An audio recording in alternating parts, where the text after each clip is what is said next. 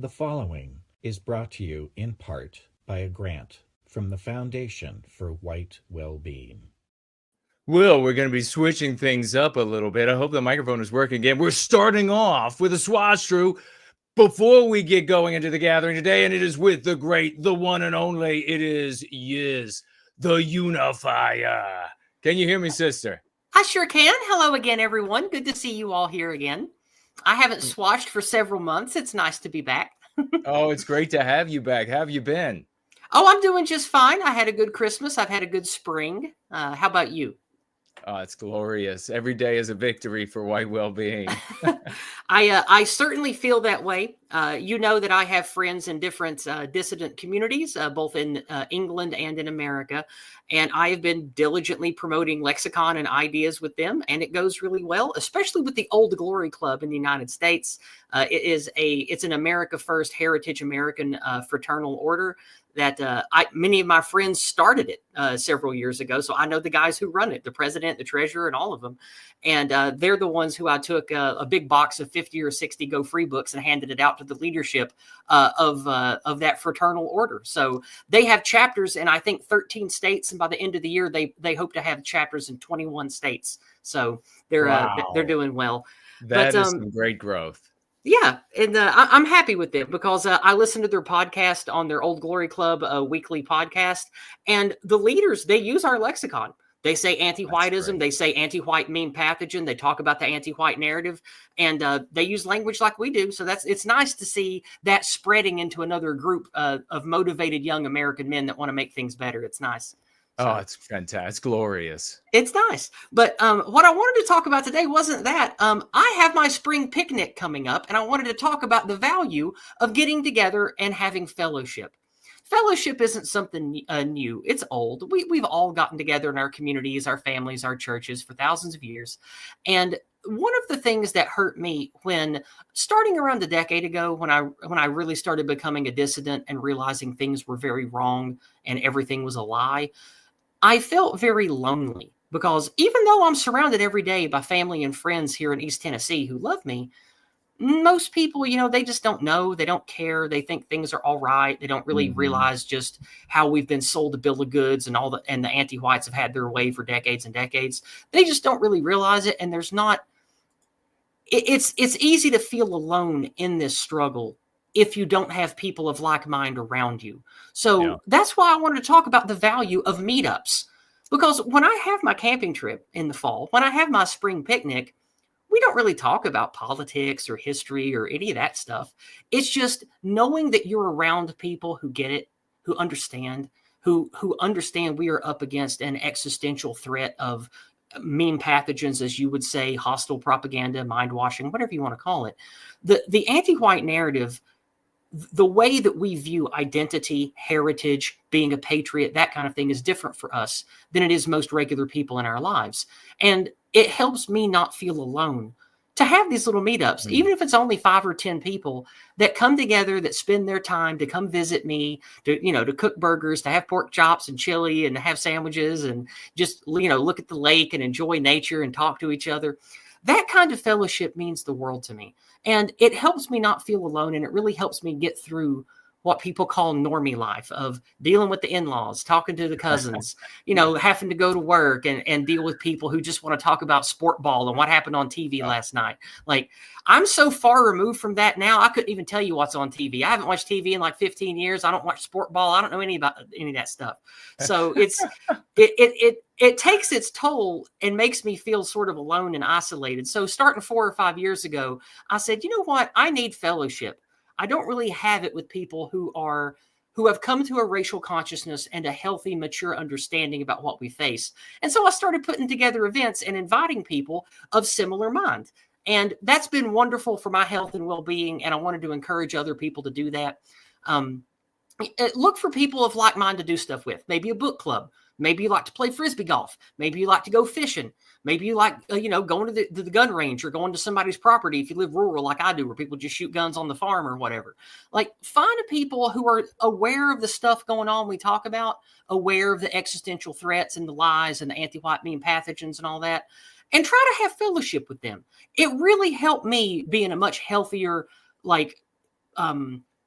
I would say mindset, but that's not really the right way to put it. I feel more fulfilled and like life is more worth living than before I started doing meetups in person and going to events like the Old Glory Club events, going to local events with my cousin, to people who were like us, but local. Like doing that stuff really made me feel not alone and was great for my mental and spiritual health. So I just wanted to talk about that. And, you know, just it's important to do that. Like the online stuff is great. The advocacy that we do, the activism we do is very important and very good, but it's fulfilling in an impersonal way. And I found myself, when I threw myself into that for years without ceasing, it took away from my personal well-being, my personal fulfillment, and making connections in person and throwing my own events and, you know, going to hangouts and talking to people. That started really bolstering that personal fulfillment. So, and you got to take care of yourself too. So I just wanted to share that with you guys today.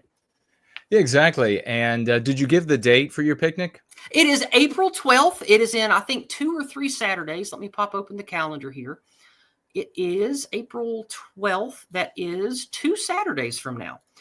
It is at a beautiful lakeside park in East Tennessee, just about 10 or 15 minutes off of Interstate 81. There's only 4 people that said they're definitely coming. So Lord knows you can kind of put me in that number now too. So folks, if you're interested, I gotta just, before you shared what the park is, it's a beautiful place. And I was there, like 5 years ago, and then year before. I think it was 2 years ago. I think. I've been there. I've been to the picnic twice. Right, and then it was 2 years before that. I think it was 2 years before that too. Yeah. Yeah, and it's glory. I got to say the thing, and it's what Yizz is talking about. Absolutely true. It's difficult to quantify. I've been going to conferences and meetings, as you all know, for almost my entire life, and they have always been an environment where it's morose. You have a Camp of the Saints sensation. You are the few remaining knowledgeable people, and the darkness is closing in, and you have the last torches, and you're just like, we'll stand together as everything goes down. But that's not what Yizz's picnics are like. And I mean, it's totally infused with white positivity. There's an excitement in the air, in the conversation, and in the mood. And if you can make it, you should reach out and try to participate, because it's a completely different thing. It's not like elsewhere. It's a glorious time to get together. And she's going to tell you a little bit about the scenery and how that in and of itself lends to your well-being. And Yizz, pass it over. I think that, I don't know if it's just a white people thing or if it's just a certain kind of white people thing, but I feel like it's a different energy and a different peace when you are among beautiful primal nature than if you just sit at like a restaurant or an office building or something to have fellowship. It's also like, for those of you who are religious in the Christian way, it's different being around Christians at a cafe or a diner or something, or at somebody's house, than it is all of you going to church to worship together. It's that kind of thing. And to me, the natural order, the divine order, the splendor of nature and pristine environments are like my chapel. They're like my church. Yeah. And I never feel more invigorated and connected to reality when I have people who I know are on the same page as I am, out in beautiful, primal, gorgeous, pristine nature. And that's why I like to have my get-togethers at beautiful natural areas, and thankfully in Tennessee, we have beautiful state parks. I live in the eastern tip of Tennessee, so lots of mountains. We're near the Blue Ridge Parkway, that kind of thing. And it makes me feel really blessed when I get to have a little get-together in a beautiful place in nature, when people come to just hang out and socialize together. It's fulfilling like it is going to a wonderful church service. It's fulfilling like it is being around genuine family. And I just love it. And I love cooking for people too. So I like to bring a lot of delicious victuals. Yeah, the food is absolutely magnificent. Before you swash out of here on this swash, tell us about your shows.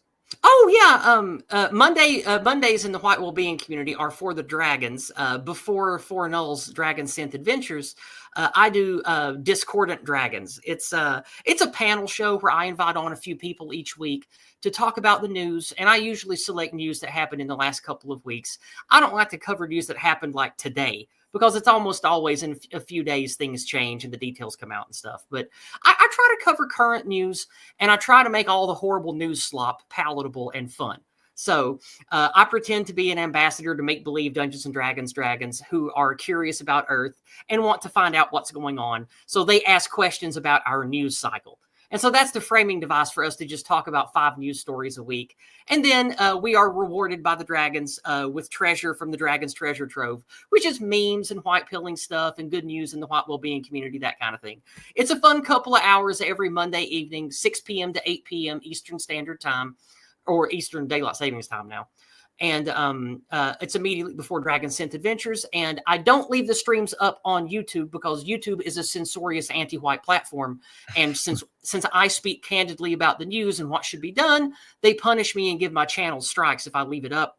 So, but you can find the backlog on my Odyssey and on my Rumble, and I do live stream to all 3 platforms. So that's my main thing. And I have a stream with a friend I do on Thursday evening in the same time slot called Empire of Lies. It's a more intellectual, pre-scripted type of thing where we cover particular elements in the anti-white narrative and explain how they work and what you could do to circumvent that in your own life and things like that. So that's what I have to offer. And thank you for letting me swash through, Jason. I always enjoy the visit. Well, it's my pleasure. We love having you on. Anytime you want to swash through, we will absolutely have you. And Okay. She's going to be in the live chat, folks. If you got I questions, sure you got will. questions about the picnic, you can hit her up right there. We're going to roll. We'll be right back, folks. Bye-bye, Yizz. Bye.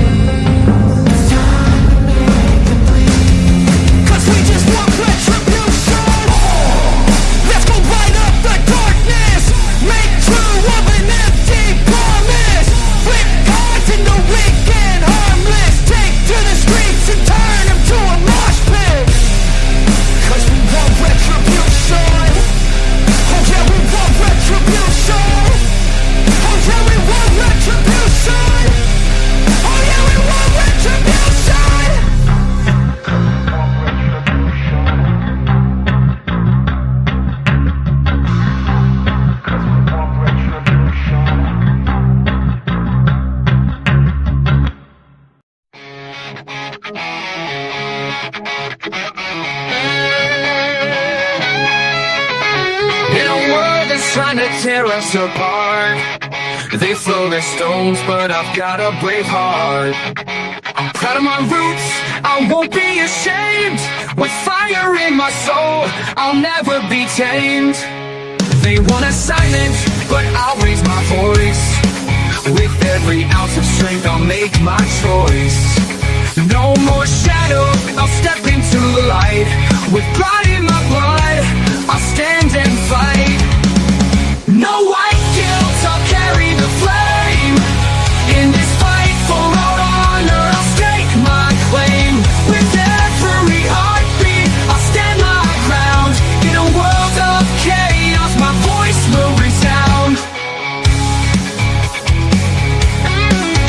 try to erase us, rewrite the past, but the strength of our heritage is built to last.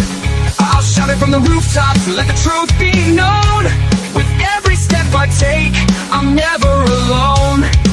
They can't take my spirit, they can't take my pride. With my brothers beside me, I'll never hide. Together we'll rise, we'll break through the night. With courage in our hearts, we'll win this fight. No white guilt, I'll carry the flame. In this fight for our honor, I'll stake my claim. With every heartbeat, I'll stand my ground. In a world of chaos, my voice will resound.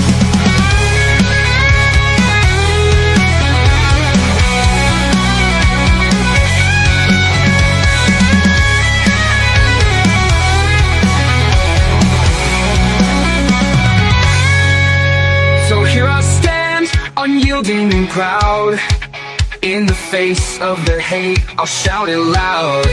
No more guilt, no more chains to bind. With pride in my heritage, I'll never unwind. We'll carry the torch, we'll light up the night. In this battle for truth, we'll stand and fight. With strength in our hearts, and pride in our soul, we'll rise together, we'll take control. No white guilt, I'll carry the flame. In this fight for our honor, I'll stake my claim. With every heartbeat, I'll stand my ground. In a world of chaos, my voice will resound. No white guilt, I'm proud of my name. In this world of darkness, I'll never feel shame.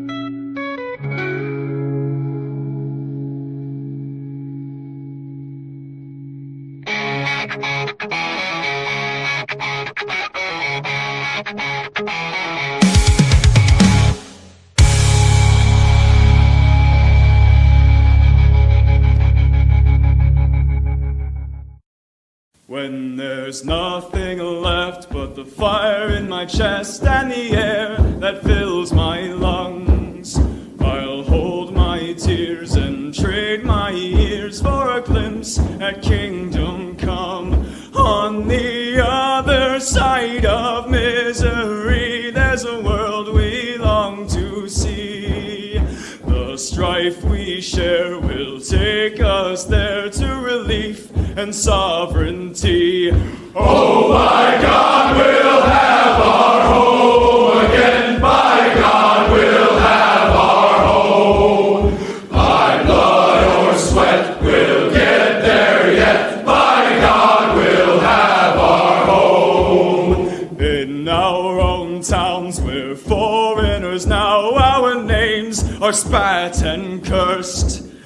The headline smack of another attack, not the last and not the worst. Oh, my fathers, they look down on me. I wonder what they feel to see their noble sons driven down beneath a coward's heel. Oh, my God, we'll have our home again. By God, we'll have our home. By blood or sweat, we'll get there yet. By God, we'll have our home. The road is dark, the way is lost. My eyes, they strain to see. I struggle forth to find a friend to light the way for me. Oh, brothers, can you hear my voice, or am I all alone? If there's no fire to guide my way, then I will start my own. Oh, my God, we'll have our home again. By God, we'll have our home. By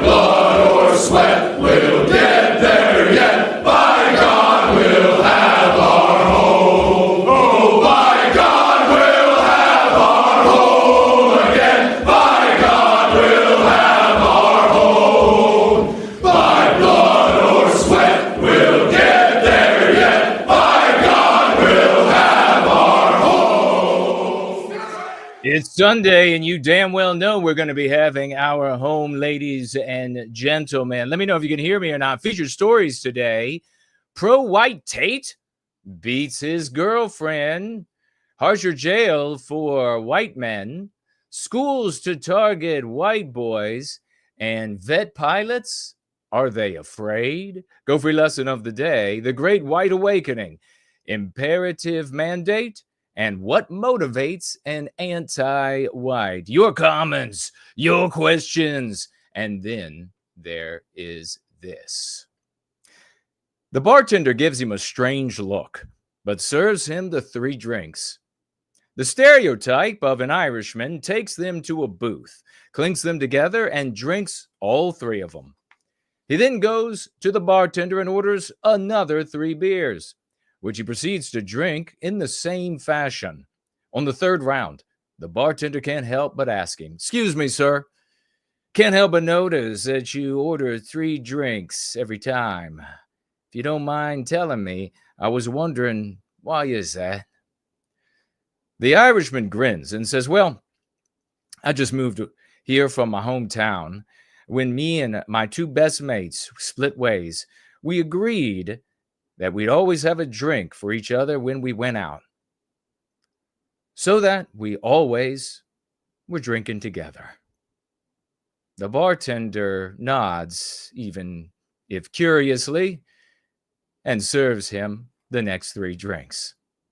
The Irishman keeps this routine up for weeks, coming to the bar once a week, every week, and ordering 3 drinks at a time. One day, the Irishman walks in, solemnly makes his way to the bar, and orders just 2 beers. The patrons and the bartender all see this, and they assume that something terrible has happened to one of his friends.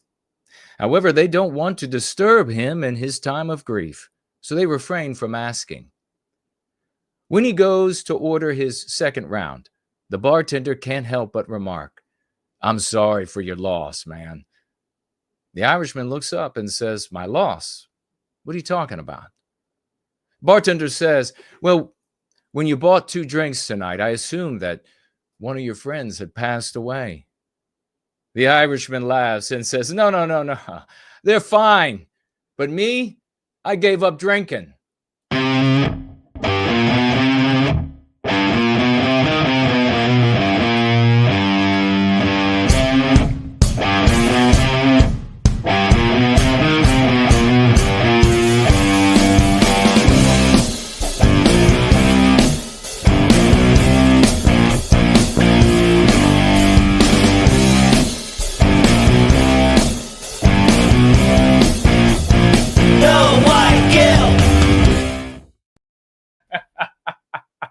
Yes, but me, I gave up drinking. Ladies and gentlemen, we are going free. It is 5 p.m. in once great state of Virginia, 7 or 8, somewhere in there in Sydney, 10 in London, midnight in Moscow. And as I said, we are in Virginia across from Mordor on the Potomac. It is a great Sunday evening, Monday morning, 84 delicious Fahrenheit degrees in the once great state of Virginia across from Mordor on the Potomac. The sun is out.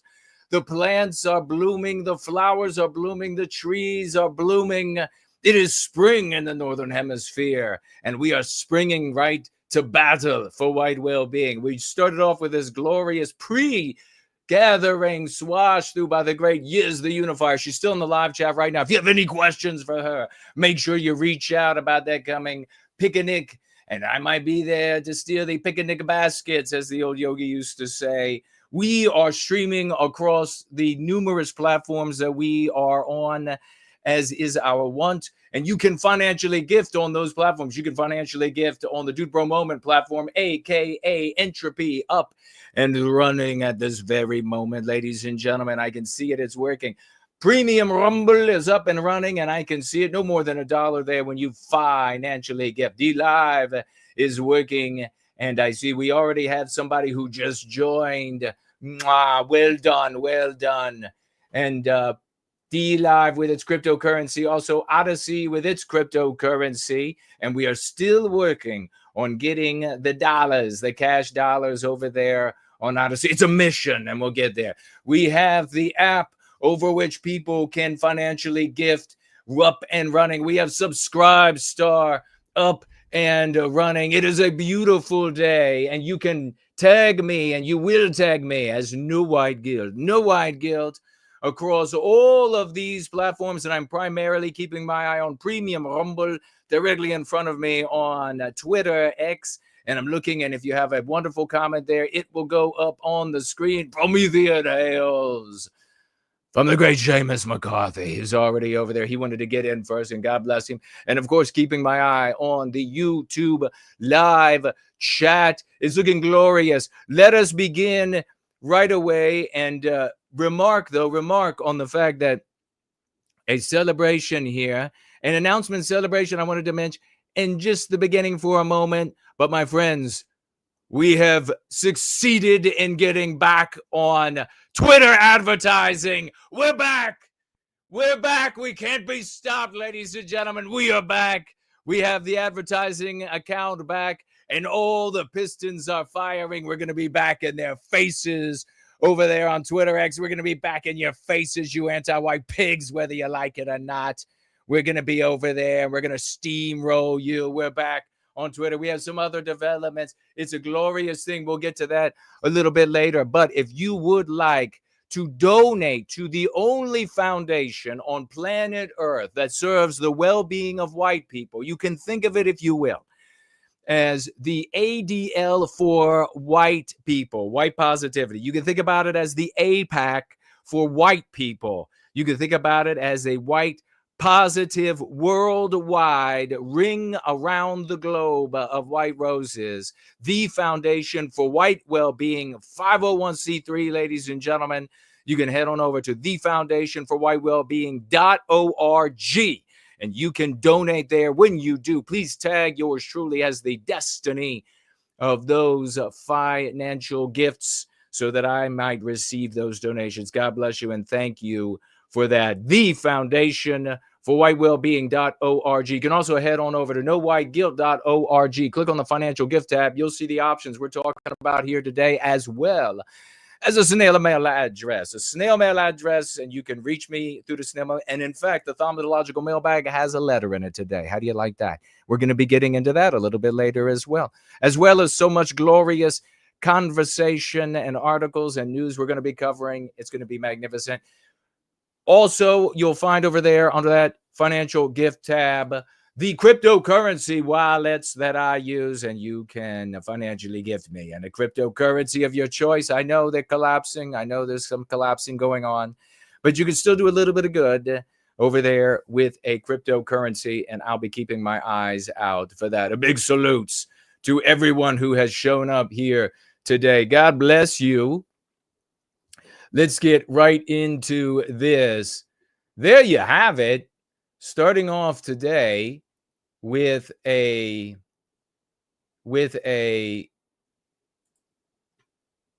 tweet of mine from this past week.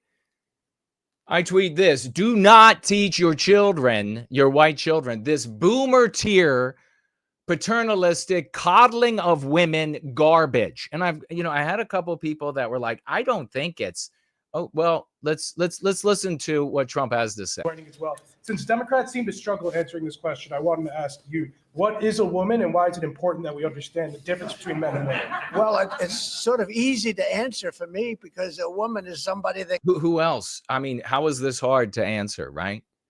can have a baby under certain circumstances. She has a quality. A woman is a person who's much smarter than a man, I've always found. A woman is much smarter than men. This is the boomer tier garbage. These people just get in your grave. If you're going to continue pushing this garbage, these meme pathogens, it's not a joke. It's not funny. And, for any ladies out there that think, oh, well, he's just standing up for women. We're not going to be able to take back our destiny by way of gender defense. Only by way of the defense of our people. And no more are we going to teach white little boys that women are smarter than men, that girls are smarter than boys. Girls out there, women out there, You want to know why your husband and your prospective husband, your boyfriends, you want to know why they are not exhibiting the greatness and glorious man of the West that is inside of each and every one of them? You want to know why? Because you've taught them that they're inferior to you.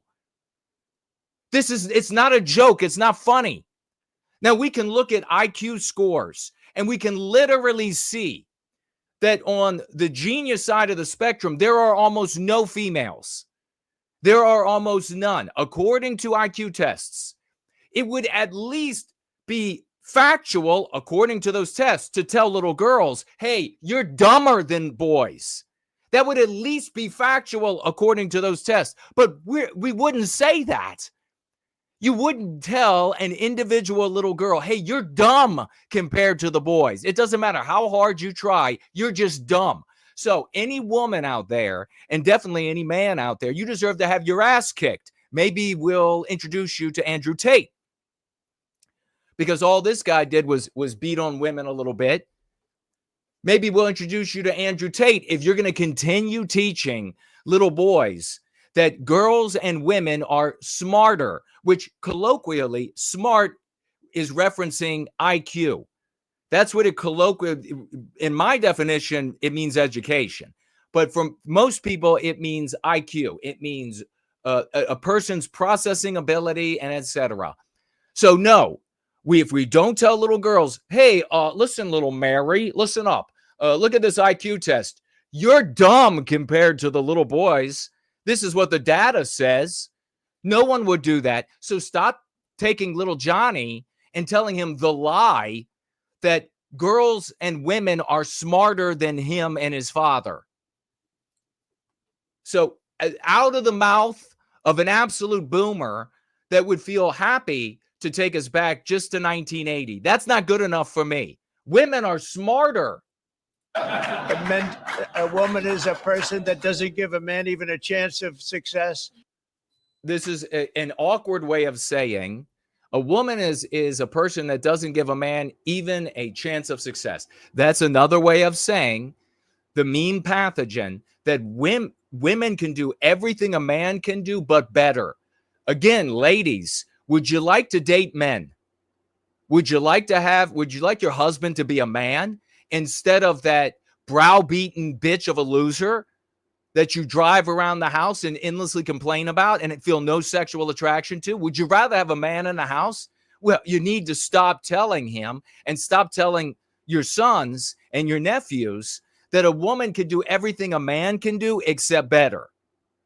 So if you're lamenting that your husband or your boyfriend is a pathetic gaming goober loser, is your fault. That's the reality. Now, what did we say here?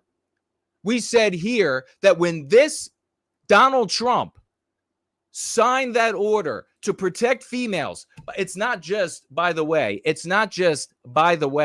to protect them from the sports where they get their asses totally beat by females with penises, but it's also their scholarships where the females with penises, for academic purposes, were competing against females without penises, and they were getting their scholarships.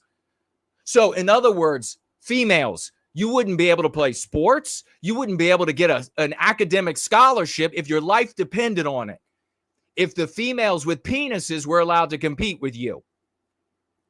So here comes this fossiled ass to continue the poisoning of the white race, to step up and, he's just protecting female by poisoning the little boys, by poisoning the men out there with this.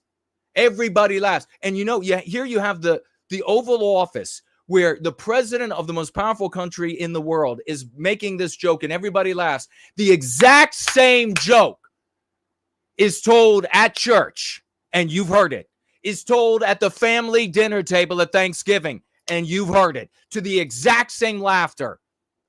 I figured this shit out, which is why you want to know why that joke is told in the Oval Office and the same joke laughed the same way? Because at the family dinner table it's told and they laugh the same way. Because at the lathe, at the water cooler, You're hearing a little bit of what I'm telling you about how we lost the West? Are you smart enough to hear what I'm telling you? So here is the women do everything men can do, except they do it better. Just a couple of weeks after the order is signed, exactly like I said, to protect female scholarships, to protect female sports, academic scholarships, and their sports from females with penises. Exactly. We're right back in the exact same fucking room, making the joke about how females are better than everybody, all the guys. And a woman's a person that in many cases has been treated very badly because there you have it. A woman in many more of the anti-white narrative, more of anti-whiteism. That's a mean pathogen. Women just go through life struggling. They're all treated badly. Fuck you. My entire life, you billionaire bitch, has been subjected to asshole adults and then other adults once I was grown as an adult myself, telling me how all the women, just like all the non-whites, have it so hard in the world, except they don't, except it's the opposite, except it's the white males who are discriminated against and persecuted and browbeaten and driven into the ground. It's the white males who can't control the relationships that they're in. It's the white males who can't get the jobs, who can't get the promotions, because they are actively discriminated against. The females are not treated bad. They're not treated badly. They're living high on the hog for their entire fucking life. And none of us get to live our lives over. And that means those of us like me, all these white guys out there, that's it. A life of persecution, a life of discrimination, a life of being told that you have to pretend that it's the other way around, or you are an immoral pig. You to hell, Donald Trump. Because I think that what happens with this crazy issue of men being able to play in women's sports is just ridiculous and very unfair. And then, of course, he waxes into the subject for which he has ridden in like the great simp knight of yore. Everybody remembers that story of the great simp knight of yore. He wasn't manly. No, he was an absolute browbeaten bitch. He rode up, and then the wife was like, "Why'd you take the horse out this morning?" And he was like, "Oh well, I had to go. Get off that horse. You've got to clean that horse now. Now you got to get back to the house, and you got to do this, and you better be doing these things to make me happy. And the only thing that matters in this world is me. And then you don't matter. And if you think you matter at all, I'm gonna throw a tantrum, and you're never getting sex again. You're never gonna eat. I'm gonna be in a bad mood toward you." And he's like, "I'm sorry. I'm sorry. I'm sorry." Do you remember the stories of the great simp knight of yore? He's like the 80-pound weakling from those cartoons from back in the 60s who gets the sand kicked in his face on the beach, except he's inside of the suit of armor. He crawls out of the suit of armor by going out through the ass hatch. Everybody remembers the great simp knight of yore. And here you have Donald Trump rides in as the great simp knight of yore. He's going to save the females, carve them out a little space. And then what do you end up seeing? The females come to his defense. The females come to his defense when he shits on males. And we all know he ain't shitting on black males. Oh, no. He ain't shitting on Jewish males. You better believe that. He ain't shitting on mestizo males. He ain't shitting on Arabic, Muslim male. Oh, no. No. There's only one group. And you'll see in another tweet. But what happens? A bunch of white females, he did us a favor. He stood up for us. And so we're going to defend him no matter how many white guys he shits on. Fuck you. To women and very demeaning to women. Oh, it's so demeaning to women. And that's got to be about a 94%. I read. Okay, so finish the rest of my words here. Trump says women are smarter than men. Women can do everything a man can do, except they can do it better. Women have just notoriously treated badly. And here's another thing to, if you didn't figure this out on your own, I figured it out on my own back when I was even preteen, figured it out. If you say women are treated badly, Who are the mistreaters? The mistreators. Who are they? Males. And you know who it's not going to be, just like we're seeing in the UK, and we're going to be covering that in a minute. It doesn't matter how many people are butchered with knives or rocks or skulls broke open or whatever by anti-white, non-white people. It's the white boys. It's the white boys who are doing, and they grow up into white males, white adult males. And they're the ones who are mistreating the females. When you say in an anti-white narrative, women are treated poorly. Who are the people treating them poorly? White males. White males. So any white female that would stand with that, take a hike. He just changed the rules because women couldn't compete academically and in sports against girls with penises. This, quote, women and girls are better than men and boys, is just another anti-white meme pathogenic concept that has contributed to the destruction of the West. Then we get to see, we are treated to this tweet, Jews, blacks, Muslims, I write, Hispanics, females, Trump's taking care of us all. P.S. If you don't know or care who's missing, you are the problem. Any more females want to stand up for Trump? Any more females want to say it's okay for him to tell white boys and white adult males that they are inferior to women and girls? Any more want to say that? Any more want to say that?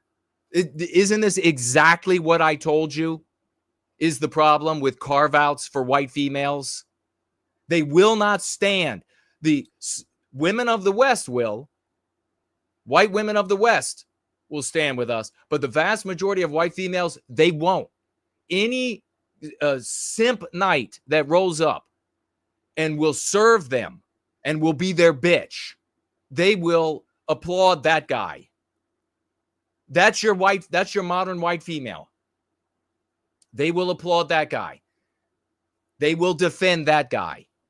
This is why I told you, in the West, we cannot have carve-outs for white females. It's just not possible. And survive. We absolutely have to stand together as a race, as a people, if we are going to survive, or there is no survival. So there you have it. President Trump, he's tweeted, we're keeping our promises to the Muslim community.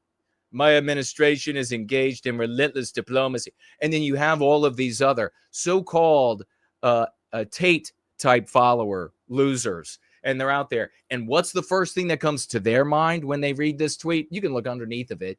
What's the first thing that comes to their mind? Not, what about us white people? No, the first thing that comes to their mind is, no, you're siding with the Jews against the Palestinians. Every one of these people, wood chipper. In war, World of Warcraft. And then finally, this tweet here, I wanted to mention, tell white children, the American dream. What is the American dream? I'm so sick and tired of hearing the anti-whites, especially libertarian types, anti-white libertarians. They're always like, the American dream. When I was a child coming through my childhood, we were told all the time that the American dream was owning a house. And I was like, how does that have anything? Literally, I was a child. I was a baby. And I said, what does that have to do with America? Like, already my patriotism, my genetic urge to fight for the tribe was already active. The voice of the West was already speaking to me. And I was saying, home ownership, what the hell? Why is that the American dream? Already questioning this meme pathogen. Well, now it's gone from home ownership, that meme pathogen, to the American dream is making money. Don't you know in America you can make a lot of money? Well, you certainly can if you come over here you are non-white and you're somewhere on planet Earth, and you've decided that you're going to take the opinion that you're an American, and you get into this country, and then you get all of these loans and that are forgiven and grants, and we've gone down the list, sharing all the different things that all of these different departments and federal and state government and NGOs taking our tax dollars to, and all over the place. They are all pour money in. And then the Republicans come to you and they're like, Sidka from, some Pakistan has already started. He could barely speak a word of English. And somehow he has already started 6 gas stations. What's wrong with you, white guy? You're just sitting on your hands. Sure. Republican scum. Sure.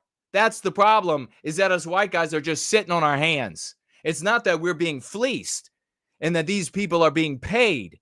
And that, the fact that they can't speak English and yet own 6 gas stations within the first 5 years of living in the United States should reveal to you they didn't pull themselves up by their bootstraps. The American dream is this. The American dream is the alloy of white ethnicities, creating the greatest country the world has ever known. I want you all to think about this for a moment. The United States is the triumph of the white race. Appreciate this at a bone marrow spiritual level. The ethnicities of the white race, who have since time beyond time immemorial, antediluvian times, waged war on each other, slew our brothers and sisters in combat. And everyone wondered what would happen if you took this glorious people from all of these different countries and you put them together in one country. What would happen? The United States happened. The most powerful, the most ingenious, the wealthiest, the most prosperous, and when you look at our crime data, the safest on planet Earth that has ever existed, and I submit will ever exist. That is what American dream is. It is the alloy of white ethnicities coming together to create the greatest thing that is known to us in this universe. Really deeply appreciate that. Don't allow these ethno-nationalists from other places, especially some of the European ethno-nationalists, to disparage America. Don't allow them to get in the way of, don't allow them to use their ethnicity to get in the way of the appreciation of what America truly is. Anything that is negative in America, just like in those countries in Europe, is a consequence of anti-whiteism. End of that conversation. That is what the American dream truly is. Let's have a look at some quick news. All right, I'm sorry, dog. Anything to be TikTok famous. 1, 2. Mama, you throw that dog in the pool and you're going back to live with your mother. Lucky bastard. Lucky All right, I'm bastard. sorry, dog. Anything to be TikTok famous. Research has people a little frightened to use it. There's a new study out that says after just one day, chemicals in sunscreens enter your bloodstream. Before you grab that bottle of sunscreen, the first thing you need to do is check the ingredients on the back. They are chemicals and they can potentially be dangerous. Look at any bottle of sunscreen on the store shelf and it'll more than likely have one of these ingredients. Avobenzone and oxybenzone are very commonly in your chemical sunscreens. But a new study finds when you apply sunscreen with those chemicals, along with 2 other ones known as escamthol and octocrylene, they can absorb into your skin and into your bloodstream. In more than 80% of the sunscreen products sold in the USA were now considered potentially unsafe for use. The research has Of course, I don't know how much of that news is accurate or not. You'll have to look into it for yourself.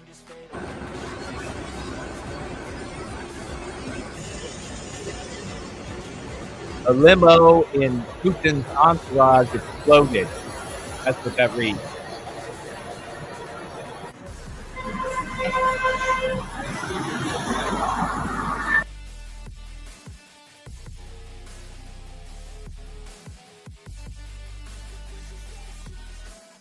The United States has sold over 1,000 gold cards this week.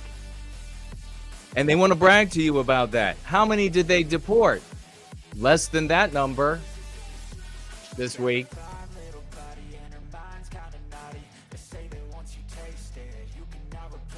She actually has a video that's never been seen before. We're actually going to be sending a letter requesting that from NBC because it allegedly shows Oswald near the vehicle when the assassination took place, which means that he couldn't have been the shooter. So again, we're tracking down all this information. But look, there's even a CIA document that came out that Mr. Morley pointed out that actually said that the CIA never bought the lone gunman theory. And so I think the American people had an inclination as to what we were saying, but we never had the hard evidence until now. You're saying NBC has been keeping this tape of Oswald under wraps?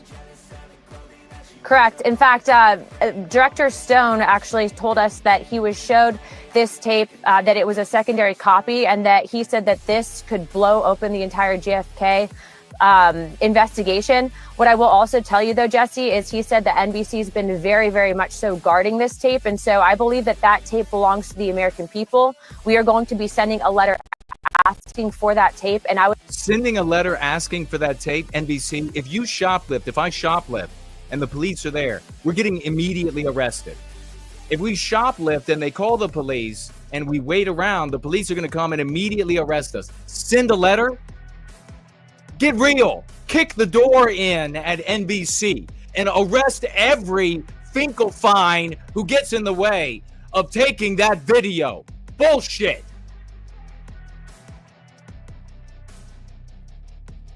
Unbelievable.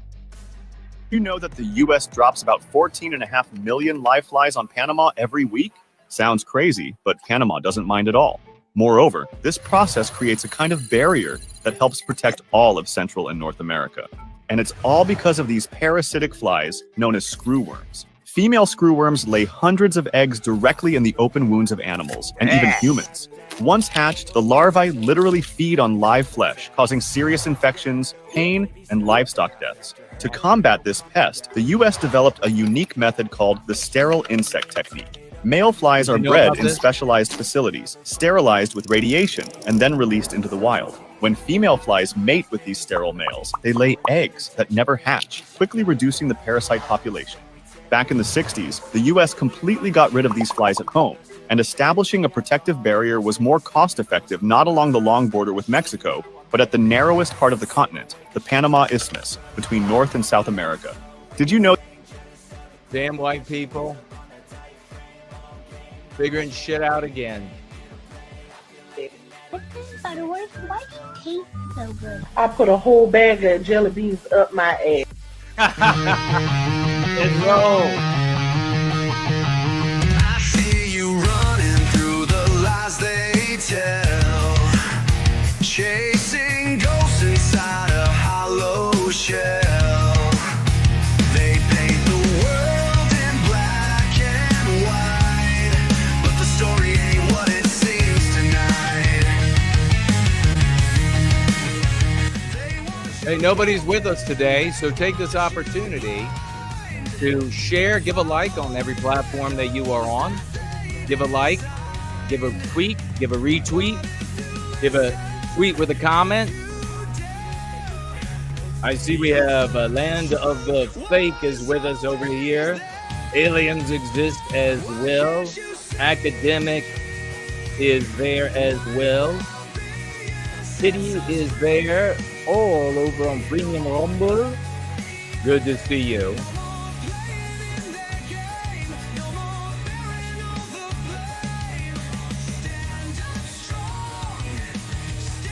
Is the stream playing on my thread? Doesn't look like it is. on Twitter for me. I can see where it's clickable, though, where it's saying I'm live.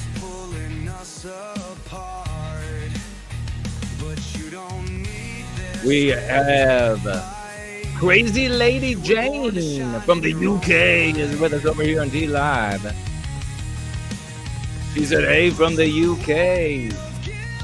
And gifted with her hello, 1 lemon and then 1 ice cream cone. Thank you so much.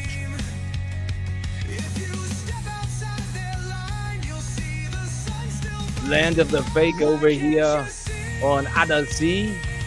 Good to see you. Anglo-Saxon UWG song kicking ass. We got a bunch to talk about. We're going to be talking about Tate. Next, we're going to be talking about pilots. We're going to be talking about white men getting stiffer sentences. We're going to be talking about white boys being targeted for more anti-whiteism, calling it anti-misogyny.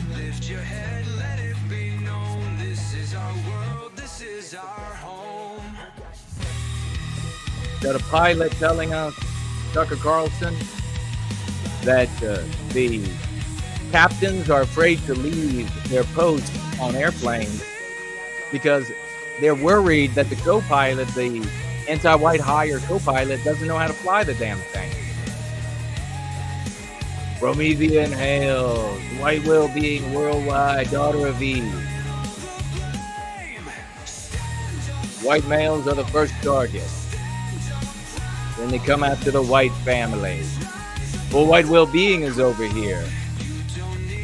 Anti-white poison coming from Trump. Absolutely.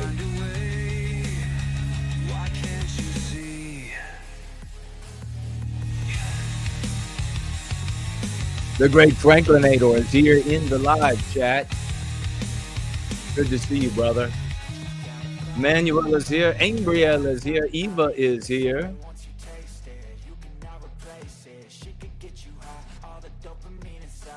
Let's get rid of our background tunes. Spotton is here. Chris is here. The Tree Godfather is in the house. Good to see you. Sivan is here. Winged Productions. Let folks know that we're together and we're rocking it out. Nexus is here. Last Independent Thinker is in the house too. Wonderful to see the champion showing up.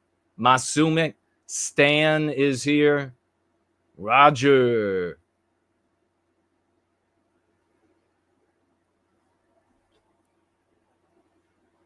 Nexus Moon. Poland is getting 50 migrant interrogation centers. I can link you a video from Poland. Yeah, please do.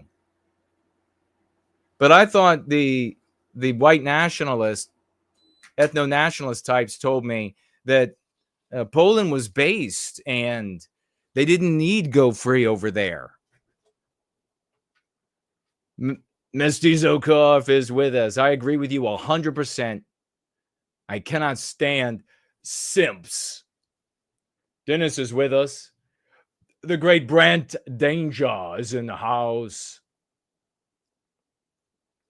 All right, let's go ahead. Tim is here.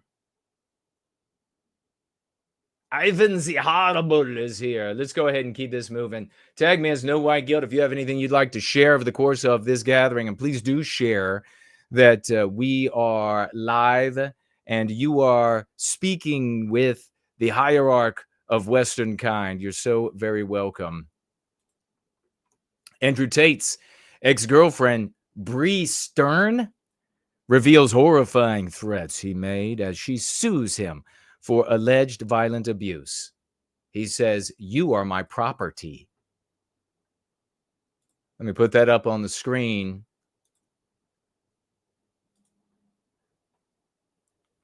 Now, apparently, he's become sue happy So all of this, of course, is the reports and claims by others. But maybe we'll just go ahead and get into the story, and we'll talk about the deeper issue as we move through the item. Andrew Tate's ex-girlfriend, Bree Stern, said the self-described misogynist repeatedly threatened to rape and kill her as she filed a lawsuit against him for allegedly strangling her during sex.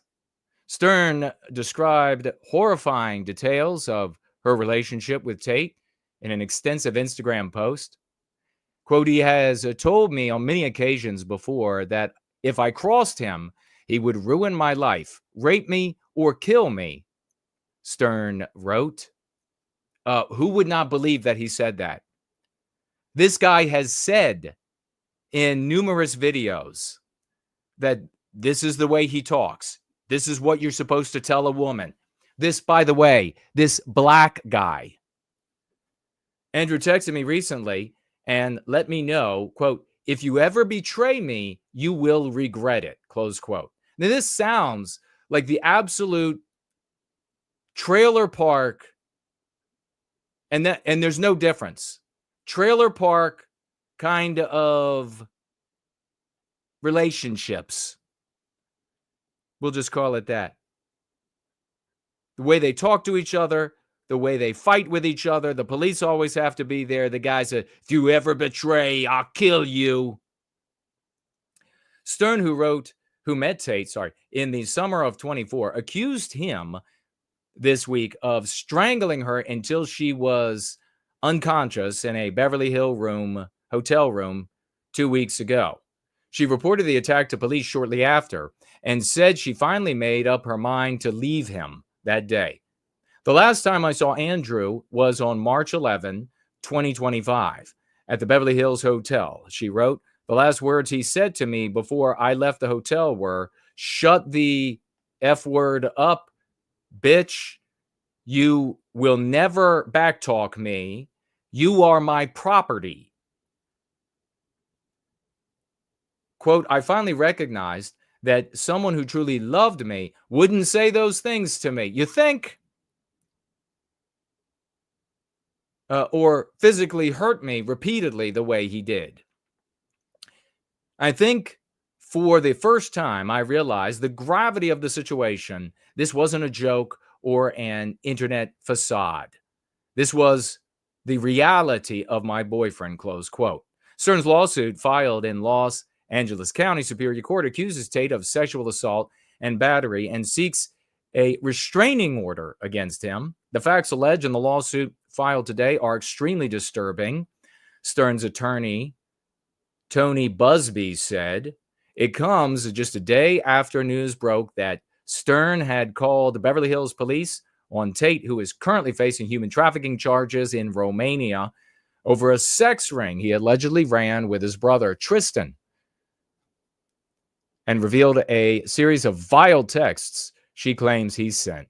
You, quote, you need to be hit. You deserve it, he wrote in one exchange, later telling her, I want to beat the F word out of you. You will give me a child this year, you bitch, close quote. The texts show Stern calling Tate Pookie and asking him why he insisted on hurting her and telling him, quote, I don't like it, close quote. All right. You get the gist of it. Couple of important things to talk about here. This guy is human garbage. He is a pornographer. Everyone on the so-called right claims that they are against pornography. They are against pimps, and that's also what he is. He's not just a pornographer, he's a literal pimp. At least by the definitions of pimp that I have read, as I understand the word colloquially to mean. He's a pimp. He's a pornographer. So by that standard alone, the people on the right, if they're going to be consistent, they are going to denounce him at every level.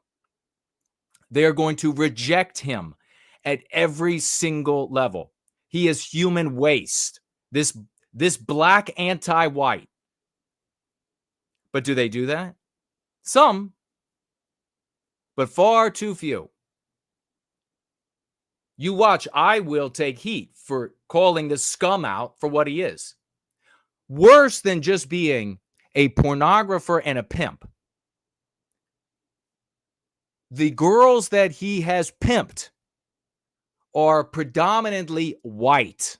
So this black piece of shit, this Muslim black anti-white piece of shit, has made himself fabulously wealthy, pimping white females.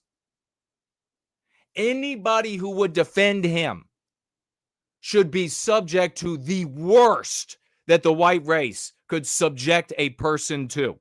Any group of people who would defend this guy should be subjected to the worst. Why doesn't that happen? Why is it that this Muslim black anti-white pimp pornographer piece of shit, why doesn't he have the entire right wing turning on him? And I'm not talking now about the governor of Florida. I'm not talking about the neocons, the cucks of various stripes in the implicit white sympathetic sphere, the people who vote for that. I'm not even talking about them. They don't like this guy. Why?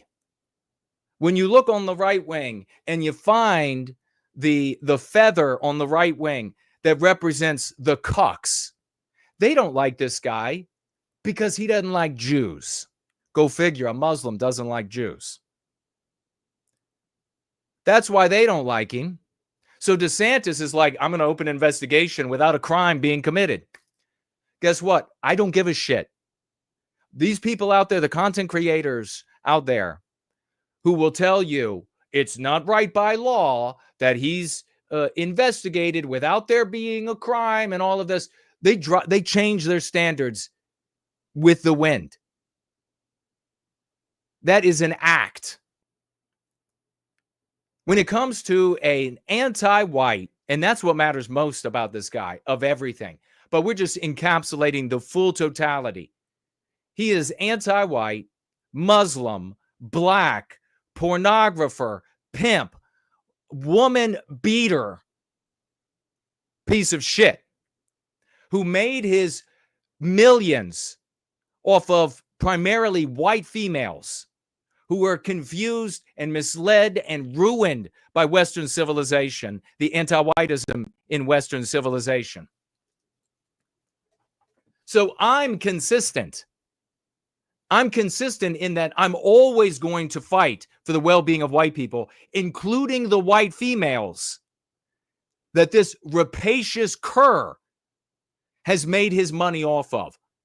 The palatial homes that he lives in, the exotic automobiles that cost more money than you and I, as ordinary white guys, would make at our jobs in several lifetimes, just one of his exotic cars.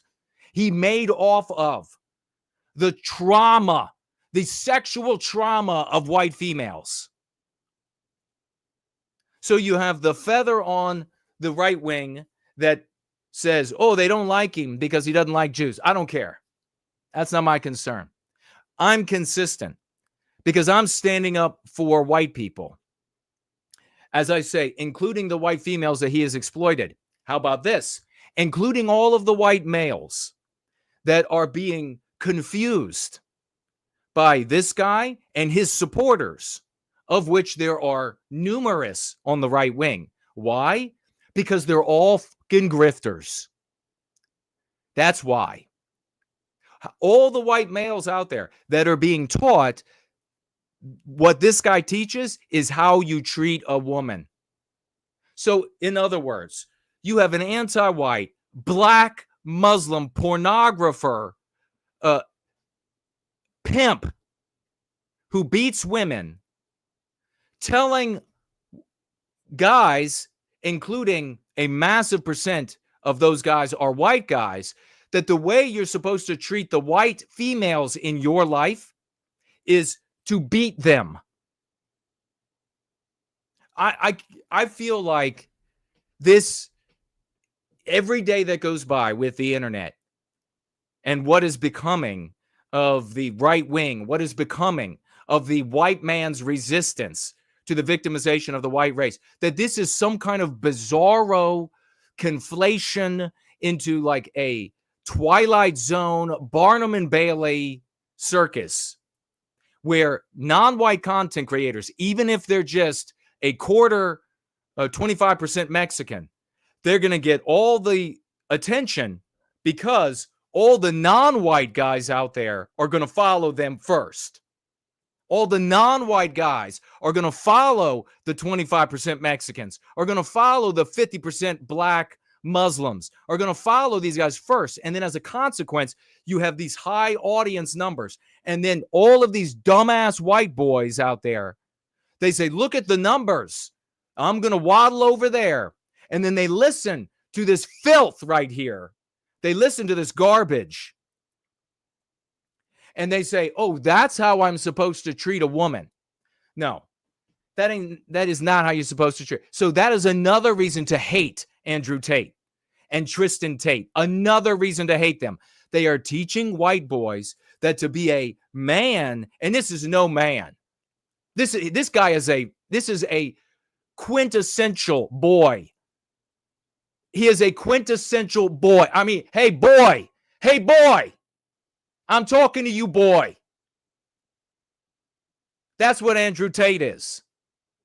Do you really think the Andrew Jacksons, the Stonewall Jacksons, do you really think the Pattons, the George Pattons, do you really think these guys would have thought anything more about this piece of human waste?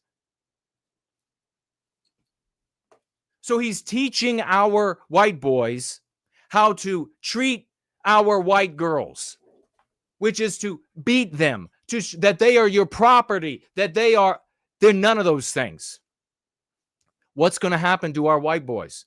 You might be thinking there for a moment, especially if you're female, you might be thinking, oh, that's terrible for the girls. What's going to happen to our white boys? What kind of lives are they going to lead? Where they are threatening females, they're beating their girls they're dating, they're threatening them with murder for disobedience. What kind of life do you think they're going to live? All their friends and family are going to find out that they're abusive, that they're violent. They're going to act out on violent emotions. Oh, they're going to get arrested. They're going to go to court. They're going to have a record. They're going to go to jail. Circles and circles that they move through are going to hate them. They're going to white flight into poorer and poorer, not just financially, but poor and poor moral, ethical environments till they get to the bottom of the bottom. That's where they're going to end up. That's what's going to happen to our white boys. This piece of shit isn't the odds that this, look how long with these charges hanging over his head. This guy's got all the money in the world to defend himself. How much does Ryan have? How much does 19, 21-year-old Ryan have? How much money does he have? How many followers on Twitter X does he have to rally to his cause when he decides to strangle and punch his girlfriend in the face? And yet you have the 25% Mexicans out there. You have the 100% white females out there. You have the white guys out there who are married to non-white mestizos. You all know who I'm talking about. And so many others. And they glaze, I'll use their terminology, they glaze this guy to death. What's the common factor? Well, for some of these, like the 25% Mexican, it's homosexuality. So he hates women. A lot of them just hate women because they have no attraction to them. They don't like being pushed around by them, especially when they're small and they have no attraction to them. So this guy talks about beating up women, strangling them, especially white women. And by the way, let me just make clear. Let me make very clear if you don't know. But anti-whites of all races, but particularly non-white anti-whites, there's a fetish for beating white women. They get off on it. So if you weren't aware of that, there's an absolute fetish. So they look at this guy and they love that. And that's what the right-wing white guys are aligning themselves with. He's teaching you how to be powerful. This guy's teaching you how to go to prison. This guy's teaching you how to be alone. This guy's teaching you how to be miserable. Absolute scum. So that's what he's doing. You have this multiracial female hating, and what's the next thread that combines them? Jew hating. This anti-Jew spurgery. And for all of the vegetables out there, of course there are anti-white Jews. That's very different than anti-Jew spurging. So kind of another reveal here, isn't there? Because here is this garbage dating a Jewess. What does that reveal to you? This guy and so many of those others, the people who laud him, the people who will defend him, they're all grifters, folks. They'll tell you, they'll live their lives whatever way they damn well please. And they will tell their audiences or the audience or the greater audience out there, they'll say whatever they have to say to get their attention, to get the prestige, to get the 4 Ps, to get the aggrandizement for their intelligence, to have people showing up to applaud their opinions when they tweet about them. They'll say anything that they think enough people out there want to hear to achieve those objectives. While this guy is condemning Jews, while this guy is lauding the mini Mexican, while this guy is doing that, he's screwing a Jewish woman. Bree Stern, Jews on Twitter saying she made her bed. We don't want her anymore. She's a self-hating Jew, they called her.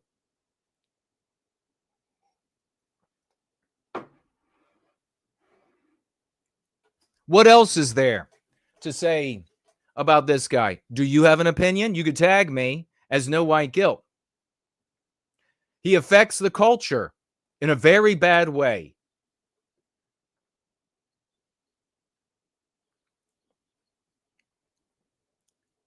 Says land of what did you change it as land of something else now? It is land of the fake still, right? He is moving the dial on the way that white young men or boys behave and what they think is proper behavior for a man. This is the end of us, ladies and gentlemen. And the little 25% Mexican revealed his hands when he was talking about at one point when it comes to this guy vis-a-vis white guys who fight for our people like me and others. He was saying, what are you going to do? Are you going to follow Andrew Tate with the Bugatti, with the palace, with the however many hundreds of thousands of followers he has? He's culturally relevant. What is that? Just keep that in mind. What actually is that? Or you're going to follow the white guys who, according to the little Mexican, nobody cares what they have to say. Well, if you're white, you better follow the white guys. If you're white, you better follow the white guys. But what's this over here? This isn't the well-being of white people. being rich, Bugattis, Ferraris, palaces, dating beautiful whores, beating them, having shit tons of followers, and therefore culturally relevant. What is that? Is that white well-being? Is any of that white well-being? Would you rather follow that? He says, revealing his cards, that what's important is popularity, no matter how damaging it is, no matter how harmful it is. What's important about a person is how popular they are, how much money they can. It doesn't matter how they make their money. That's what matters. How popular, how wealthy, how many people are heeding what they have to say. That's all that matters. Haven't you heard enough from these people already? Why don't we have a revolution of thought within the white race? Why is it that the white race continues to tag along behind mixed race and non-white people to tell them what's cool, to tell them what's acceptable, to tell them what's the behavior of a proper man? You know, Patton, and you could go through the list of great white heroes, great white men of the West over the years. And the women, they didn't take any shit off women. They did not beat them. That was something in the white race that we always looked at as what those other people do around the world. White men would not beat up women because it's easy to beat up a woman. That's easy. It's very easy. Now, if a woman physically attacks you, whoop her ass. This mean pathogen of just let the woman beat you up is Bravo Sierra. So we got it here coming from both directions. We got it coming from both directions with this scum. Anti-white scum all the way around. No good person should stand behind this guy. None should be a fan of this guy. He hasn't done shit for you. And if you follow his advice, by the way, which began, his popularity really began online when he began teaching you how to pimp white girls. That's how his popularity began. You know, if he were teaching, I'm just going to throw this out there. And I get it. I get if he's black and they beat their women, I guess is what he's saying. They beat their women. I guess is what Andrew wants you to know. He's Muslim and they beat their women. If that's what he's saying, that's what he wants you to know. You know what he's not doing? He is not burning down Islam the way he burns down the white race. Is he? He's not burning down Islam or Arabs the way he burns down white males, is he? You know why that is? Because they'll kill him. So this guy, Andrew Tate, you are a pussy. You're real brave when it comes to Christians. You're real brave when it comes to the beaten down white male in Western civilization.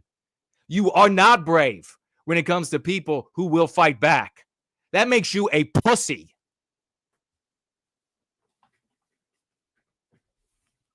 Beating up this little ugly Jewish girl that he was dating.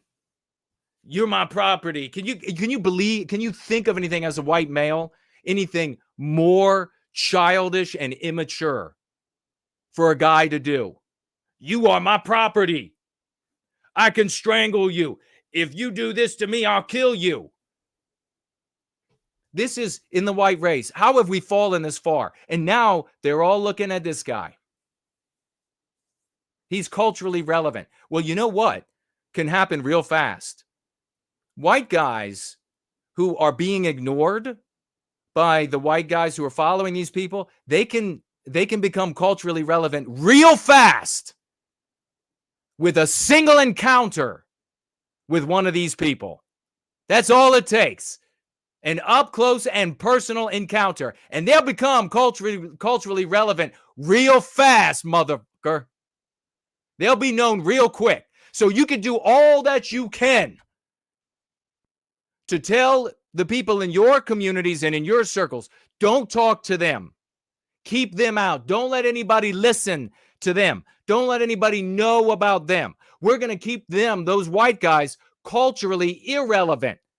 This is the coup by the non-white and the biracial content creators against the white males out there, where they say, we're going to keep you culturally irrelevant, but that can change in the blink of an eye, bitch. In the blink of an eye. Unbelievable.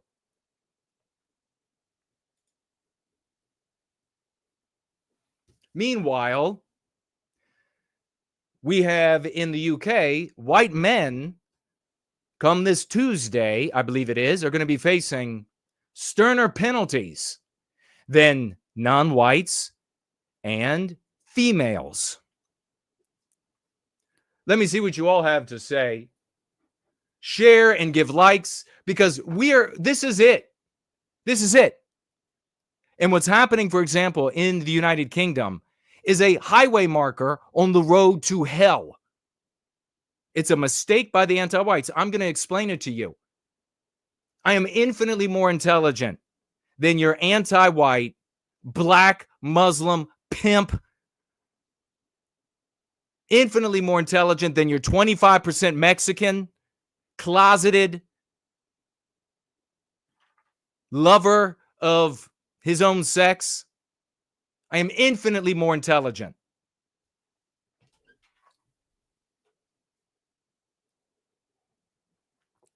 Sick and tired of this.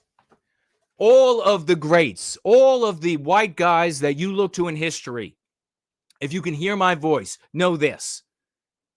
Your white ancestors, were they Saxons? Were they Teutons? What were they? Were they Latins? Were they what mighty things? Who do you identify? I identify with all of them. They are all running inside of me. They're turning over in their grave. Take a look in the mirror at yourself. When is the white man going to stand with the white men in this community? When is enough going to be enough?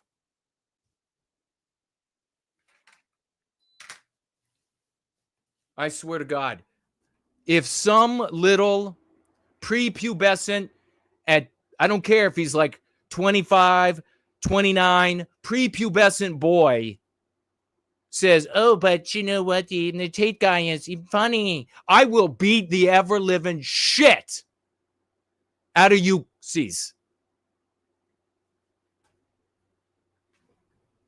Fed up with this. Yeah, but they're, you know what, they say more outrageous things.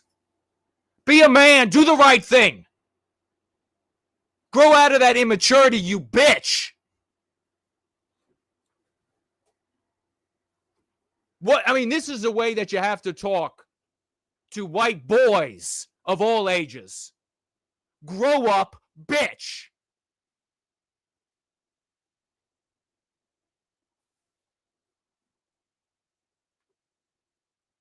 But we got the highway marker.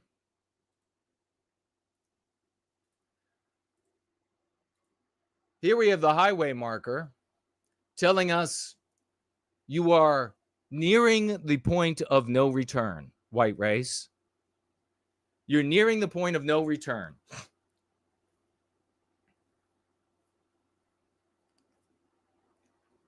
Did you see this story? Did you see what's happening in the UK? And then you have all of the vegetabilized sons of bitches who are saying, two-tier. You mean anti-white? Two-tier. Maybe you've been listening to what you thought was right for generations, and it has all failed, which means you're too dumb to decide the direction. So, I mean, it's a reality. Sorry for you. Now, shut up and let's recapture our United Kingdom. You know, where are these brave British heroes? I'll tell you what, the real men of the West in the United Kingdom, they hear me talking like this and they say, fuck yes. And they stand at attention. If you are in the UK and you are white and you are a male and you hear me talking and you're like, oh, I don't know. Oh, Kim, I'm not happy with that. That means you are a bitch. That means you are a loser. I want to play some more. I want to get together with my mates at me pub and we'll talk about how we're going to march with the Swazi down the street. Fuck you.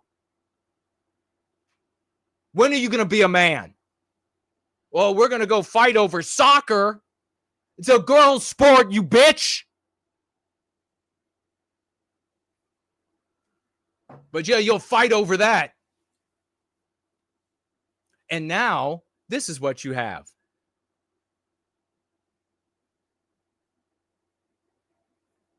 Whatever happened to the March of the 300? Whatever happened? The white race. Your ancestors hate you. Your ancestors hate your beer swilling, full of estrogen and estrogen mimicker, hiding behind your wives that browbeat you. And if you're a Tate follower, you're beating your wife. You're a loser. You're a scum. When nobody listens to you, though, Jason. Hey, that's fine. That's fine. Because I will die as a man of the West. And I will be taken up into the arms of my ancestors. You're going to die as a girl. As a coward. Snickering away at these fucking non-white, anti-whites online who are telling you to beat your white women. Scum. God damn, I swear this pisses me off. This literally pisses me off to no end. So listen to this. This literally, you're looking at the end for us.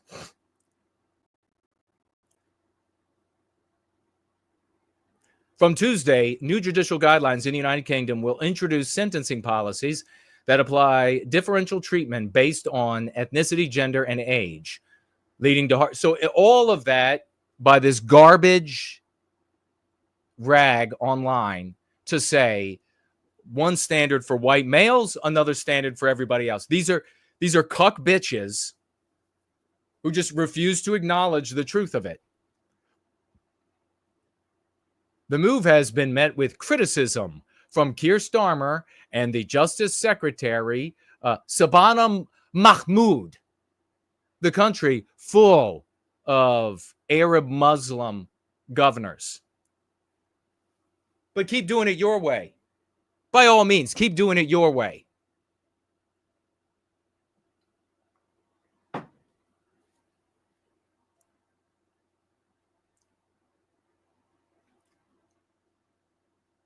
The practical implication of these changes is that white men who do not qualify for these reports will face relatively harsher sentencing out relatively. Why are you qualifying that? It just simply is harsher sentencing. I had a tweet about this. I wrote, tougher scrutiny and punishment for white males formalized in UK law. In fact, let's see if I can't pop that up here.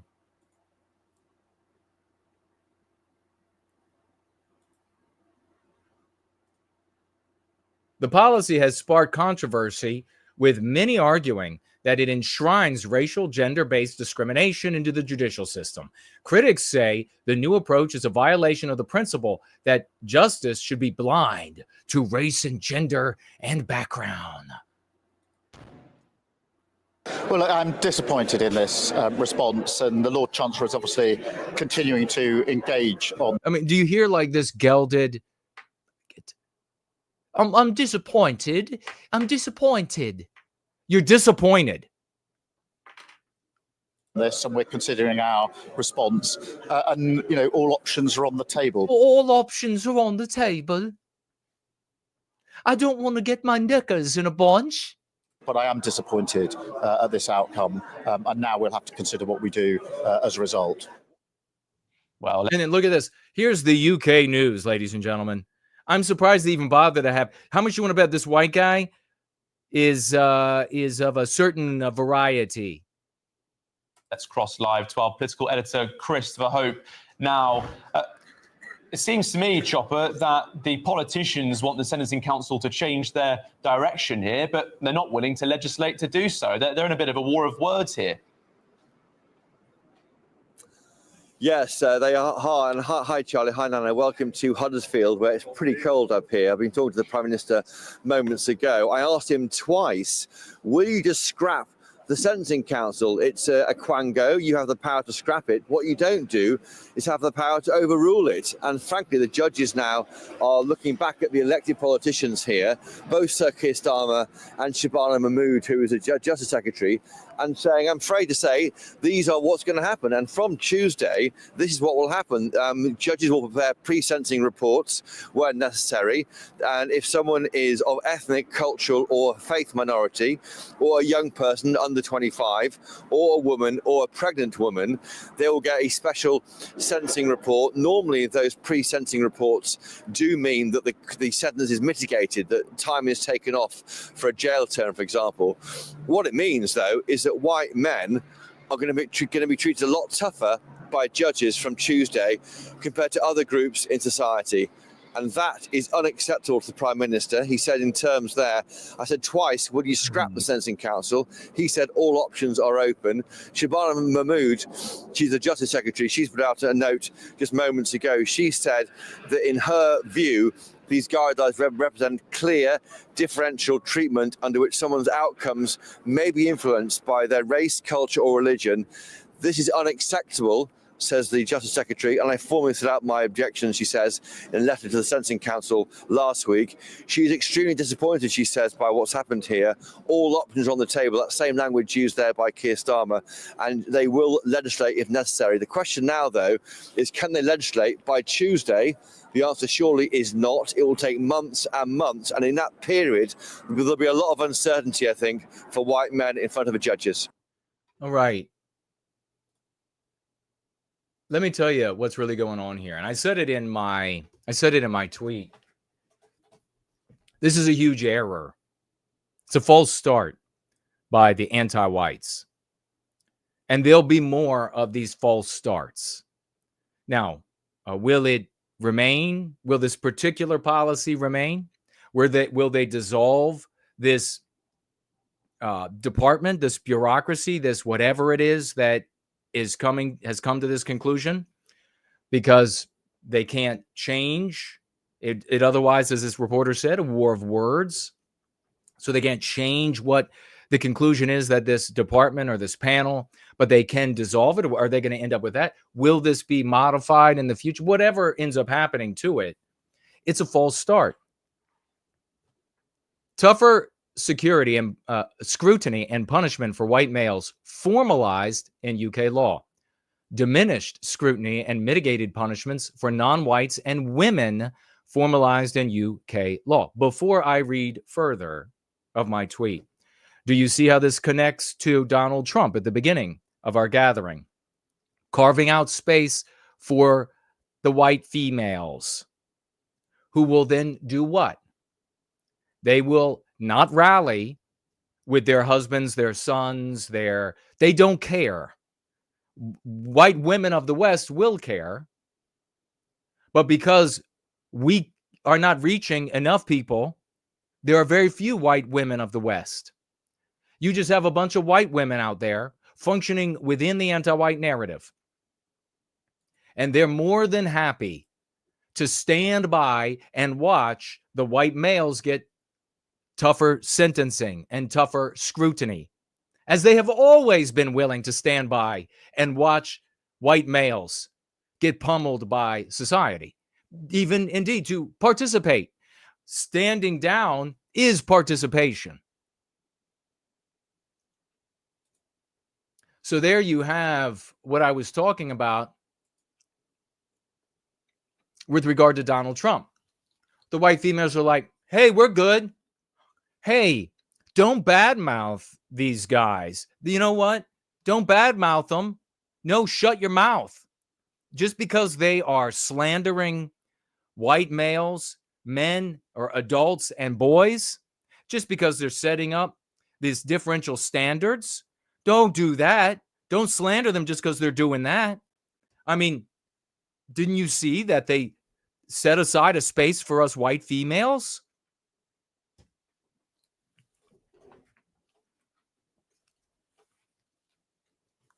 So I continue here. An error by anti-whites and a sign that the point of no return for the white race is coming. So in case you weren't aware of it,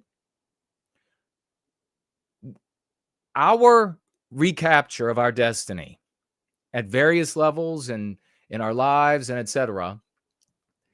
is not something that disappears once you can count us on two hands. Does that make sense? We are rapidly approaching the point of no return. We are rapidly approaching the point where too much power, too many nodes are held by too many anti-whites, and in some cases, very vicious anti-whites of specific alien religions who in the past have treated white people worse than you can fathom white people have ever been to non-white people, at least according to my reading of history. There'll be no recapturing our destiny by any means once we go past the point of no return.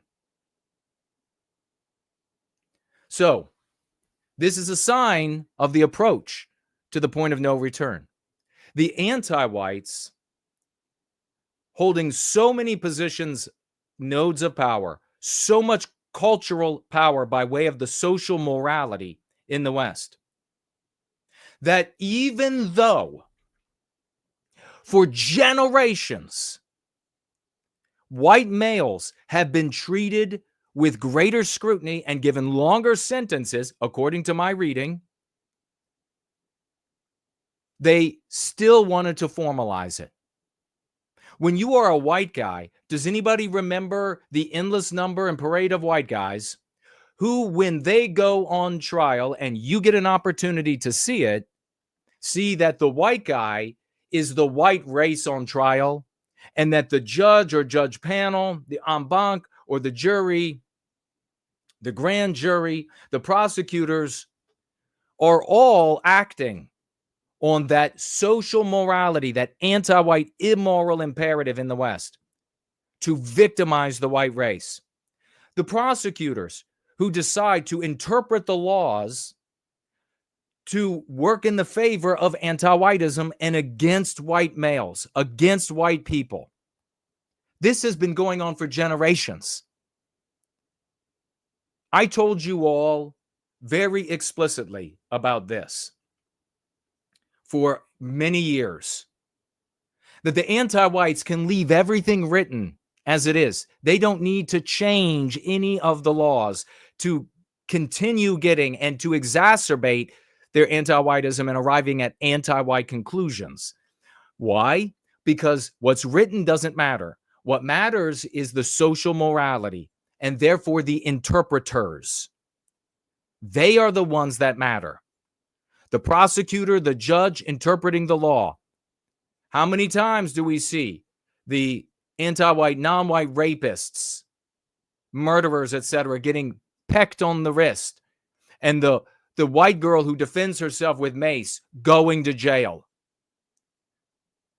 That's because of the interpretation of the laws motivated by the social morality of the West, which is where everyone else has chosen to ignore, and to ignore me, and to ignore the House of Swash. And it is the place where the battle is actually fought. They don't need formalized law to arrive at anti-white outcomes. They were doing it before they formalized anything, and it was continuing to get worse. And we're clawed back, like in the United States, they will continue arriving at anti-white conclusions. Make no mistake about it. And you people who want to disagree, you'll be complaining in due time, about how did the woke come back? Or how are they still doing that despite? And then the really dumbasses out there will be saying, guess there's nothing that can be done, even though you came to a place and saw where something is done. So what happens is, and what you see Donald Trump, for example, and Doge in the United States clawing back so much of. By the way, every time an anti-white says to you, there is no discrimination against whites, everything that Doge is taking away, 90+% of it, 95% of it is literally victimization of the white race. And then if you want to broaden the definition to a parallel victimization, it's up past 99%, in my opinion. Everything you see them clawing back are things that anti-whites foolishly put labels on. That's what's happening with the anti-whites in the UK right now. They are drunk with hubris. Town after town in the UK falls to anti-whites, and the white race as a bunch of squalid little wretched, selfish little individualists with these different siren songs of formerly defeated vehicles and ideologies, all clamorous and cacophonous among them as they flee with their pants falling and trying to pull them up from the conquering anti-whites. The anti-whites say, well, we'll just go ahead and put it in law. We'll write it. Error. It's an error for them. But it tells you how late it is for us. Anti-whiteism is the application of the law, policing, judge and jury decisions, sentencing, and more, has been in effect for generations by way of anti-whites in decision-making positions, but more importantly, by way of the anti-white social morality of the West. Anti-white power, but also unintelligence, is such that hubris drives them to codify the most blatant anti-whiteism. For anti-whites, this is a false start on the final phase of their victory. For us, it's a sign that we are approaching the point of no return. I want you to reflect on the laws passed in Rhodesia and in South Africa, two formerly white countries. The anti-whites there, drunk with hubris, entering the final phase for the existence of the white race. Instantiated, concretized in law, these things that they were already achieving indeed, in fact, in effect. Why hasn't it moved any further? Why hasn't the needle moved any further in Rhodesia and in South Africa? Why haven't they just taken the final steps to the white problem? Why hasn't that happened? Because of the UK, because of America, because of Canada, because of Australia. What countries will defend us when it's too late for us? When in the UK and in the US and in Canada and in Australia and in New Zealand and etc., Italy and more, when they finally reach, the anti-whites finally reach that final phase of anti-whiteism, and they begin putting the most blatant anti-whiteism in the law. They begin writing into law that the white race is evil. What country will hold their hand back? None.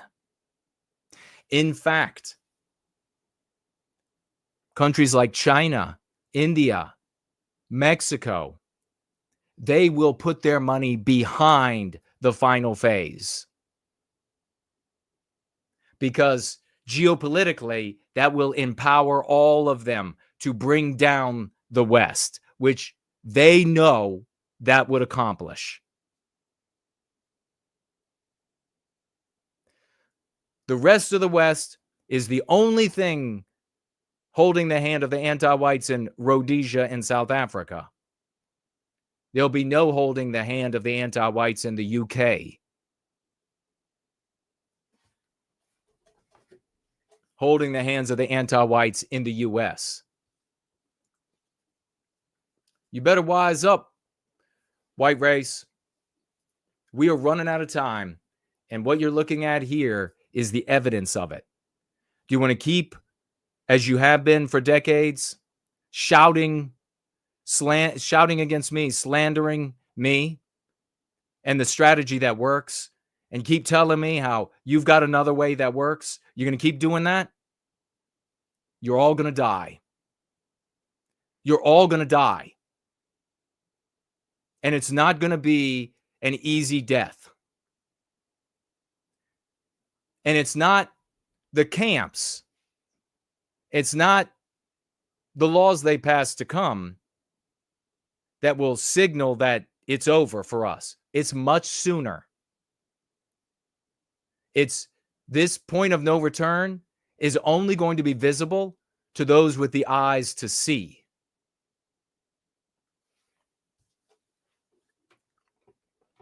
But you got it. You got it. Just tell me again how your ethno-nationalism or your national socialism or your Andrew Tateism, just tell me some more. Spurging on Jews all day long. Just tell me some more how that's going to work. You got people who have been, you got people in their, I mean, it's crazy to say, 30s, 40s, 50s, 60s, 70s in Western countries that have been spurging on Jews and have observed the Jew spurging, this anti-Jew spurging, for decades and decades.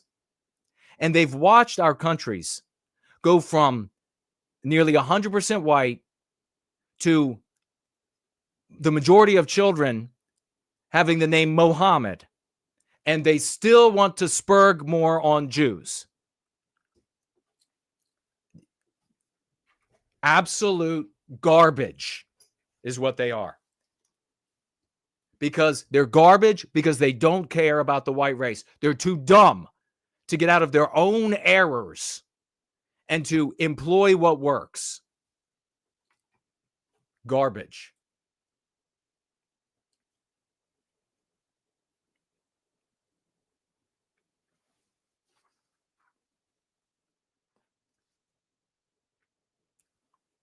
Remember to tag me as No White Guilt.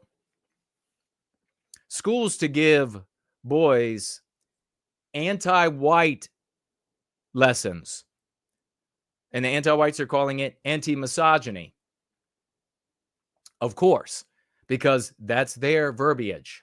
The verbiage of your abuser.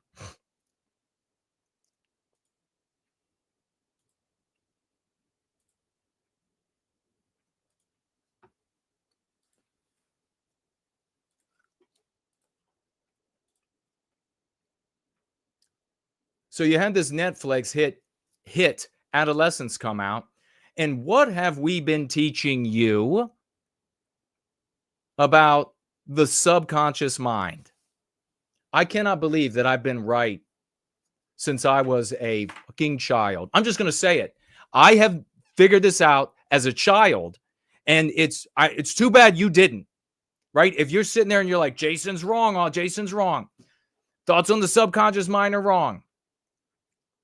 These academics show up and they're like, oh, no, That's not exactly how to, according to Professor thus and such, fuck you.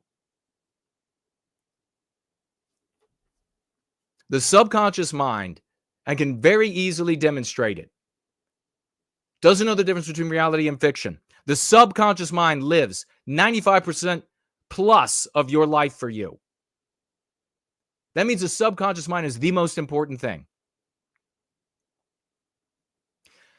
The days before, the weeks, the months, the years before adolescence wasn't produced,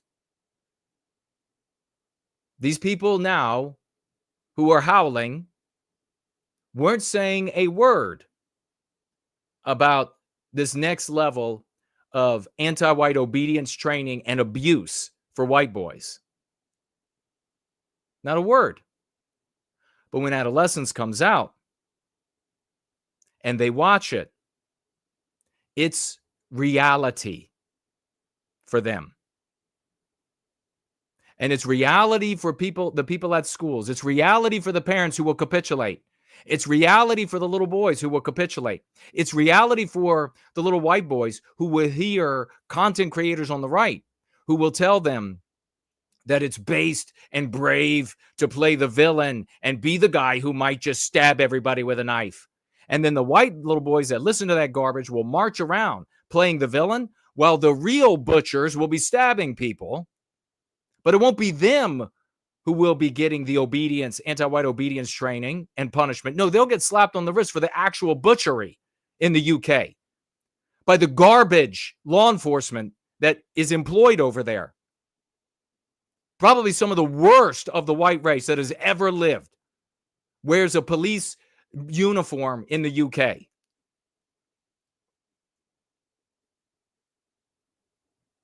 So for them and these people, everyone watching, it's reality to you. You say, well, no, I know it's fiction, Jason. It says it right there. You better start listening. You better start listening, heeding what I have to say real fast. Real fast. Fucking stupid motherfuckers. I swear to God. Schools to give boys anti-misogyny lessons, anti-whiteism, browbeaten, to stop, it says toxic masculinity. You mean to stop white masculinity? That's what they really mean. In the wake of the Netflix hit Adolescence, writes the Daily Mail. Schools are said to give students anti-misogyny, anti-white, browbeating lessons, obedience training lessons, in the wake of the Netflix story about a teen boy who murders a female classmate. You know who they're going to be citing to victimize these white boys? Andrew Tate. Is Andrew Tate going to suffer their victimization? No. Does Andrew Tate care that white boys are going to be bludgeoned with Andrew Tate? No. Great leader of the white race. The classes form part of the government's new relationship, health, and sex education guidance, which will be introduced before the end of the academic year. It comes after Keir Starmer released and sir, my ass. You mean bitch? You mean fuck you? Revealed at the Prime Minister's question on Wednesday that he was watching the miniseries with his two teenagers and that he backs the show's creators' call for it to be shown in Parliament and in schools. Fiction. Why? Because fiction is reality. I really, by all rights, I should be treated as a messiah. I'm not even, just as like an aside, I am, you know, from decades that I'm a team player. I've never literally acted like everyone should be just, nobody else has a voice. Everybody should just, that's what these Andrew Tates and the 25 little Mexican and so many others. That's what they do. I'm a team player. But for God's sake, I have figured all this out. An honorable white race would receive me as a fucking messiah. You know what? If I were a Jew doing this for Jews, they'd receive me as their messiah. If I were black doing this for blacks, they would receive me as their messiah. Any other race accorded the respect that the sacrifice has earned and the success has earned. Not the white race.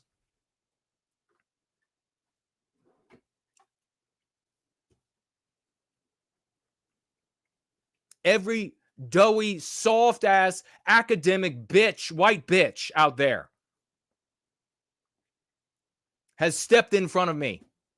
Before it became a popularity contest on who could be the most crude and non-white. Because you first got to have non-white in you to get all the non-white people to show up, a la what I just said, right?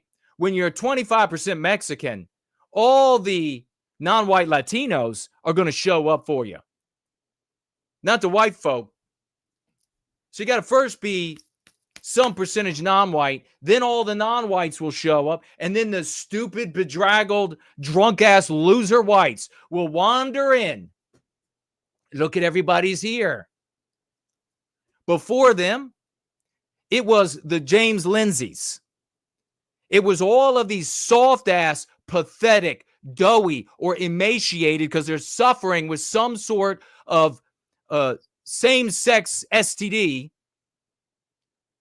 that have blocked my path for their own aggrandizement, for their own enrichment. At the cost of what? Do you think it's just me? It's you, dumbass. You should be fucking furious with these people.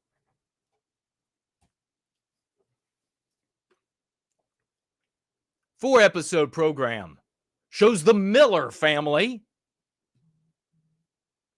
Is that actually the Mohammed Miller? Because we had the creators say, well, the character wasn't based entirely on the non-white, anti-white butcher. Not entirely. Why would they even admit that?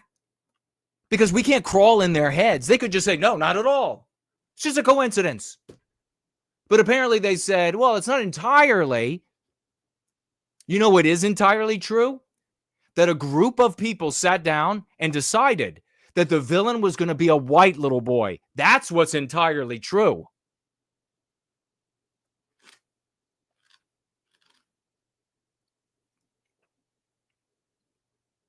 I need to move to the top of a very high mountain.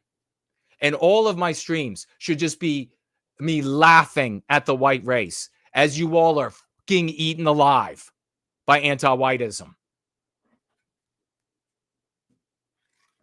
The whole of the House of Swash. That would be the only just outcome.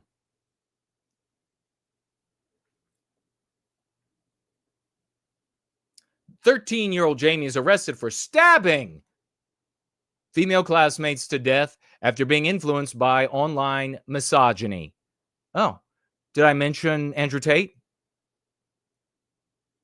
The drama released 10 days ago was the most watched show. So that alone, you can think of all the little white boys that are going to suffer as a consequence of Tate. Just that by itself, you should hate him. And hate the white people and non-white people who support him. The drama released 10 days. I swear to God, if I had certain things at my disposal, there would be, and maybe I do, or almost, there would be outcomes. There would be outcomes. There's a big difference between an audience of curs, of flipper flapping seals who show up and they're like, are we love that you made us laugh. And an audience of, let's just say, doers of all things. There's a big difference. A brotherhood, a sisterhood of doers of all things.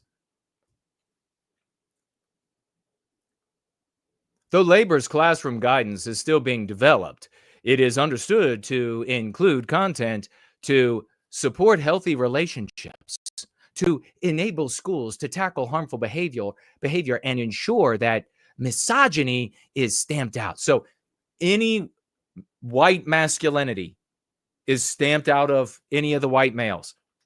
They're calling this misbehavior, if there is anything, tantrum throwing, bad behavior. They're calling it the misogyny against females. It's really just an opportunity to further deball white boys. I mean, for God's sakes, ladies, females, white moms out there, how many more poisonous ideas and chemicals are you going to get into your sons so that they grow up and they're, being a problem? Going out and breaking the law isn't masculinity. These are all emaciated twats. Being vicious is not masculinity. That's just like a dog that needs to get put down. You're raising losers, gelded losers.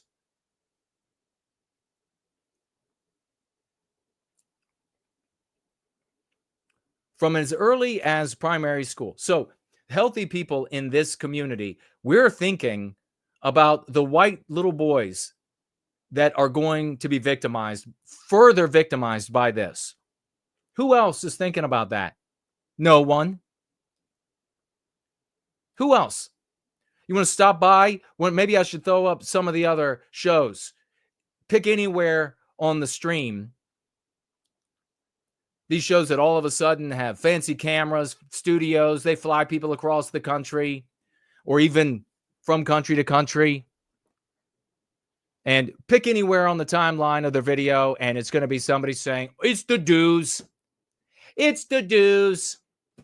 Boy, the blacks should be arrested. That's what you're going to get.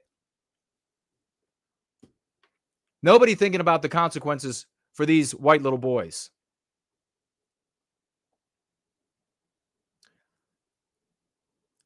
From as early as primary school, children will be encouraged to express and understand boundaries, handle disappointment, and pay attention to the needs and preferences of others. With content modified for older children to reflect the real-life complexities of romantic and sexual relationships.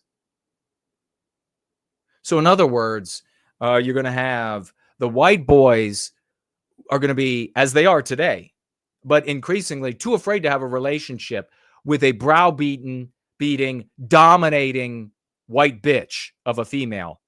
So she'll be out dating non-white guys who will be anti-white and impregnating her and beating her because Tate said so.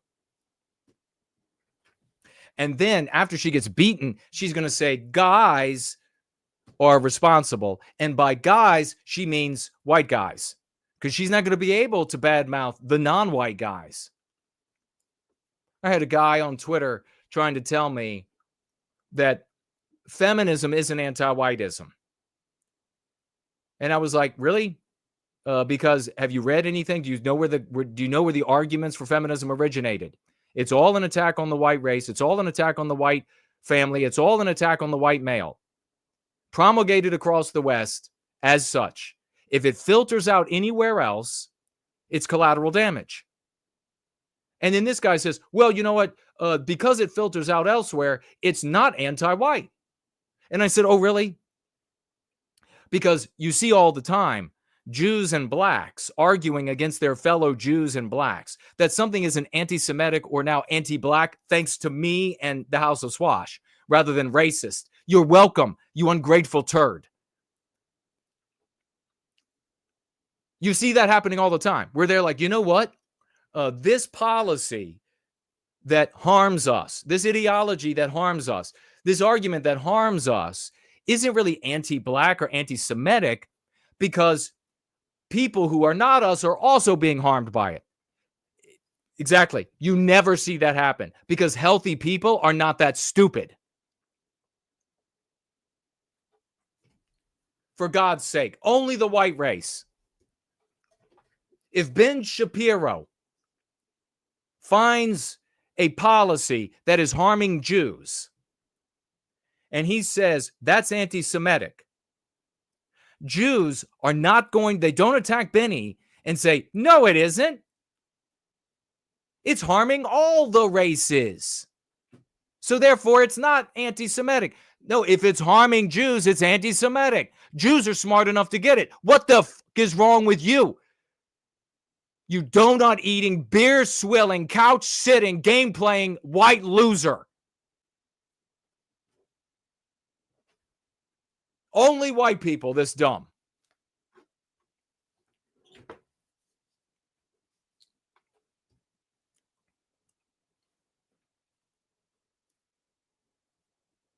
This development comes as a win for the Netflix show co-writer Jack Thorne and Stephen Graham, who stars at the... Are they Jews, by the way? I mean, let me go ahead and mock the Jews people. Well, they probably aren't. But then you know what? The Jews are behind them. They've got it all figured out.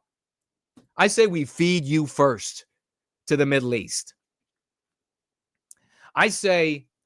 you know what it was like in Spain.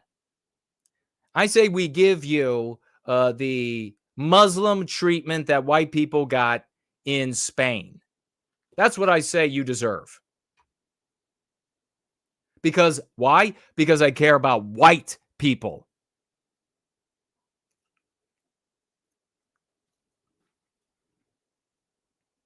Who stars the teen boy's father, who said they were adolescent. They wanted adolescents to be a program that causes discussion and makes change. So there is your non-white, anti-white butcher. Oh, but depicted, of course, as a little white boy. Do you not see the face of your white sons, your white granddaughter or grandsons, your nephews, your little cousins? Do you not see the face?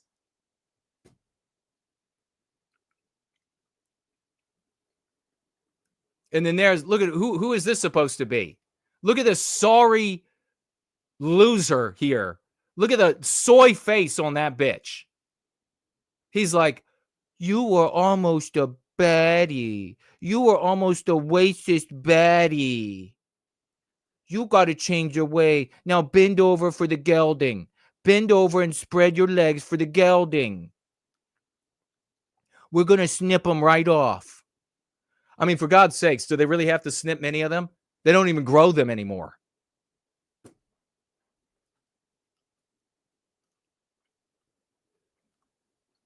And then that's what happens. Those little boys that you saw, the face of all of our little boys, there it is. They grow up into this cuck.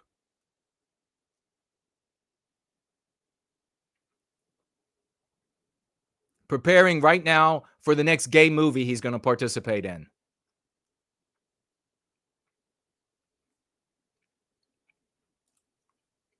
This is going to put me through a commercial. Here's to new beginnings.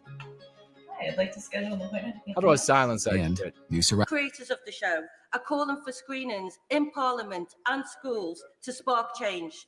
So will the Prime Minister... Well, what is that thing? ...back this campaign to counter toxic misogyny early? When you do counter toxic misogyny, I went into a men's secondhand store and found this hideous vest and shirt. These people, it is the absolute, we need uniformity. We need somebody like that thrown out. And give young men the role models they deserve. Yeah, I also found this headdress of an American Indian that I will wear the next time I sit in government. Yeah. Here, here, says the multiracial crew. Yes, and at home we are watching adolescence with our children. I've got a 16-year-old boy and a 14-year-old. Where's that hammerhead thing from the Star Wars Cantina? It's a very, very good documentary to watch or drama. It's a very good documentary to watch. Bending over to have his prostate examined. So not enough. Doesn't end just there. How about this? Kafka-esque UK police arrest parents over complaining about their daughter's school in a private WhatsApp group. How you like that? Anti-whiteism. Hey, guys. Hey, white people, brothers and sisters, my white brothers and sisters in the UK. Yeah, keep doing it the way you've been doing it. Keep doing it the way you've been. Keep ignoring me. Keep refusing to ally with and submit to the Go Free practice. Keep doing that. Because you know what? Eventually it'll get bad enough. Meanwhile, they're arresting parents who complain about school in a private WhatsApp.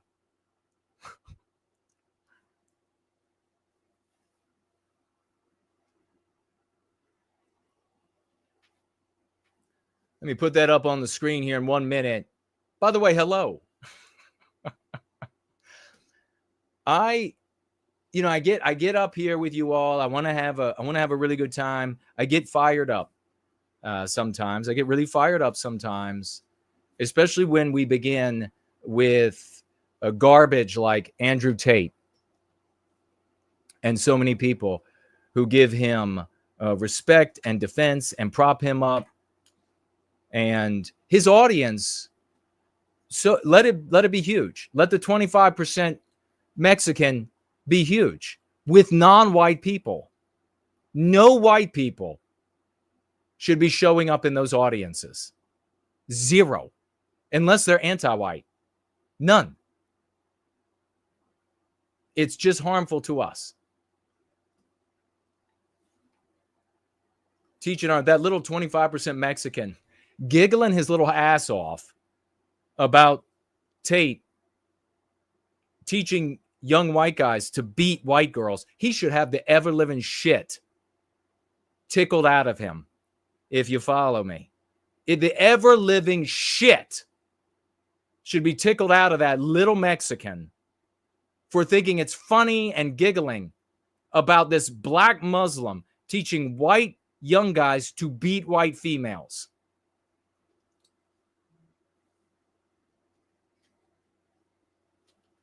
Where are the white men? Well, they're here. So you look at the number of the audience here and divide it almost in half. Half is female, half are guys. They're here. That's it. Sorry, white race.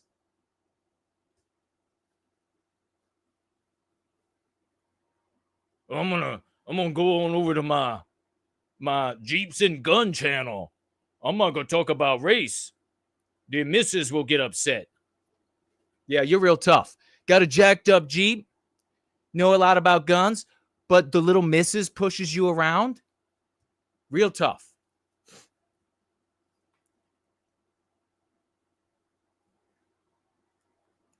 So, yeah, maybe it'll get bad enough eventually in the UK. And then they'll start doing things. Yeah. Yeah, it'll get bad enough.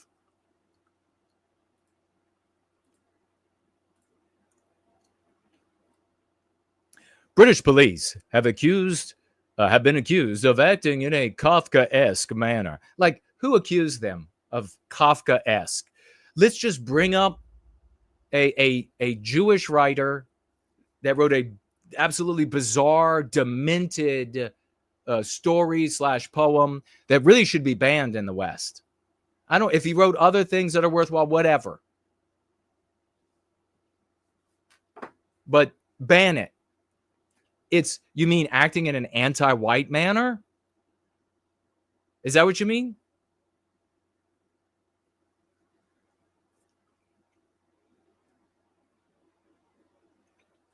After they arrested parents of a 9-year-old girl over complaints they made about her primary school on WhatsApp. How much worse can it get in the UK for those who say it's just got to get worse. Following a 5-week investigation in January, Hertfordshire police arrested Maxie Allen. Now, in this case, it is a guy, a white guy, and his Jewish wife or partner, Rosalind Levin, in front of their daughter and placed in a cell on suspicion of malicious communications, harassment, and causing a nuisance on school property over comments they made online about the Cowley Hill Primary School, Times of London reported. What more do you need to see here? The school reportedly went on, they banned Allen and Levin from entering the grounds, demanding that they only communicate through email. The couple had some complaints at the school. They said, "Oh, you can't complain." Talk about gynocentrism dominating the environment. You can't complain because that causes disharmony, they said. You can't complain about what we're doing because that causes disharmony. That might make some This is why females and female nature need to get behind white male masculinity. Females are infinitely susceptible to feeling aggrieved, to feeling insulted. You can't disagree because that makes them feel bad. You can't say their idea is dumb because that makes them feel bad. Nobody who thinks that way should be in a position of power and authority in the West. No one. And so then they say, and by the way, not only are they have this massive sensitivity to feeling like you have a bad view of them, but they're also wildly adroit at verbal abuse. Isn't that a strange, wicked combination? Like, always on edge. Like, if you say something that hurts my feelings, I'm going to be on fire. And then at the other side of a coin, it's the most adroit at verbal abuse are females. So naturally, they decide, you can't come here and complain about what we're doing. There's nothing here about the parents like, did Maximilian, did he beat them up? No. They just said, we don't like what's going on, so you're banned. You can't. So the parents began emailing. We want to be able to come back on the property. Apparently, the daughter has seizures. We need to be able to come on the property for our daughter's sake. We need to be able to come on the property to pick up our daughter. Well, you're not allowed because you had a negative opinion of the females in charge. So the couple were also accused of making disparaging remarks about the school on a private WhatsApp messaging service. What's the problem here? That the school is on the private WhatsApp service, that the school shouldn't be able to punish for comments in a private group, that the school shouldn't be able to punish opinions, that they should have freedom of expression. No, the problem here is anti-whiteism. My United Kingdom brothers and sisters, learn it before it's too late. Tommy Robinson and his beer-swilling, Jew-loving Arab brothers and sisters out there are not going to save you. National socialism is not going to save you. Rivers of blood speech is not going to save you. It doesn't matter how many times you read it into a stream.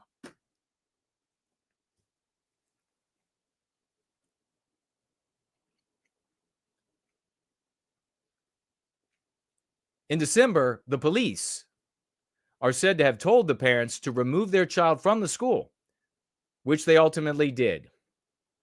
However, the police turned up at their doorstep and arrested the parents in view of their little daughter. They spent the next 11 hours at the station before being released around midnight. according to the paper. Keep doing it the way you're doing it, though. Yeah, keep doing it the way you're doing it. It's working well. It's working real well. Keep rejecting that American no white guilt guy that says we're a single race with many countries and a wonderful people, a glorious people. Keep rejecting that guy. Keep looking back to the losers.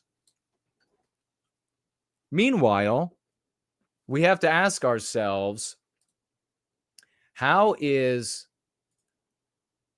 hot white girl summer looking like it's going to turn out? Let's check it out.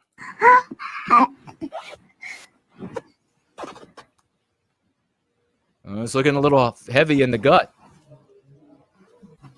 Oh, damn it.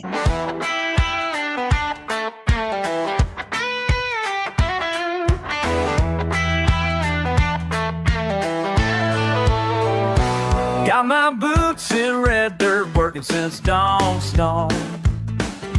Cattle calls and fence lines, that's where I belong.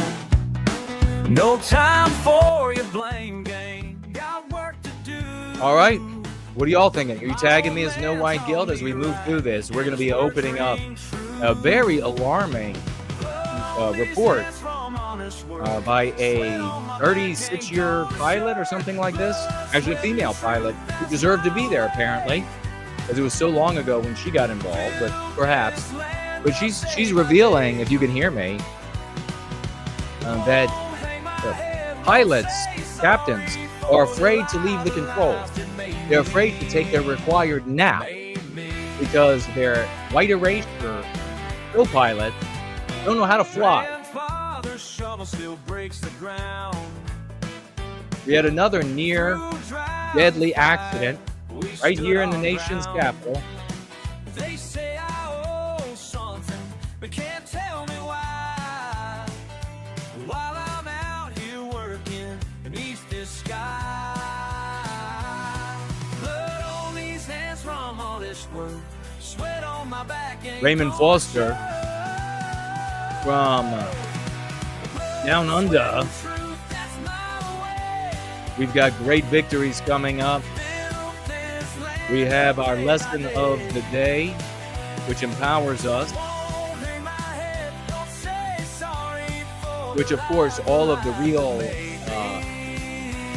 white boys in the United States, they won't stick around for the lesson of the day. So if you are a white boy who decides to leave before the lesson of the day, that's what you are. That's how you should feel about yourself.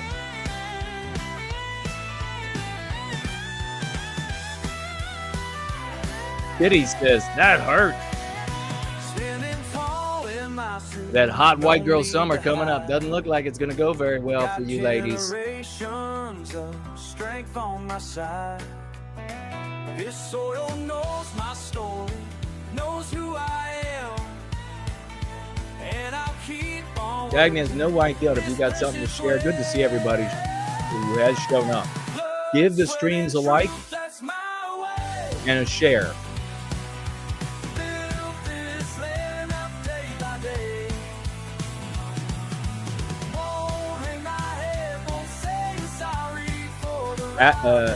Atomic Flash says it seems that white Christian males have it the worst, even from the pro-white community. Truth to that.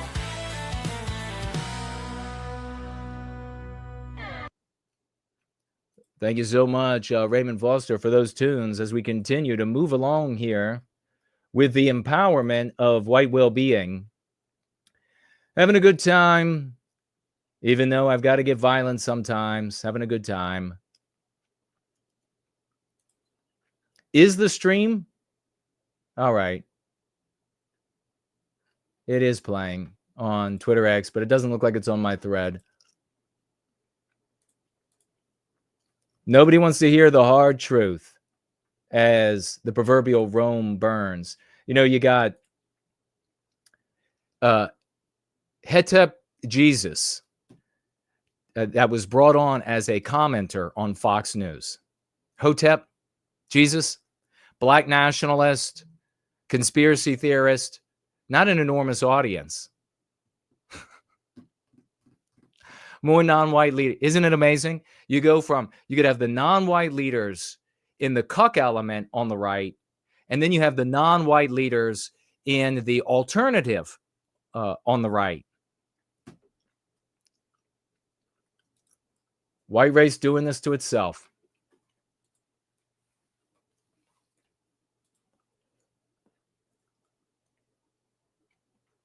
Video: Delta flight almost collides with Air Force jet near Reagan National Airport, where we just had that little girl who should not have been flying. And we lost a couple of these white females in the audience. They weren't women of the West because I criticized this white little girl who was anti-white, who should not have been piloting a Black Hawk, period. And they got their vagina loyalty going. And you're like, no, gender. I'm going to fight for my gender because that's been working out for you. Society burning down, but all across the entire West, nowhere else to run. Fight for your gender. You know where the door is. So this little twat flies into an airplane and kills everybody on the airplane. Children, adults, seniors, kills everybody. What do?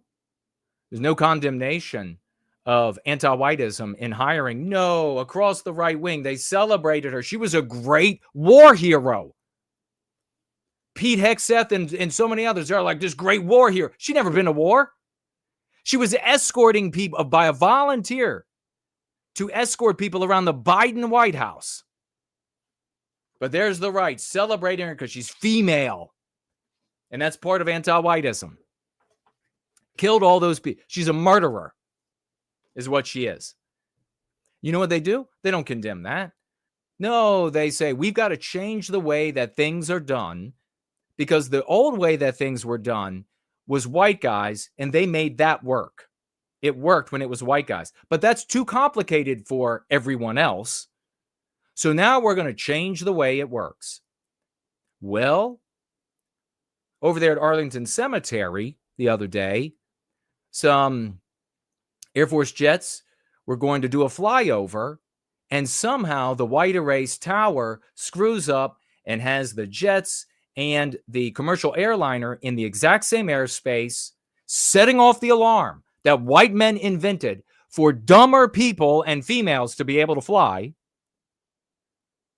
Because before that system, you had white guys in the towers and white guys piloting the planes, and they didn't run head to head.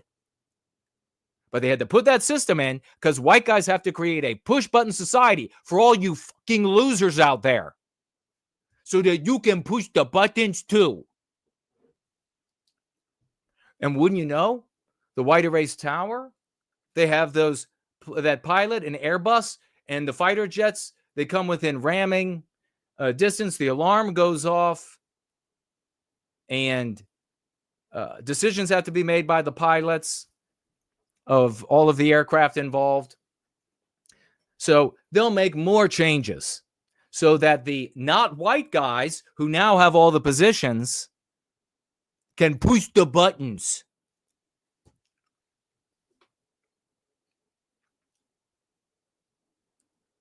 Video: Delta flight almost collides with Air Force jet near Reagan National Airport. Let's put that up on the screen. Jay Bishop is here. Craig is here. Keep tagging me with your comments. Ambrielle is here. She says, everything you said about the nationalist movement is correct because so many individuals have left the movement. We need to teach white people to go free from anti-whites. We absolutely do. I don't know what the guy saying called the gentleman says all Americans should study this paper. This is the only thing everybody needs to study, brother. This is it. This, Prometheus Rising, Crucible, that's all they need to study because this is helping people. Nothing you could be suggesting people to read has helped anybody. So this helps people. So audience, swashbucklers, this is what you need. Nothing else. You don't need any other history lessons. You don't need any other strategies. You don't need any other story about how a political group did X, Y, or Z. You need this. End of conversation.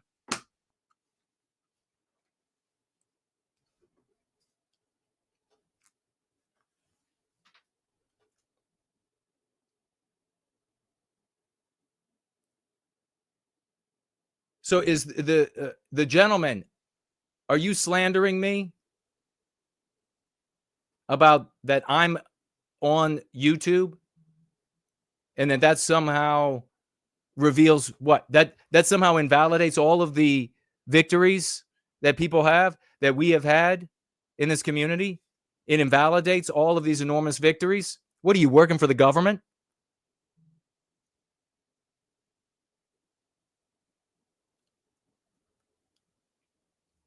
Biospirit of the West is here. See, he says Delta is very hardcore anti-white.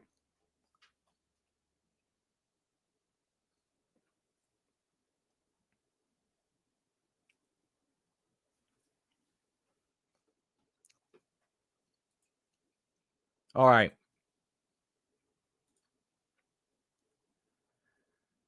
Delta airliner flight and a U.S. Air Force jet almost struck each other in midair on Friday.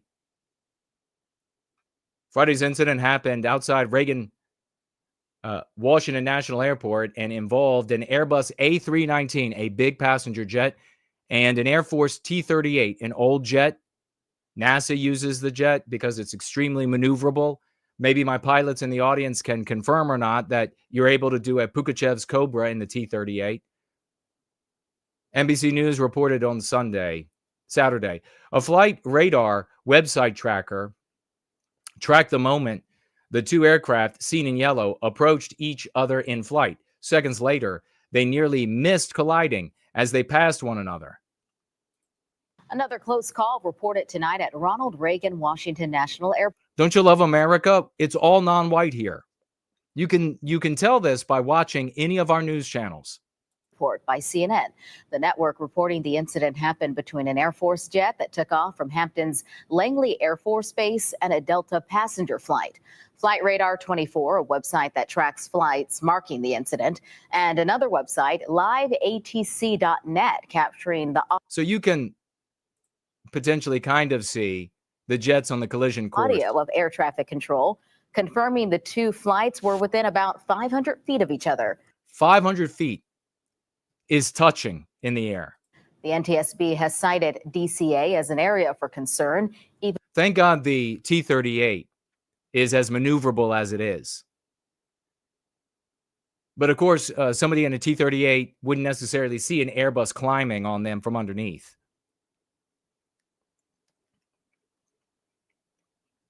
Even before the tragic midair collision that killed 67 people in January. So, yeah. Oh, now it's the NTSB. Well, this is a really problematic area. Well, it is for the push button community. Delta Flight 2983, which was destined for Minneapolis-St. Paul, was on a regular scheduled route during the incident. It had 2 pilots, 3 flight crew members, and 131 passengers on board, according to the airline. Imagine all those people dying. Imagine it's somebody that you care about. According to Flight Tracker, FlightAware, the Delta flight arrived at its gate at Minneapolis-St. Paul International Airport at 5:46, 10 minutes late because of the incident. Friday's near miss occurred 2 months after an Army helicopter and a commercial jet crashed. Is that what happened? They crashed into each other? No. She flew the Black Hawk into the landing airplane. Quote, the midair crash happened around 9 p.m.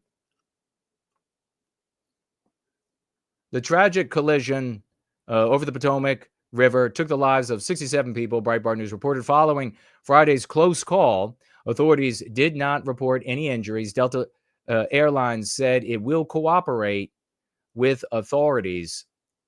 Maybe it wasn't on this story, on the other one, they had a quote from the pilot on the Delta plane because the alarm that white males created, at least according to my opinion, the alarm went off to say, you're about to collide with another airplane. And he radioed the tower, and he's like, this alarm is going off in the airplane about colliding with another airplane. Did we almost just collide with an airplane? And the tower said, affirmative. That's what they wrote. That's what they said back. Affirmative.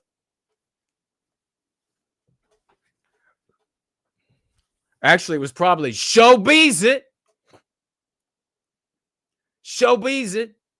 You almost hit that motherfucker.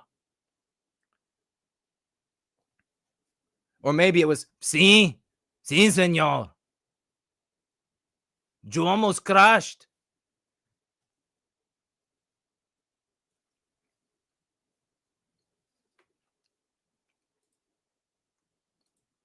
So here you have a pilot who appeared, and of course, Tucker, if he's going to find a pilot to talk to, it's got to be a female to satisfy anti-whiteism.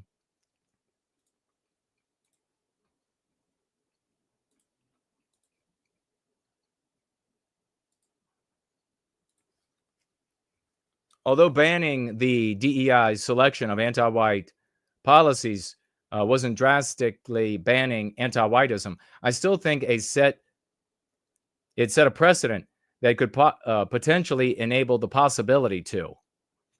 They've just banned the title, and the CEOs and presidents and etc. of business entities, they're marching out dutifully as part of the charade and saying, the people don't want this. What did Jamie Dimon say? Said something like, get rid of this shit. Meanwhile, they're implementing global inclusion. You want to look that up? Oh, you'll know what it is in a few years because the academics will be talking about it. How about the patriotic pluralism? How about the inclusive growth? That's just what they'll be calling anti-whiteism. No, we have to call it what it is. That's the only way to end it. You see, there used to be something called RNO, race and national origin in hiring. There used to be something called gender conscious hiring. And then people started to notice those titles 20, 25 years ago. And they said, we'll get rid of them. We'll get rid of that title and we'll rename it. So we've got to call it anti-whiteism. Now, what you can do is you can use everything going on right now and swash with it that, hey, DEI is anti-whiteism. So we need to get rid of anti-whiteism in hiring. We need to get rid of anti-whiteism in enrollment. We need to get rid of, so you pace your audience. If they're saying DEI, say, all right, DEI, we need to get rid of it. DEI is anti-whiteism. They've renamed this a bunch of times. Here are some of the old names. Here are the new names that so many of these places like Robbie Starbuck has gone after, and they said, we'll scratch that DEI. Then they immediately follow it up with colorblind meritocracy, inclusive growth. So pace and then lead. It's got to be called anti-whiteism.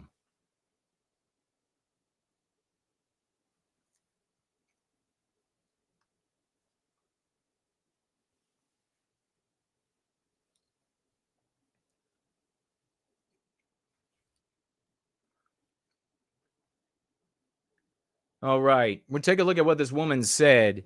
And really quickly here.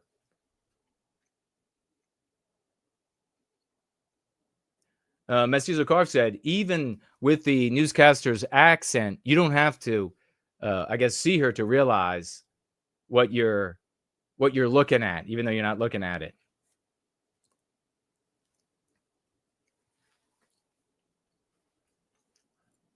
I see the gentleman is going to depart now. What was he telling you all to go read? Tag me and write that in the live chat as I look at this. DEI and airlines having haunting effect on veteran pilots. Did you know this was happening? So, anti-whiteism in airlines. Many afraid to leave co-pilots alone in the cockpit. Veteran airline captain Sherry Walker said the infestation of anti-white hiring programs has eroded safety standards so much that some pilots are afraid to take a bathroom break for fear their unqualified co-pilots might crash in their absence. Imagine that. Airplanes have autopilot. So what these captains is going through their mind is that if I go to the bathroom for as short of a time it takes for me to go to the bathroom, something might happen that the anti-white hiree has to take over, and that in that short amount of time might initiate something in our flight path, in our etc., that I won't be able to correct, and then everybody dies. Carlson said she doesn't want a person who espouses irrational propaganda, such as gender in a social construct, flying his plane. That's irrational, Carlson said. That's what freaks me out. It's irrational. So if you believe in something so irrational, I don't want you flying my airplane. Do you see the deflection here?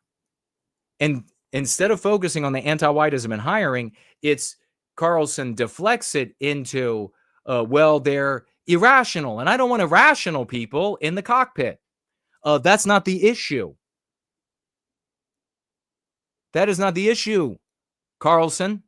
It's not the issue. The issue is anti-whiteism in hiring.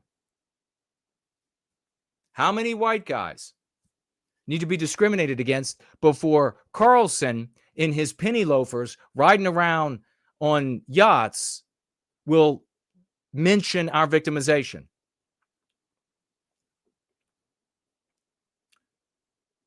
She continued, we got pilots that are asking those questions right now. They're saying, I'm not comfortable leaving the flight deck. Walker said pilots are required by law to take a nap during an 8-hour flight, but some are afraid to take the mandatory breaks because they're terrified of leaving an unqualified co-pilot alone. So even taking a leak, but they're required by law to take a nap. What are they going to end up faking that they're sleeping? Because they don't want to be awakened to a, oh my God, scenario? And still, it's this bad as a consequence of anti-whiteism. And Carlson wants to talk about whether or not the co-pilot is irrational. That's really the subject here. The public outcry against DEI. Go ahead and fast forward this 5 years. The public outcry against global inclusion. The public outcry against inclusive growth. Hiring practice that prioritize a candidate's race, gender, or sexual orientation above other qualifications has become a flashpoint amid a series of deadly airline crashes. So here you have MSM News, also, just like the rest, refusing to talk about the fact that it's anti-white hiring practice. It's just like Trump said, it's some classes, some races. They're prioritizing people. You cannot get, white people are too cowardly to give a way out. If you give them a way out in the conversation, they'll take it. They're too cowardly. They're too selfishly individualistic to defend our people. You cannot give them a way out. It is anti-whiteism or nothing. You're talking about anti-whiteism or nothing. I've heard enough white people say things like, well, they're prioritizing. It's not unreasonable or bigoted to require that individuals who perform high-skilled jobs, such as brain surgery or flying planes, be qualified. Nah. The left-wing crusade to sacrifice merit on the altar of diversity. Now, imagine that. The anti-whites are willing to sacrifice a concept on the altar of a people of anti-whites. So the altar is composed of the peoplehood of anti-whites. All of the different races, all of the different human beings that compose the altar of anti-whiteism. The anti-whites will gladly sacrifice every theory on that altar. On the right-hand side, and not anti-white right, but the rest of us, the cucks, for example, out there on the right, they will sacrifice the people for the ideas. They will sacrifice the people, the white race, for the ideas created by the white race. Which side do you think is going to win? The side that's willing to sacrifice the white race on the altar of our ideas, or the side that's willing to sacrifice ideas on the altar of anti-white people? Obviously, you're seeing the fruits. And then here it goes on. South African author Rain Milan, a white journalist who fought against apartheid, said the United States will crater into the same anarchy and poverty that infest his homeland if it keeps caving to toxic wokeness. You really owned them there, buddy. You really owned them. You called their wokeness toxic, like they use toxic. Yay! High five. High five, buddy. Yay. How much you want to bet if that motherfucker actually heard me? He would probably be like, yeah, high five. In his 21 New York Post commentary, how equity ideology plunged. So it was equity. Now it's wokeness. Plunged South Africa into inequality and chaos. Oh, yeah, you had some real parallelism there. He recounted how white guilt destroyed his country. So white guilt, let's talk about why that is, why that exists. It's anti-whiteism. He said the implosion began when South Africa replaced meritocracy, you mean white people and our norms, with race-based hiring. You mean anti-white hiring? If it's race-based, maybe sometimes the race that it's based on that gets hired is white. Why would you confuse this? Why would you not? Jews would not confuse it. Jews would not muddy the situation. Blacks would not muddy the situation. They're obviously smarter. They obviously have more bravery.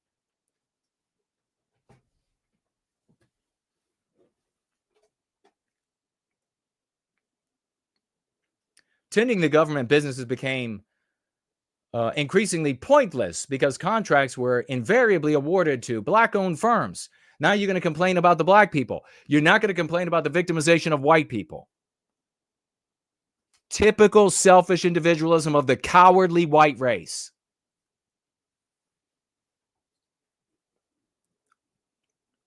For years, South African companies hired and promoted black workers, whether or not they brought anything to the table besides their black skin.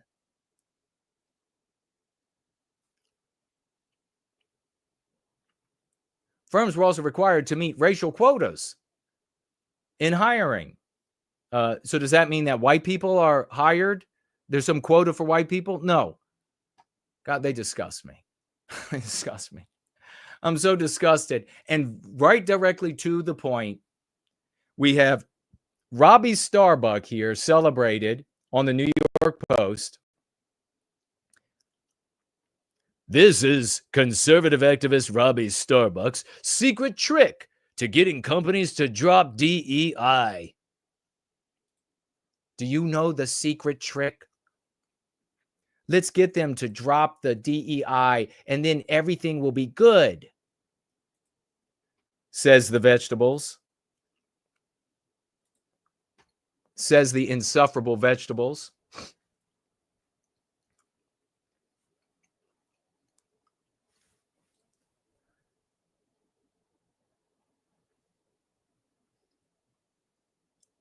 Looking here at your comments.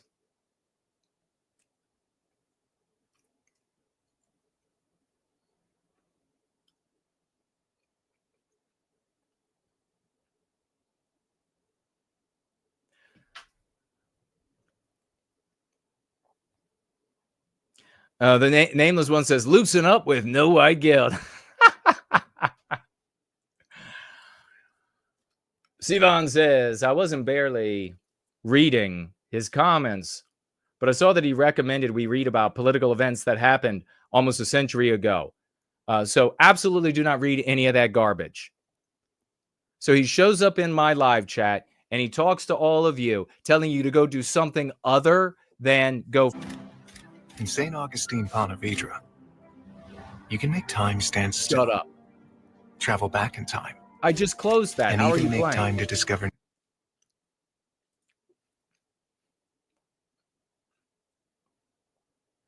Let's use a carve says it was a recipe for frog's legs. Thor Barson, YT is shadow banning our live stream. Comments at 6 random at 6 random in the live chats. I noticed for the last gathering. Have you noticed too? Has anybody else seen this? Remember, switch to live chat if you haven't to get all the chats. Tree Godfather says, don't forget to secure the cockpit door.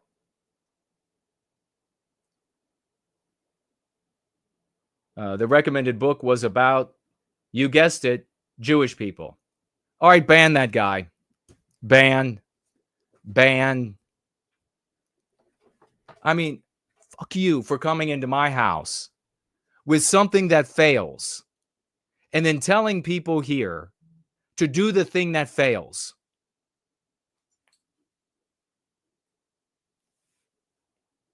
Unbelievable.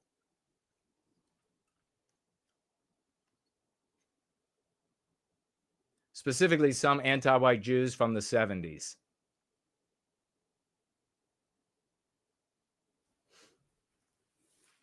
Biospirit says, no white guilt talks to his computer like I do. I talk to my brother. I will yell at, I will have conversations with inanimate objects all the time. I will threaten them. Tools especially. Tools like I'm working on something, I threaten.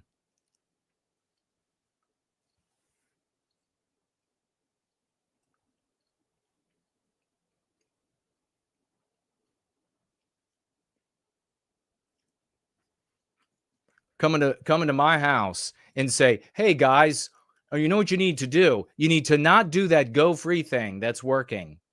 Don't do that. That has all the successes. Go do the anti-Jew spurging thing. I think that guy and I need to have a up close and personal conversation. What do you think?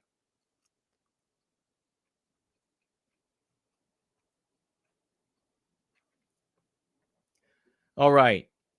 Let's find out about Robbie. For new things about yourself. For So the visit love of Florida's God. historic coast. It's about time. Where is that coming from? Even before companies were having second thoughts, Victoria's Secret changed diversity, equity, and inclusion to inclusion and belonging. So there's another one of the new names for anti-whiteism in hiring. Inclusion and belonging. Now, even woke Disney, despite squandering $270 billion shareholder dollars on a moronic new version of Snow White, which we call Snow Anti-White, joined the mob of companies dropping DEI programs. You mean names. Conservative people, white people, stop being so gullible. Why? Diversity, equity, and inclusion sounds good. This is New York Post telling you it sounds good. Why would it sound good? Because of the social morality of the West. If you don't address that, you'll have no victory. The problem is that DEI programs were captured. Oh, is that what it is? Oh, so the good white erasure was undermined by activists. Boy, thank you. And maybe that's, Robbie doesn't consider himself white. He considers himself Puerto Rican. And so here you have the New York Post saying, oh, what DEI is good. white erasure in hiring is good. White erasure in promotion is good. But then these naughty activists got involved. And those activists, they divide people more than they empower, the New York Post scribbles.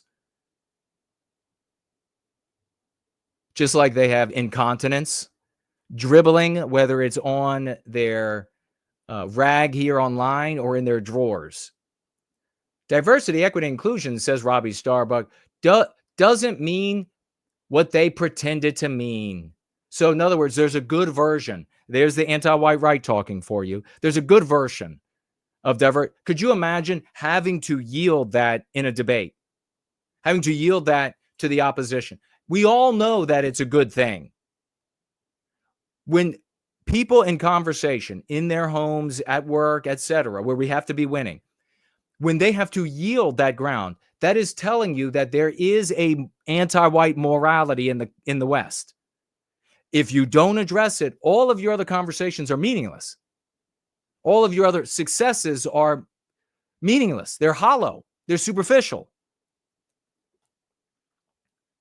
Before Trump ended federal DEI programs by executive order, Starbuck ended them at some companies merely by using the power of speech.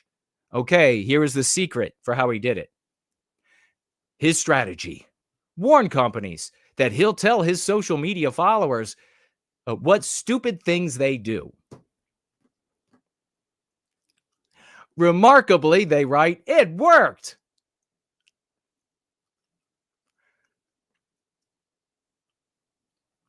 After he criticized John Deere on Twitter for encouraging preferred pronouns and holding work diversity trainings, John Deere quickly, they say, dropped those policies. You mean renamed them. We have followed up with a number of these companies. Toyota, Target, and Harley-Davidson did too, except I know for sure that Target and Harley-Davidson renamed them. We read the stories. Why did they listen to you, I ask? We go, Starby says, to them like any other investigative journalist, and we say, hey, we have a story we're working on. Okay, so anybody dumb enough? I mean, you have OMG Media, you have all of these different groups. Just the other day, we talked about MGM as a consequence of James O'Keefe's undercover efforts. What happened there? They're not hiring white guys. They specifically said so in the undercover video. You can go watch it for yourself.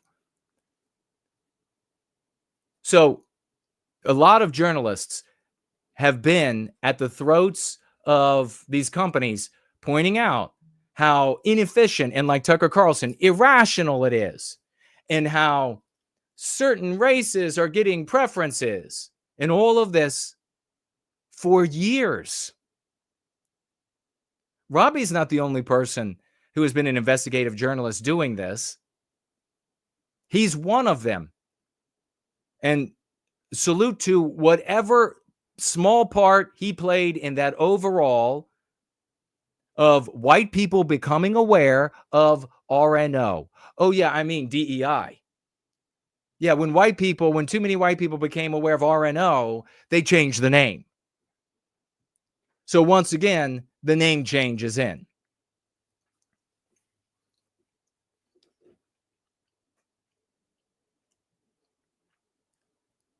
One week after he posted that Toyota sponsored pride parades and divided workers into identity-based groups such as LGBT, Black, and Christian, Toyota stopped sponsoring the LGBTQ events. So they march out. White people, are you hearing this, by the way? By the by, white people are still a fearsome victim to the anti-whites. The fact that they continue to propagandize us, it's not long. They don't have to propagandize us in South Africa and Rhodesia anymore. The only reason the end has not been put to them is because of America, UK, Germany, etc. would complain. The only reason they continue to propagandize us is because the anti-whites fear their victim.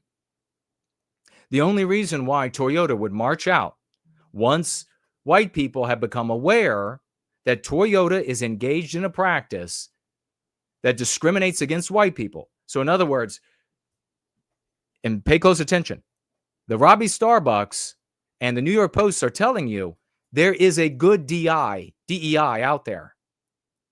That's the anti-white right for you. But it was hijacked by activists. So, according to the anti-white right, there's a good DEI, but it was hijacked by activists. They accept, they embrace the anti-whites of the left on that. But the white population, too many of whom have come to be aware, and by way of social media, what these companies actually are doing. They're not elevating the poor, downtrodden, non-white woman and women, white women and non-white people altogether. They're clearly just discriminating against white people. So what's the easy fix for the gullible white boobies out there in the world? What's the easy fix for them? March right out. By God, I didn't know this was going on. Jamie Dimon and CEO Toyota. We're going to put an end to this shit. Turn around, walk away. White people start buying the products again. And the same anti-whiteism continues to fly. Now under a new name. So the thing you can take away from this that should really inspire you is that these companies, they still feel the need to come out and tell you, once enough white people have figured it out, even with all of these delicate phrases where they don't want to say it's anti-whiteism, enough white people have figured out that it's victimizing whites on the basis of our birth, so they come out and say, well, we're getting rid of that. Oh, good. You see, we did it. Yeah, pat each other on the back. Come here, Mr. Booby. You get a pat on the back. Mrs. Booby, you get a pat on the back. We did it. And in 10 years, they'll be doing it again. In 10 years, it'll be another victory to the white boobies as Ford marches out and says, didn't know this was going on. Didn't know inclusive growth meant that we were getting rid of the white guys. Sickening. Oh, he says down here at the bottom, actually.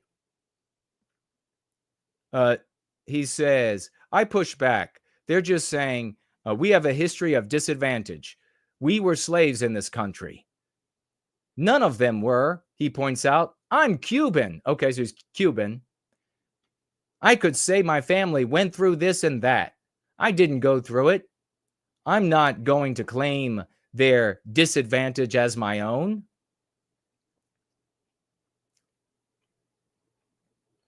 Thanks.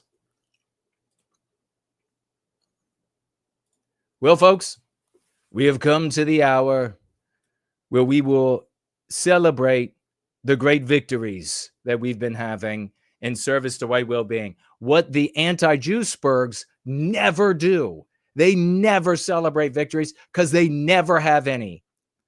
They just complain about how unfair it all is to them. And we will do that right after this short break.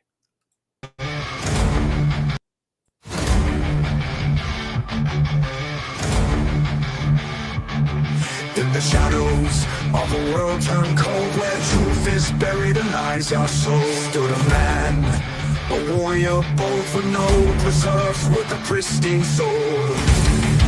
Let me go ahead and jump in with what we do. What I figured out decades ago. When you empower white people with concepts that take them out of the anti-white narrative, and thereby put them in our story where we're the heroes and we are moral, and in their lives, in their contexts, in their homes, in their states, in their countries, are arguing for our well-being against our victimization by objecting to that victimization on the basis of our birth. When you have white people doing that everywhere, solutions will occur to them that are relevant, that are pertinent, and that will work in each of those contexts. You cannot prescribe the brightest AI that any science fiction writer could ever imagine, could not find a single solution.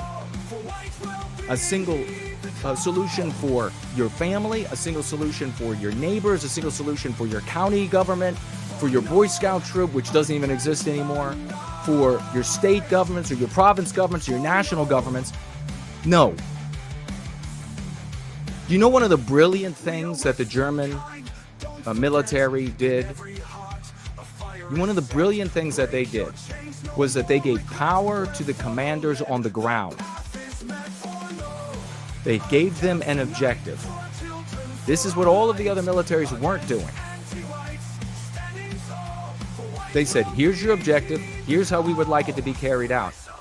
But you make the decisions based on the context, based on the lay of the land at that moment, based on where the enemy is at that moment. As a consequence, the German military could move with great speed, whereas all of the other militaries had to relay what was happening up to high command.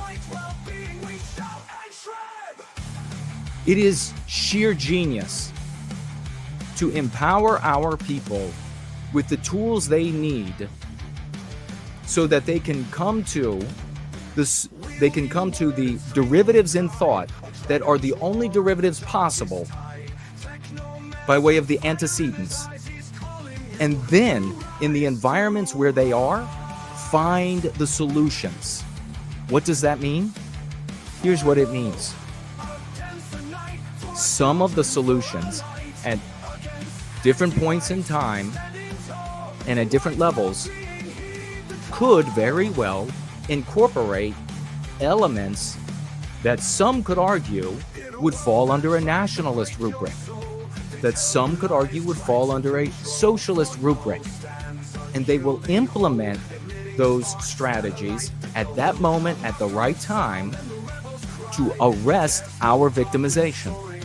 And they won't have to identify with anything previously demonized to do so. I cannot believe that I have to contend with fucking absolute Jim Henson Muppets.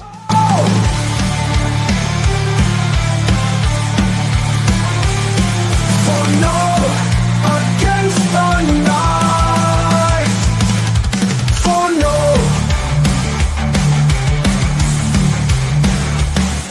we are Western kind, don't forget. In every heart, a fire is set. Break your chains, no more regret. Wherefore no lead, the path is met. For no, against the night. Drowning in the argument, the anti-white says, what exactly is anti-white? You have got to be animated with the righteous passion of reclaiming our destiny. We are the heroes of this era.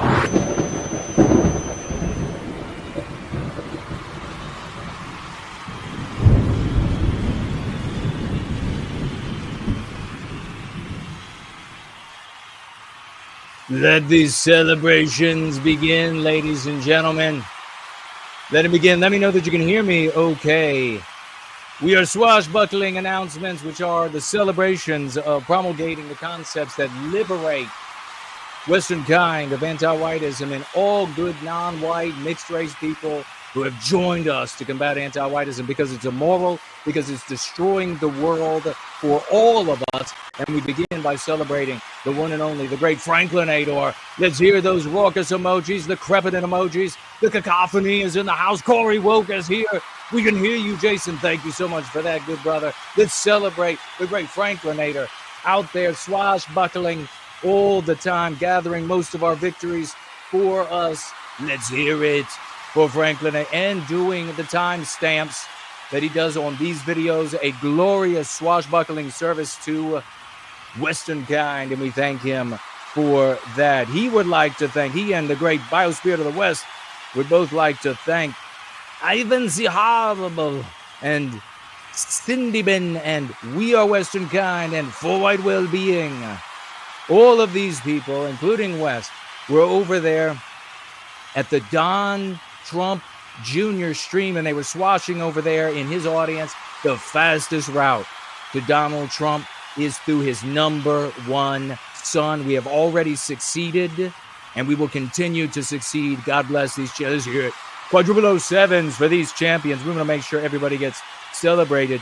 Big salutes, by the way, to everybody who is out there swashbuckling, and we are making a bigger attempt to make sure that we get more people up here and we celebrate more folks. That means that we're not always going to be able to read all of the things that they write on different streams, but we put it on the screen so that you can go back and pause and read what the brilliant comments that they wrote. But we want to make sure that everybody who is giving their time, giving their efforts, even if they are having victories that are small in comparison, that we want to celebrate them. So let's make sure that they hear us now. Whether we were able to pick up their victories this week or not, we were trying to do so moving forward. More and more of you being celebrated. I want to give a big salute and celebration to the Australia GFC. I was over there with Baron and Lockie and all of these heroes, and it was totally glorious. We had almost 10 of us together. And another great champion, his name begins with a G. I don't know if I can share that, but he shared with me during that GFC meeting. He wanted to thank me for continually sharing the rudiments of Go Free, because he said it's really important to continue to go over some of the basics because you have to pick it up. He says over time, and it's true for all of us.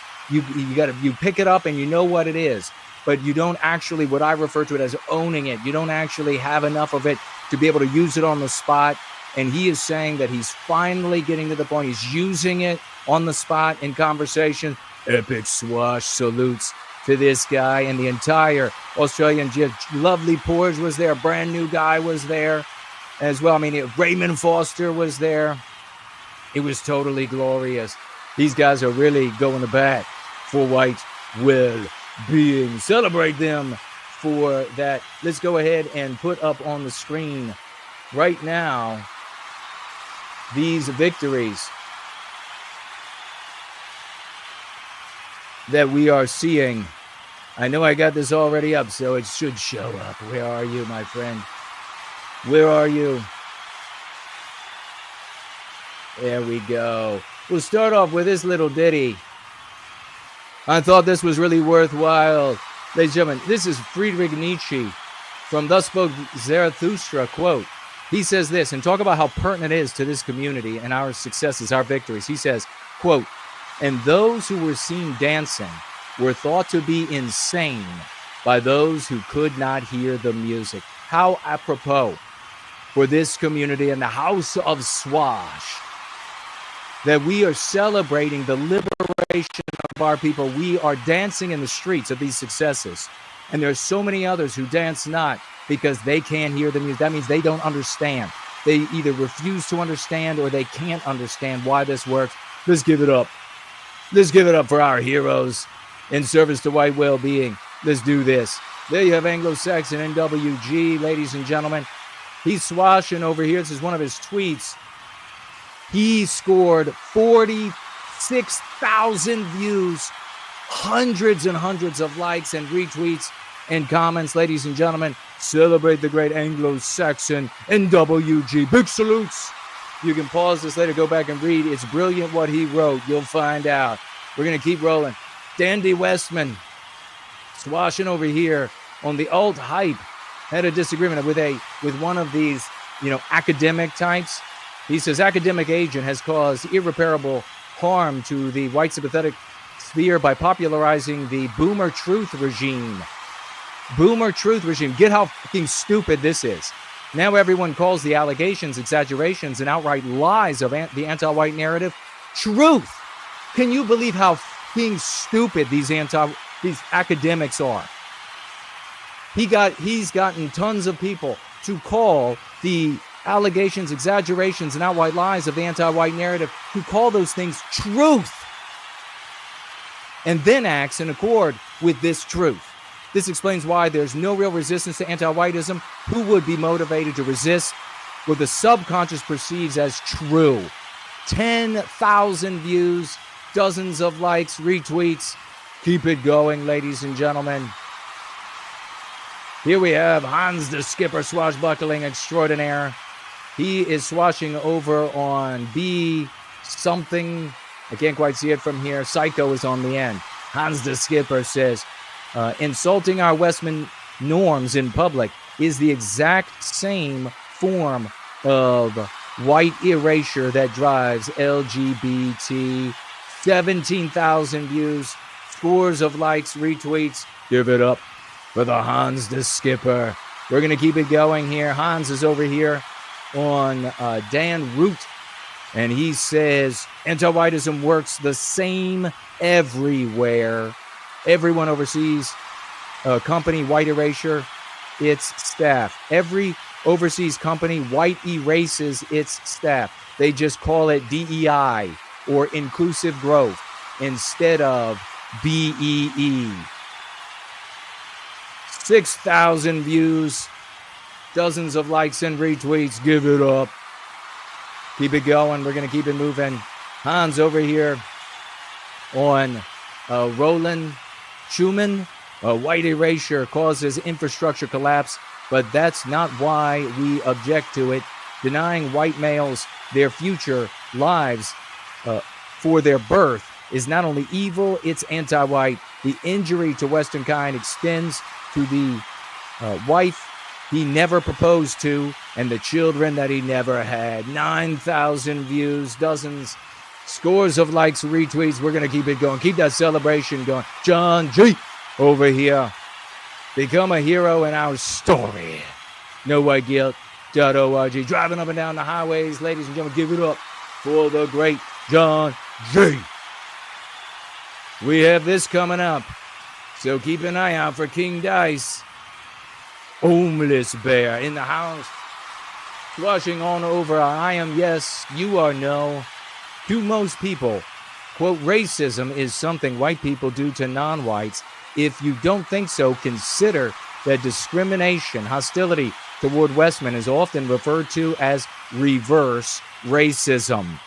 This is one reason it is more effective to use concepts like anti-white, anti-whiteism. 28.1 thousand views, hundreds of likes, retweets, and comments. Give it up for Homeless Bear. Keep that swashing going hard, ladies and gentlemen. Serena Brown getting in here with 42, almost 4,300 views, hundreds of likes, though. Look at that, ladies and gentlemen. Retweets and comments. What is she talking about in her tweet here? She's talking about the Great White Ring around planet Earth. Those white roses, all white countries are under attack. We have to stand together as white people and support each other. A concept absolutely central to the Go Free ideology. Let's give it up for Serena Brown, ladies and gentlemen. Swashbuckling, biospirit of the West, leader of the OT, swashing over here. 7,200, working on 7,300 views, hundreds and hundreds of likes and retweets and comments. He's swashing under I am yes as well. He says the climate hoax is a subset of the anti-white narrative designed to further victimize Western kind. Give it up for these heroes, top to bottom, beginning with the biggest Anglo-Saxon in WG and moving on, ladies and gentlemen. And you know what's coming. It's the one and only King Dice. Let's keep it going in raucous merriment for the swashing of King Dice. Message. No, they won't. Things are looking bright for them earlier this year when they announced that they were stepping back from some of their DEI efforts as President Trump takes power, because they knew that they were going to get sued by the Trump Justice Department because they're engaged in discrimination, anti-whiteism, like most major corporations, but they still are committed to wokeness. Ladies and gentlemen, he does it brilliantly. He's an entertainer. He's got to use their words to pace him. He throws it in there glorious, though. Give it up, and we'll be right back.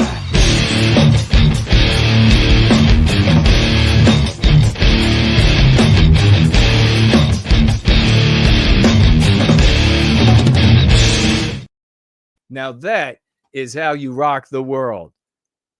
That's what we're going to do, I think. From now on, we're going to be snappy with our swashbuckling segment. The longer posts, you'll be able to pause and read the brilliance, and then we'll read the shorter ones, and we're gonna rope some of these folks in there. So we'll be celebrating everybody. We'll celebrate some of the folks who are having smaller victories, some people who are getting started as well. Their smaller victories. We're going to be celebrating. We're going to keep pushing each other as a team does. Day after day, night after night, you'll be able to look at the mega swashbucklers that are out there achieving the biggest successes, and you'll be inspired to get your name up there and to be one of the ones that we are all here. Raucous emoji, wild in the live chat for you. You can be one of those. We want you to be one of those. And remember Friedrich Nietzsche, what he had to say. The others are out there. They don't understand the dancing.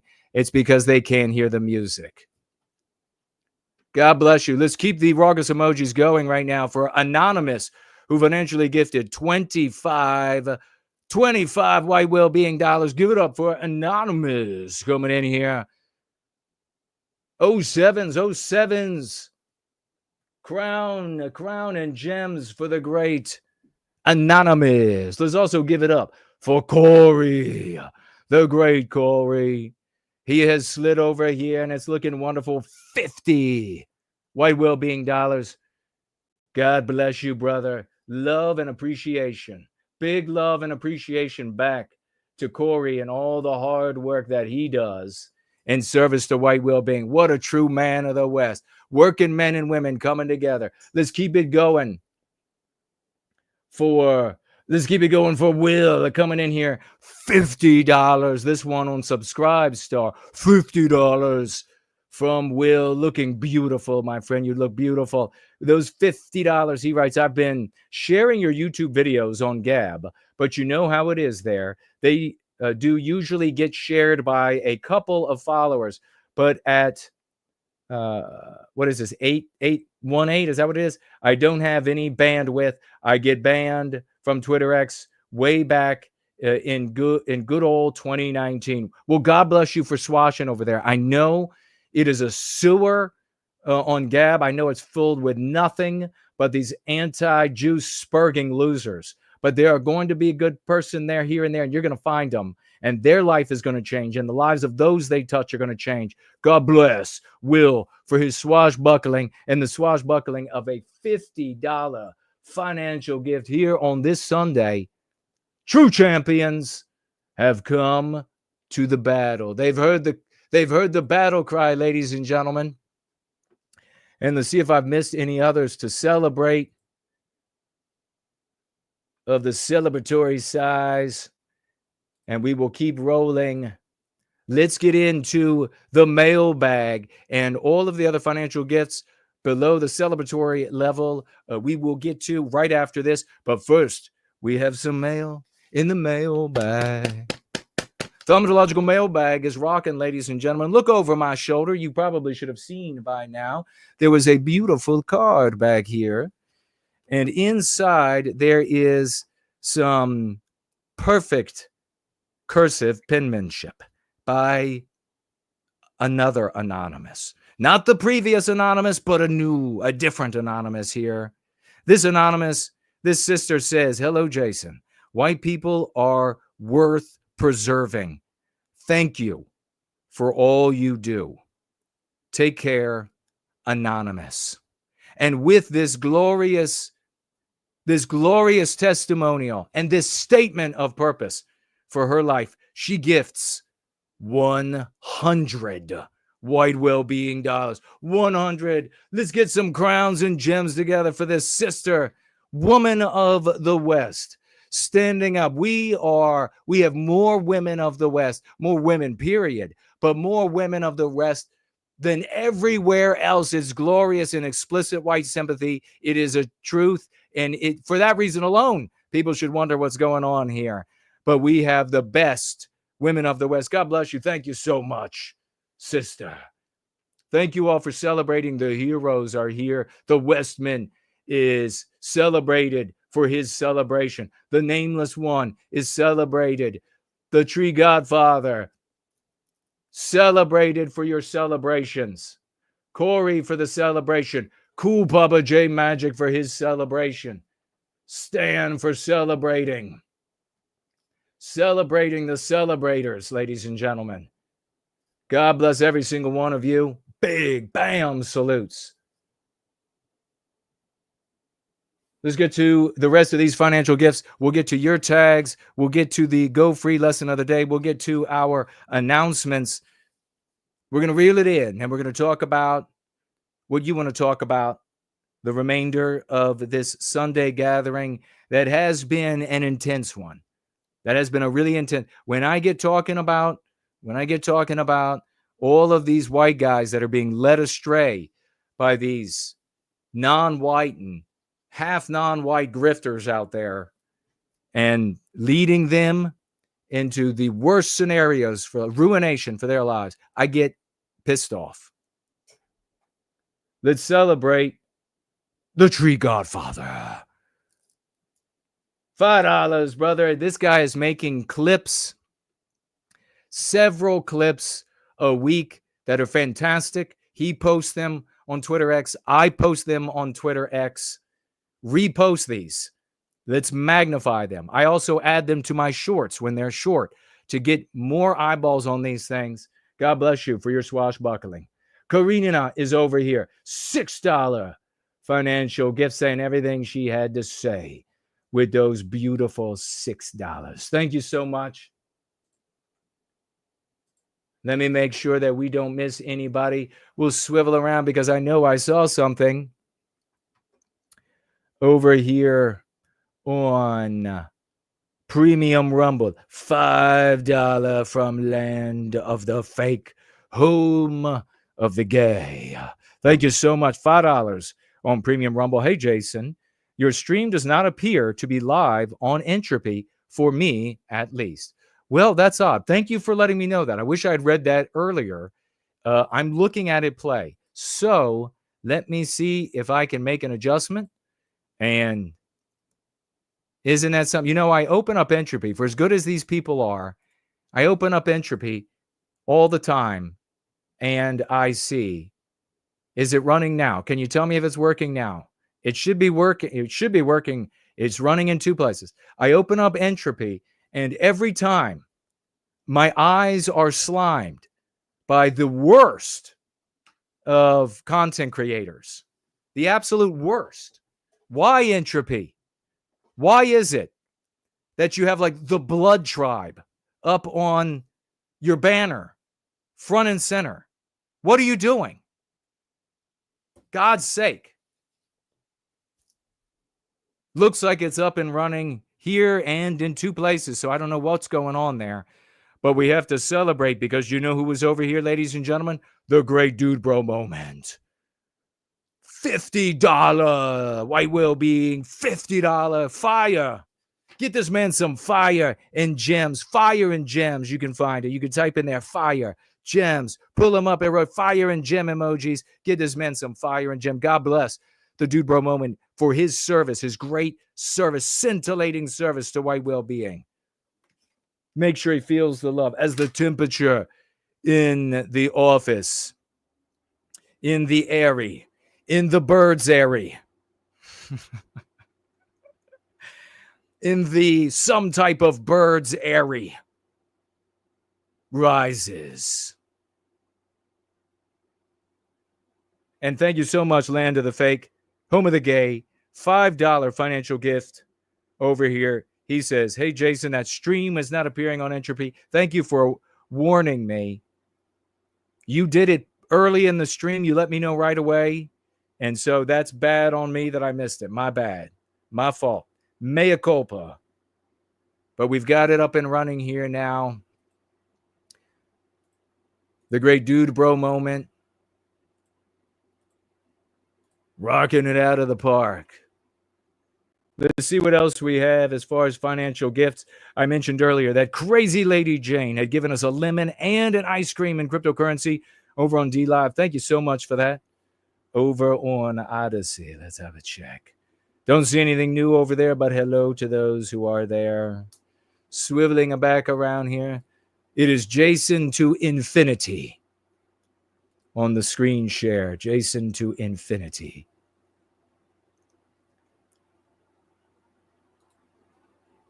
All right. I guess I'll get, there are 4 people watching on the other. But we will leave it up for now. I'm going to look for your tags. The great Seamus pointing out at some point in the video or in our gathering that it's playing, that's working, the video is working. Let's see, who else do we have here? Who might have shared something? Any tags for me? The culture is a degenerate. That is why Tate is culturally relevant. So brilliant. Absolutely, daughter of Eve. 100%. People are degenerate. The race is degenerate. And that's why the degenerate thrive. Very well written. Thank you to everybody over here for celebrating. YT shadow banning our live stream comments at random in the live chats. I noticed for the last gatherings, says Thorberson again. It's not just the comment section anymore. So it's live stream comments. Folks, keep an eye on the live stream comments. Everybody switch to live chat, not top chat, because top chat, they absolutely censor you. They decide what's relevant.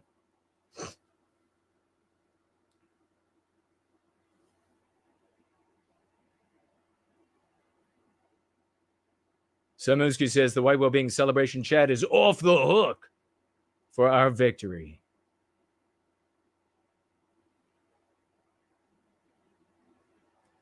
Cool Papa J Magic says, does Cash App work? Sorry if this has already been addressed. Give it a try.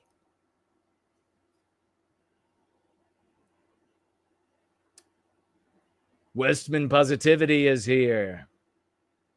Good to see you, brother.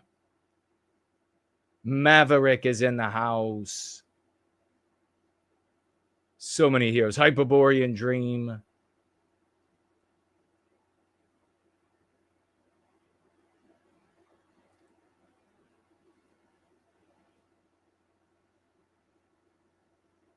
Looking for tags. All right. I think we're good. Thank you all for celebrating. Full White Well-Being is here. He says he's never noticed up at the top where you could choose between top chat and live chat. Yeah, I mean, if you haven't found that is there, then you are definitely suffering from the explicit, the controlled chat that YouTube will even tell you about. So you can imagine, compound that with the shadow banning that they won't tell you about. Really makes things problematic.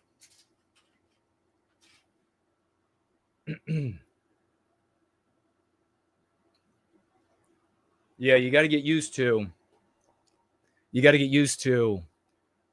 Switching to live chat, or what is cool say his says. His says top messages are all, so switch to all messages.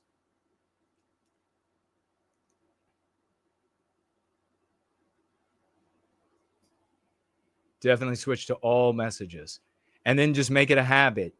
Every time you get on any live stream, so it just becomes habit, you immediately click on top chat or live chat or all messages or whatever your option is, as opposed to top chat. The title there gives you the idea, the mistaken idea that like you're getting the best chats or something. That's not what you're getting. You're getting a highly edited live chat. So let's try to remind each other. Let's try to focus on doing that, because it's something that is designed so that you easily miss it. A couple of announcements. As I said at the very beginning of our gathering, I and we therefore are back. We are back. We are so back. Based, real, true, skibbity.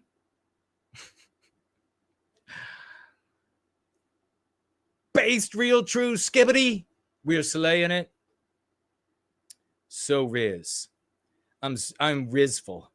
We are back on advertising on X. Fine, you have no idea. Oh my God, you have no idea how many messages and emails and going back and forth and stonewalling, and there's nothing that can be done. And the gaslighting, your account is fine. What are you talking about? Over and over and you have no idea. And that's intentional. An incessant thorn to me. And finally, we are back. We're running ads. We're able to run ads.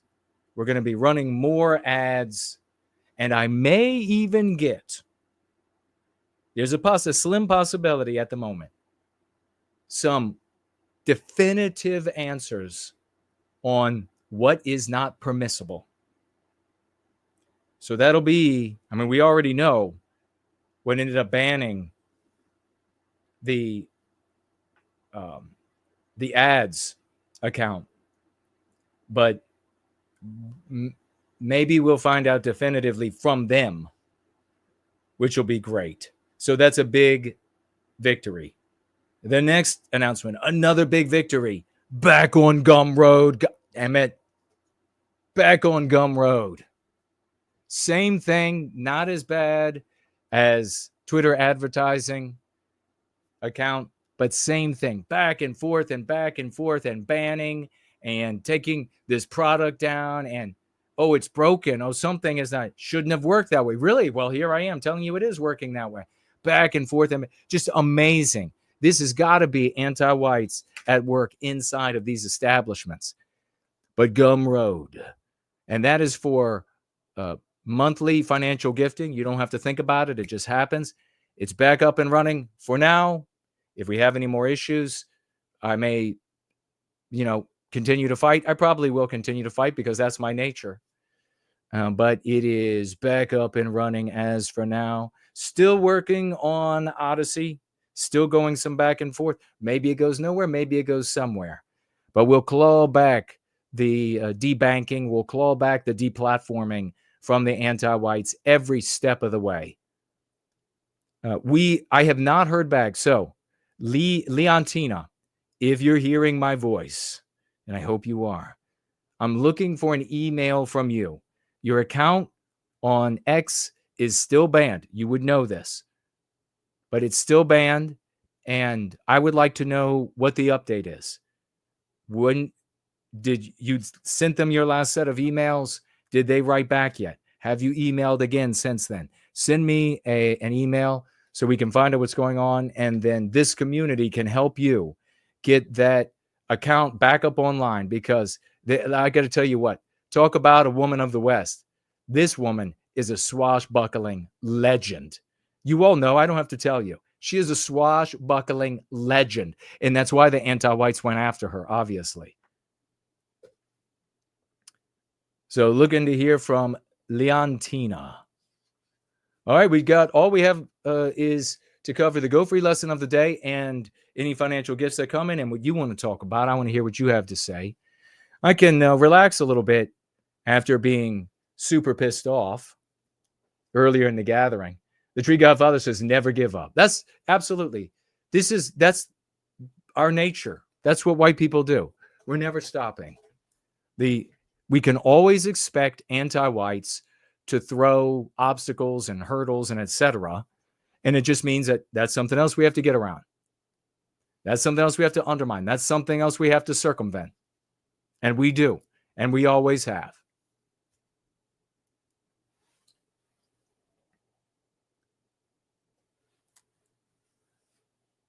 This is where the spirit of the West resides. It's nowhere else.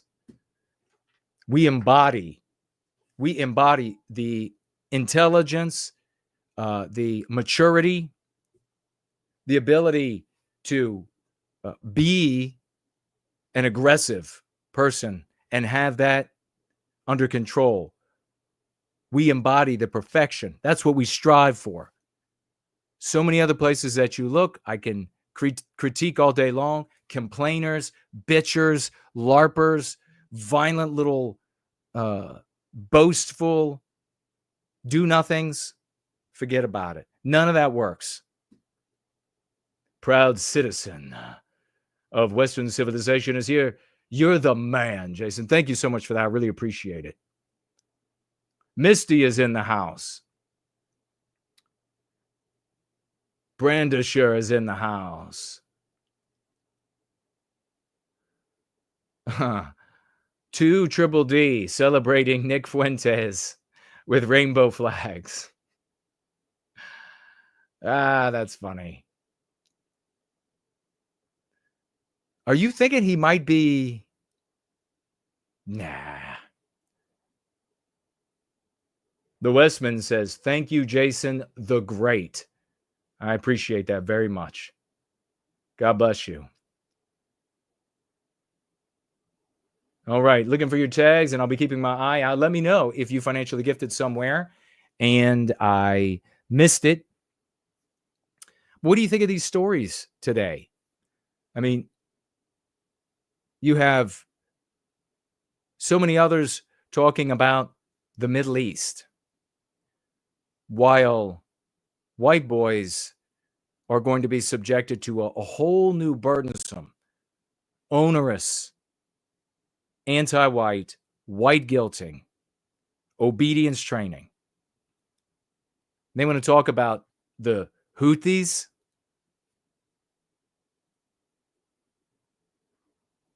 And then they get back online to play a video game and to log into their OnlyFans account so they can look at the girls that they'll never have. It's amazing. Talk about another political ideology that isn't going to work. Political ideology that will do it for us.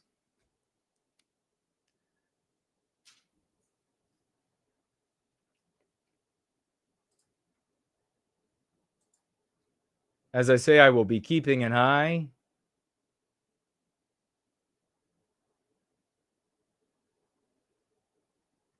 And we have cause for celebration.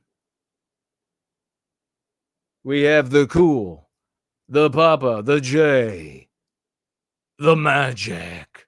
Big celebration. $30. 30 white well-being dollars from Cool.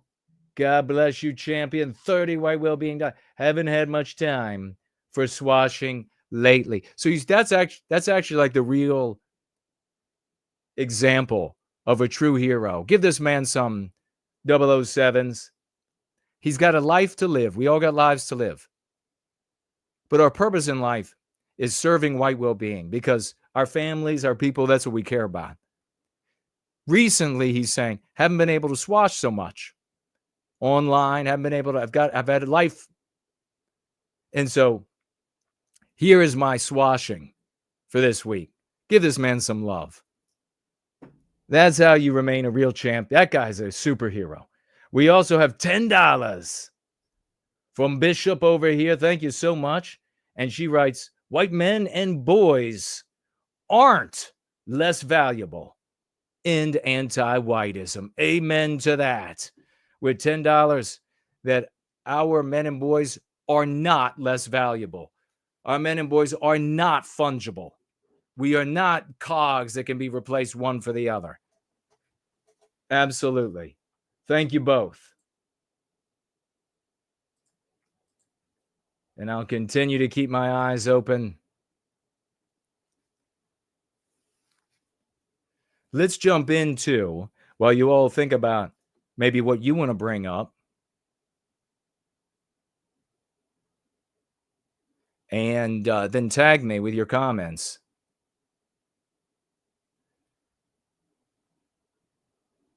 You have aliens exist over here. Awesome. Swashing in the Premium Rumble. Buy the book, go free. Watch the streams, participate. Brilliantly written. Thank you for that. Big salute for the swashing.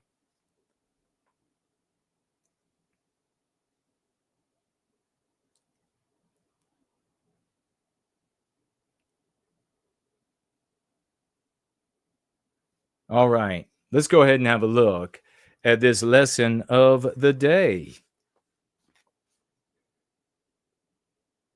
The Great White Awakening. Serena Brown's tweet this week made me think of this. What is the Great White Awakening? We don't talk about that very much, but that's what we need to have happen. The Great White Awakening, page 194, second edition, iteration 2. The Great White Awakening, also in the past has been called Great White Rising in this community, Union Europa, and White Renaissance, is the synergistic and exponential momentum manifested by Westmen going free in escalating numbers, marked by milestones that signify the increasing impossibility of arresting our momentum. The Great White Awakening. And that's really, as swashbucklers, as advocates for white well-being, that's really what we are driving toward. We want to move that flywheel. And remember, we do this in two main ways. The one is to seed the concepts that are wont to be used by our brothers and sisters, because those concepts will serve them personally. So the idea of what ends up happening as a consequence is that far more people will know the 1 or 2 or 10 of the concepts than will actually know about us. That's part of the flywheel. The other part of the flywheel is driving as many people as we can to this community. Because, as we talk about often, regrettably, people see value in audience size. They don't see value in success. That's how sick the white race is. That's how drunk on anti-whiteism the white race is. So they're looking for numbers. Now, why is it important to drive people to this community? Well, it's important because the remedy applies to the context as it is now. The societal context, the victimizer, is never stagnant. Nothing is. They keep moving. They keep adapting. So if you are going to keep up with their adaptations, you've got to go to the source for what defeated them before they adapted. That should be very easy to understand.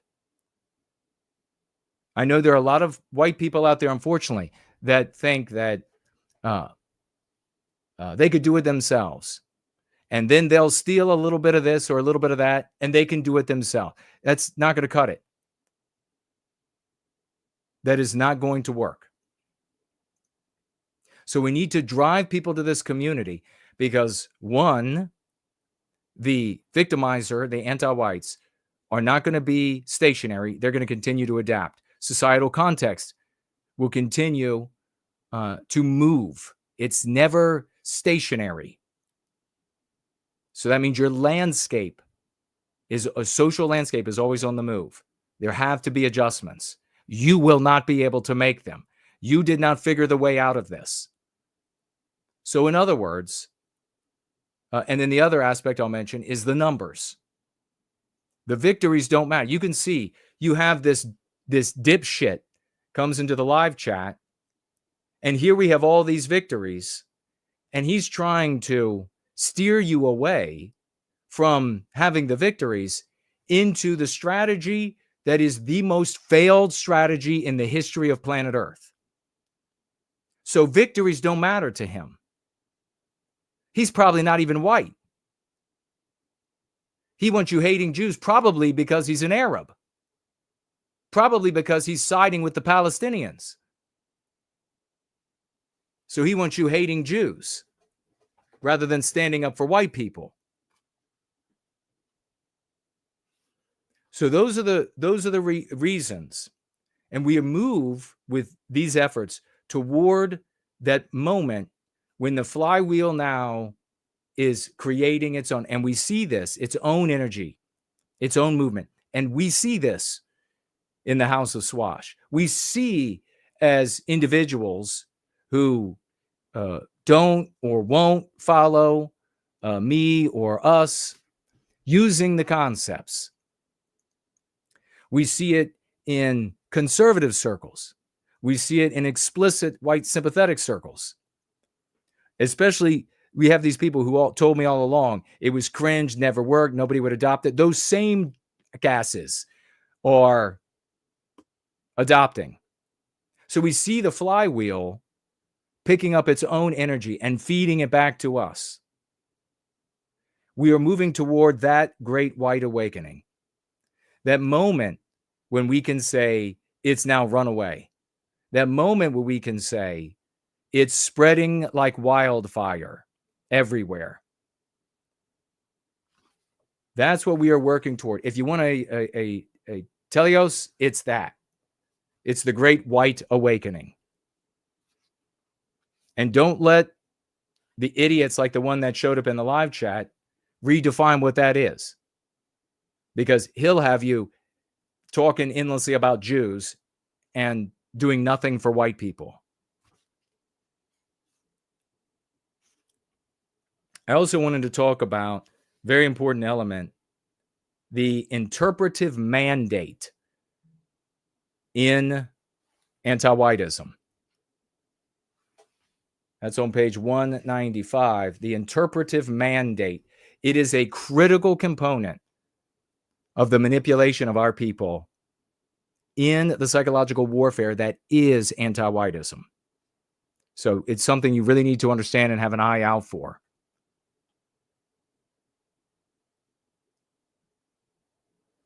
Cool Bubba J Magic giving a testimonial here saying that he sees white erasure used way more often on Twitter and YouTube comment sections randomly. That is epic. Think of the battle that we have fought against the white genocide crowd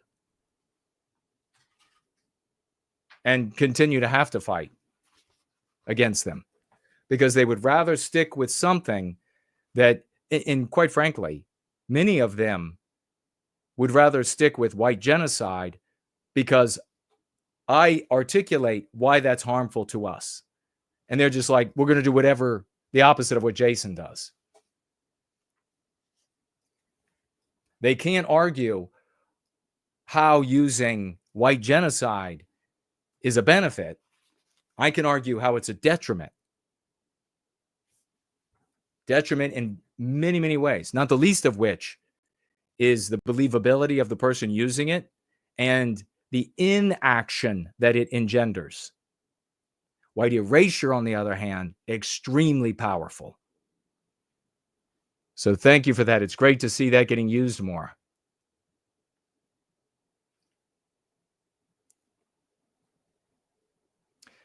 Proud Citizen says, I made a comment about anti-whiteism on another Westman's channel about an anti-white, non-white invader who unalived a Westman in Chicago.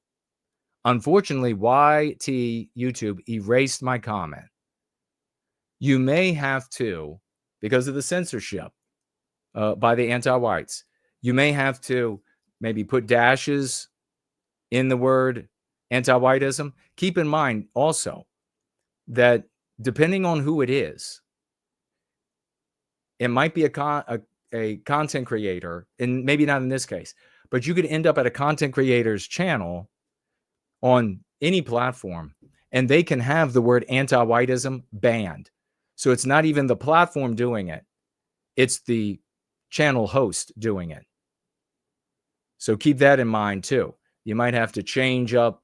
You might have to put a couple extra symbols, maybe spell the word the same, but toss in an extra symbol or two here and experiment to see if it will show up. But it is, ask Cool Papa J Magic. He has dealt with it like a true champion. But thank you for the swashbuckling. Cindy Ben, Juliet are both in the house. Good to see you. The house is rocking. The house of Swash is rocking. All right.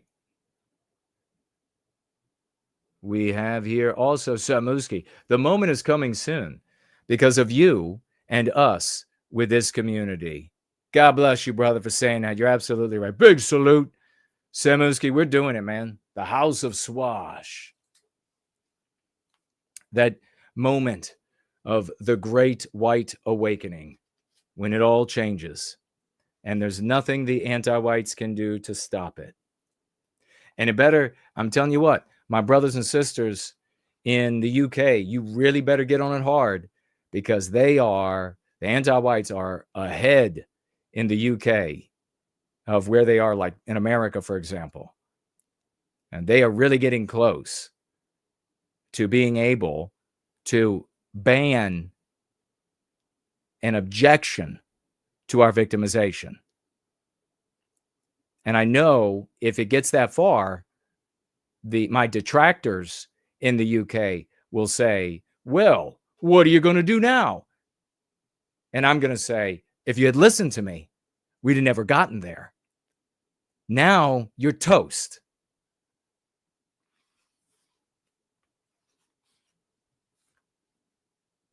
Let's read interpretive mandate. What is the interpretive mandate? It is the second of the two components of a meme pathogen.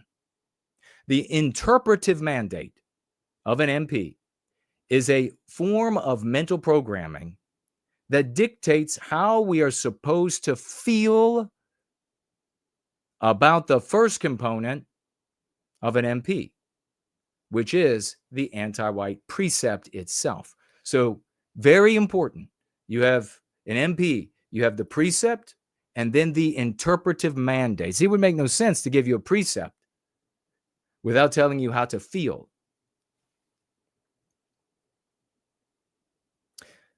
In examples, the interpretive mandate could mandate that the infected person feel negative emotions, such as guilt and association, with a precept that slanders Western kind as wicked, or to feel more positive emotions, such as righteousness or good humor, in association with precepts that advocate inflicting harm on Western kind.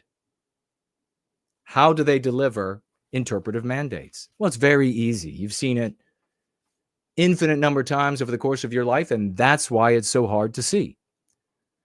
You watch on television where you have a group of friends in this TV show, and they're all good people, they're attractive, and some guy shows up and he shares a position relative to an anti-white precept that the anti-whites declare verboten, that is heretical to anti-whiteism.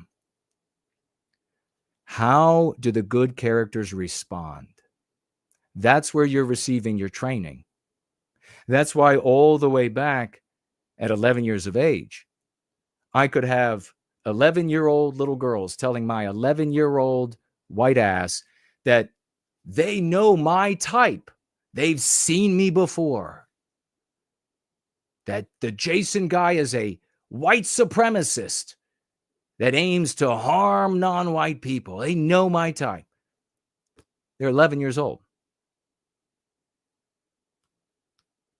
They've seen nothing except entertainment. That is reality. They learned, just as you learned, just as I learned, how to respond to the people who hold heretical views per each anti-white precept. They learned how to respond to the people who hold anti-white views. They learned what kind of people hold anti-white views and what their lives are like. They learned, by way of entertainment again, which is reality, what heretics to anti-whiteism, what kind of people they are. and what kind of lives they live. You know where the interpretive mandate element of a meme pathogen really shows up is when you're sitting with a group of friends. Maybe you're at work. You're with some people, maybe strangers, and you're thinking about sharing a heretical opinion, something that is a heresy to anti-whiteism. And then you get that feeling of what everyone there will think about you, what they will instantly know about you. Are you psychic? How do you know that? Do you work for Psychic Friends Network?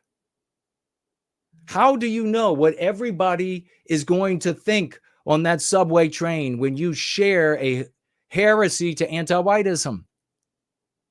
Because you were programmed with the exact same anti-whiteism they were. That's how you know. That is the basis of the social morality of the West. It causes you to police yourself. It causes you to fear your own thoughts about yourself. I gave examples about being in a bar, but we could give any number of examples. Maybe on that subway train, you think about saying something that's heretical to anti-whiteism. And before you even think about or consider those instant, like, where do those emotions and those memories come from? Where does that all? Of course, it's entertainment, which is reality. But before you are even psychically reading everyone else in the subway car and the conclusions they're going to come to about you, before you even do that, all of us have had those instances where when we thought the heretical thought to anti-whiteism, our own minds chided us. Our own minds, our subconscious mind, where it's all packed in there, told us that's immoral. That's an immoral thing to think. Hell, we've had people come up in the chats and say as much, that they've experienced those moments in their lives. I've had people tell me countless times, I've experienced it myself. Plenty of times, certainly earlier in life when I first began treating myself for these meme pathogens that never go away. Remember this, the precept and the interpretive mandate, they never go away. If you can't remember if you can't forget how to ride a bicycle, you can't forget these things. That's why we develop counter triggers. It's the only way to address it. But you say, Jason couldn't understand that. He must not be right. He's not a stuttering academic that looks like he couldn't fight his way out of a wet toilet paper brawl. And yet it's in front of you. And yet it is indeed the case. And yet we have countless testimonials. And yet everything I'm saying makes perfect sense. So that first thing that we're dealing with, those feelings about what kind of person are we when we think a heretical thought to anti-whiteism, that is the interpretive mandate element of it, which we learned through fiction, bolstered by the people around us who have also learned it through fiction, whether it's in the Scouts, co-worker, in an educational institution, irrespective.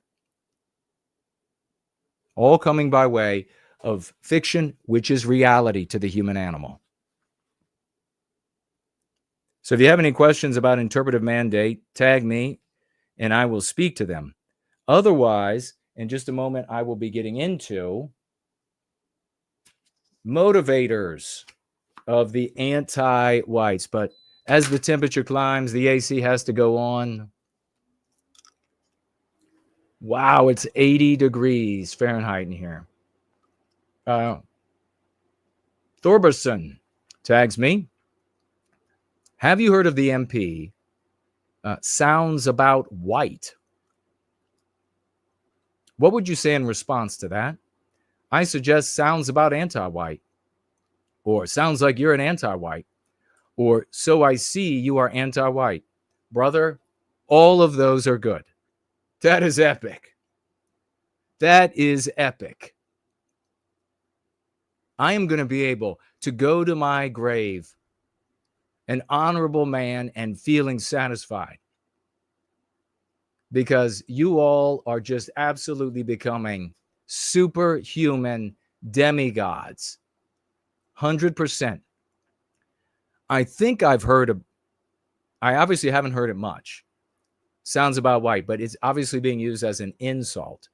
And your response? Perfect. Turn it right back around on that, because only an anti-white would say something like that. So those responses, sounds about anti-white, all of them. Sounds like you're an anti-white, so I can see you are anti. All of that is great. Probably the shortest one is going to be the most powerful. Sounds about anti-white. Hit him with that. And then you can roll right into, you shouldn't be so anti-white, or why are you so anti-white? That's shameful, etc. Yeah, and Tree Godfather liked that question, looks like. Nice. A man of many talents, knows exactly what's going on. The great biospirit of the West has tagged me. Just got a message from Leontina. Send it to you on, is it something that, tag me again and let me know if it's something I should read while we are still in our gathering. Tag me. Say, you could just say now or later or whatever. And should I read it out loud or just to myself? Awesome, Leontina. Ask and it shall be given ye. Novi Hora is here. Good to see you. Thorberson asked that again. It was above. Thank you for. Oh, it can wait. Okay, thank you. Thank you for also, Thorberson, for reposting that. It was a great question.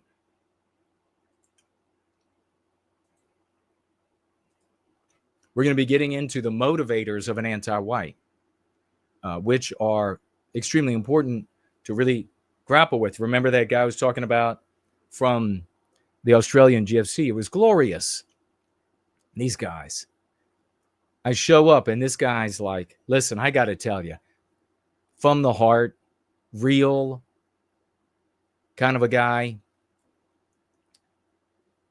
and starts sharing successes he's having, how he appreciates going over the rudiments because of how you have to really pack them in there to really own them and be able to use them in your life. So true. And it takes bravery to say it, to speak up and say it, because everybody, you know, they're worried about, are you going to look like you're the, your efforts are not enough and you're like learning disabled or something? That's where we all are. You're picking up concepts at some point in your life that for the rest of your life, you have been taught the opposite. So not an easy thing to do overnight, but all these guys over there, really proud of them, doing a great job. Tree Godfather says he's been clipping some of the Q&As. Big salute to that hero. Right on the spot, making it happen. Gnostic Truth is here. All right. One more quick look at these platforms. Make sure I have not missed anybody. Financially gifting. Aliens Exist says he shares my disgust for Tate. And two-tier policing is anti-whiteism. It infuriates me also. God bless you, brother.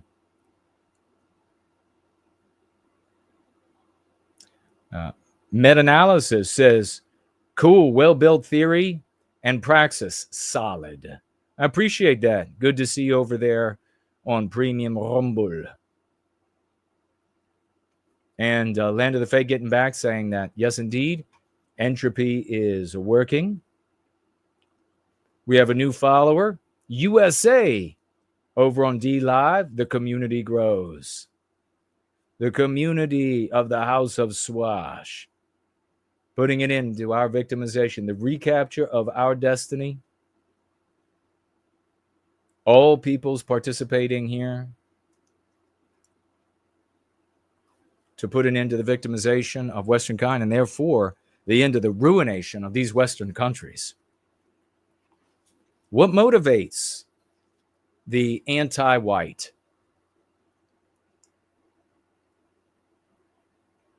What motivates the anti-white?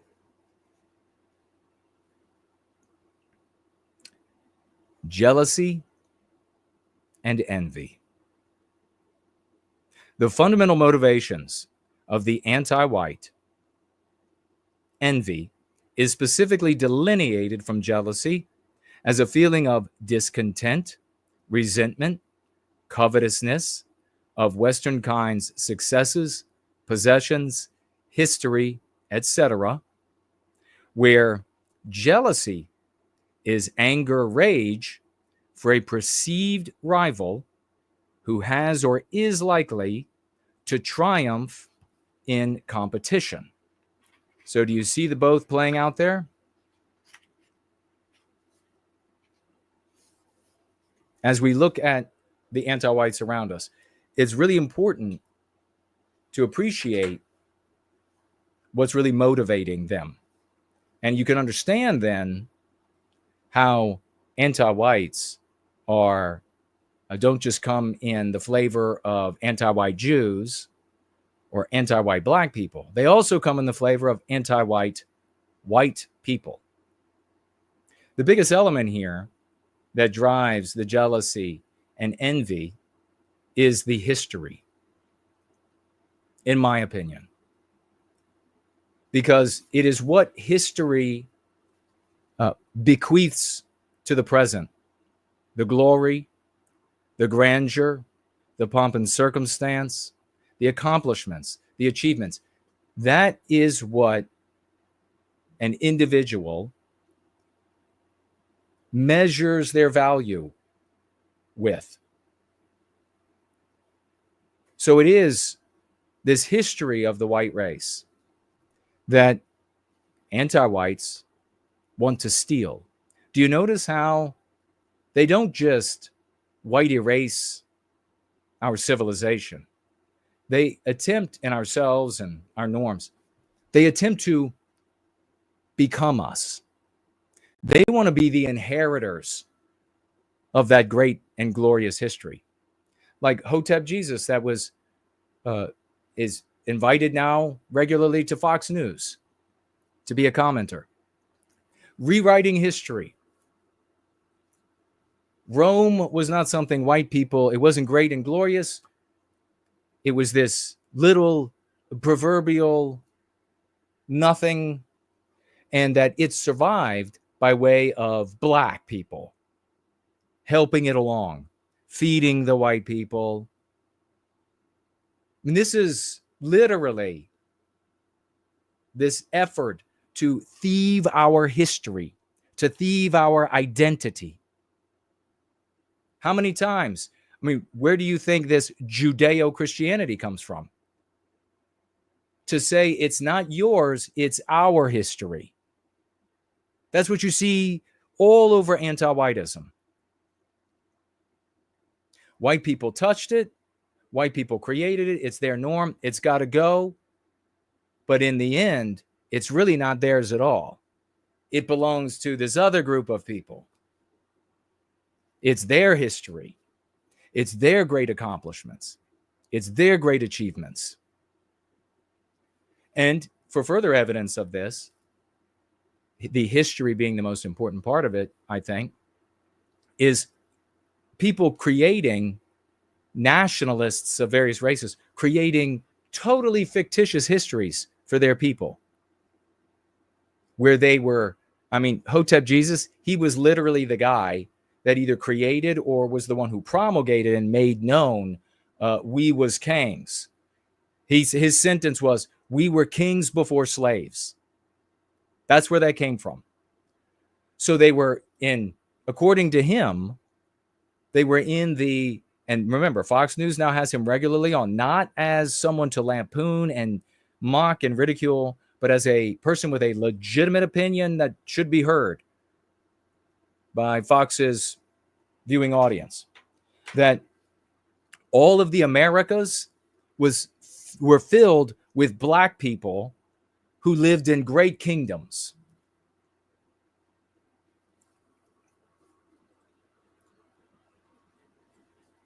So that's, in my opinion, the thing that people, anti-whites, are most jealous of. Now you say, what about the white people? Aren't they inheritors of that? No.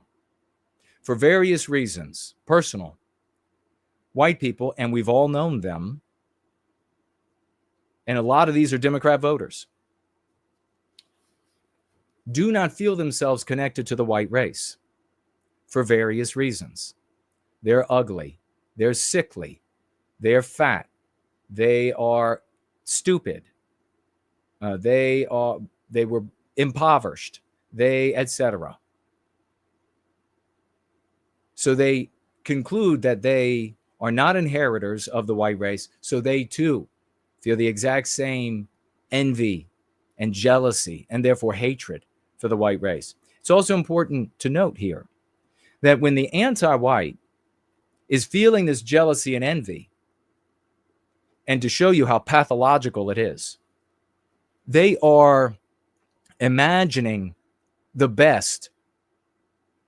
Maybe that might not be the best way to put it, but they are imagining white people who in various categories of life are nearer the top than other white people. So they're thinking about filthy rich white people. They're thinking about beautiful white people. They're thinking about white people with perfect health, perfect complexion, perfect hair.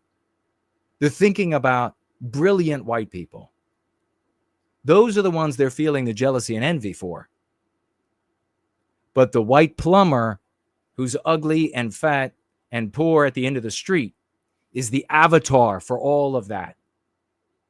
And he's the one they can get at. It's just like on all of the censorship that got kicked off here after Trump wins. These jealous, envious, anti-white, infernal demons, they can't get at Donald Trump, but they can get to the white guy who cares about white well-being on these different platforms. They can get to him. It doesn't matter how sick I could be, how ugly I could be, how poor I could be. I'm still the avatar for the best of the white race. And I use that best loosely. What other motivators come into play for anti-whites? The primary and the ones that drive it deepest and most fervently is the jealousy and the envy. And it cannot be sated. It cannot be satisfied by saying, you shouldn't feel bad. You're a little darling. You're a little star. That won't make it better. Anti-whiteism is psychological warfare, abuse, trauma. It has to be crushed in various ways. The ideology. But what else comes into play at a lesser degree? And conservative type people, and certainly their cuck content creators, will put far more weight on these. Plunder and lust. Plunder and lust become motivators for anti-whites as they achieve different measures of victory over white people. They want what's ours. And they come up with endless excuses to divest us, to get us to lower our guard so that we can be divested, so that we will just turn things over. White people are so selfishly individualistic. They've been turning over their children's inheritance, their children's future, of safety even, of environments where they're not gang raped, to anti-whites in the hope of a little selfishly individualistic peace. That's how cowardly and selfishly individualistic the white race is.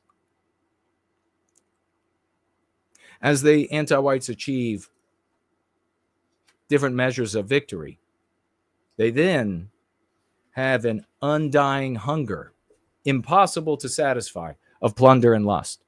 Why is that? Because it never addresses the original motivators. It's just a palliative. It's like being an alcoholic. I mean, do you ever see, you think, for example, of these gangster rappers or professional football players that are not white? Are they ever good with just getting one white woman? Is that ever enough? No. Or is it ever enough for them to make millions and millions off the white race? Is that ever? No. The plunder and lust never satisfies the jealousy and envy. What do you do with jealousy and envy? It is institutionalized as an ideology in anti-whiteism. You have to defeat anti-whiteism. And then you give jealousy and envy no air. You squash it. You crush it. That's how you deal with jealousy and envy. You cannot reason with people out of the jealousy and envy.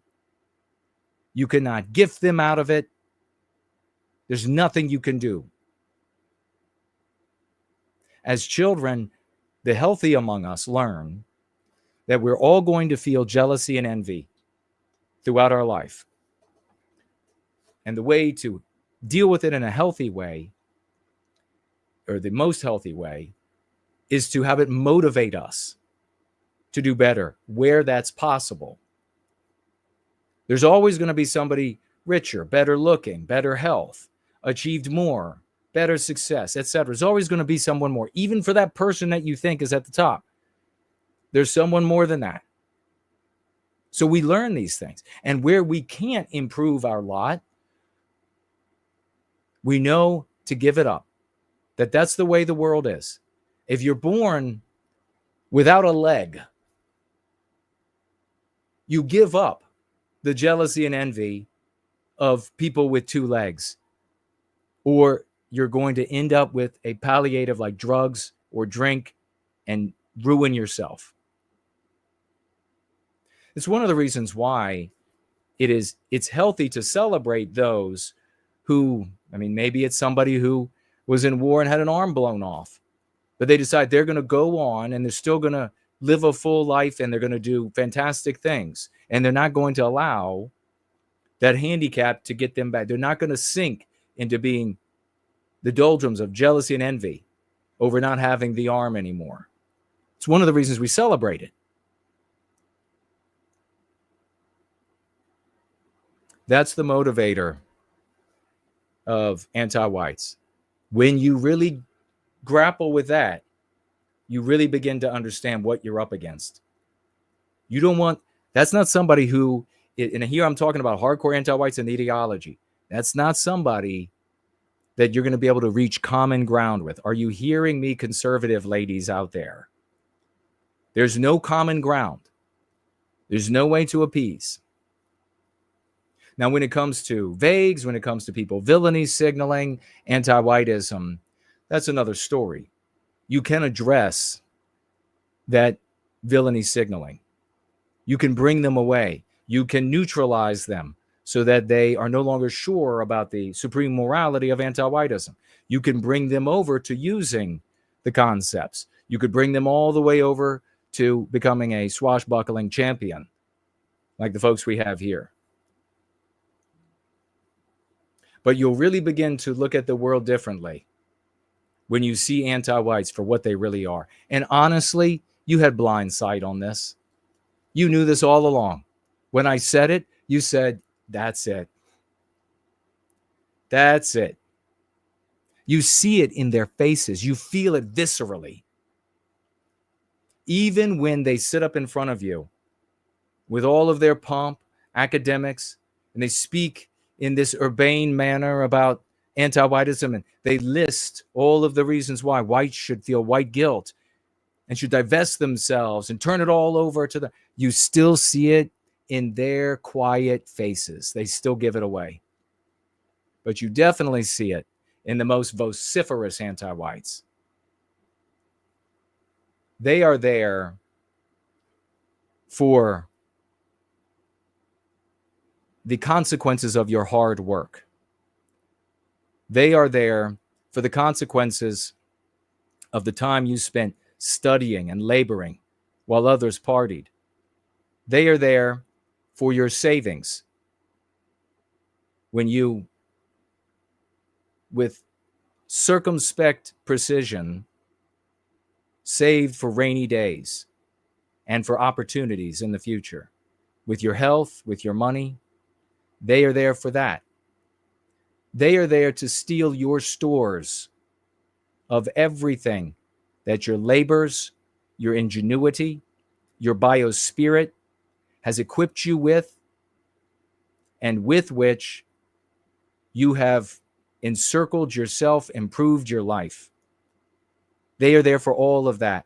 But my friends, as I was mentioning, they are also there to wear your skin.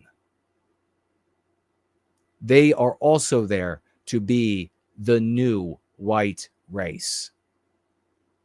They are there for that glorious history. They are there for that glorious dignity. And as haunting as that is, it doesn't even come close enough to fully articulating the infernal mind of an anti-white. They want to cut you out of your own flesh so that they can wear it and pretend like you never existed. We are almost out of time.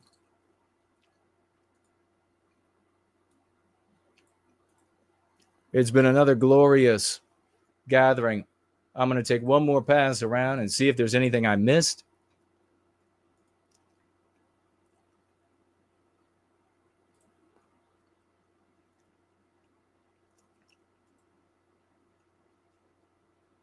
Aliens exist. Thanks for the show as always. God bless you, brother. Thank you for that.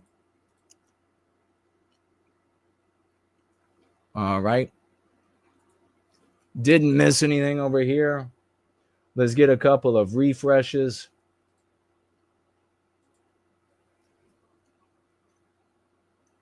I'll be able to wrap this up and flee for my life from the oven in which I'm sitting.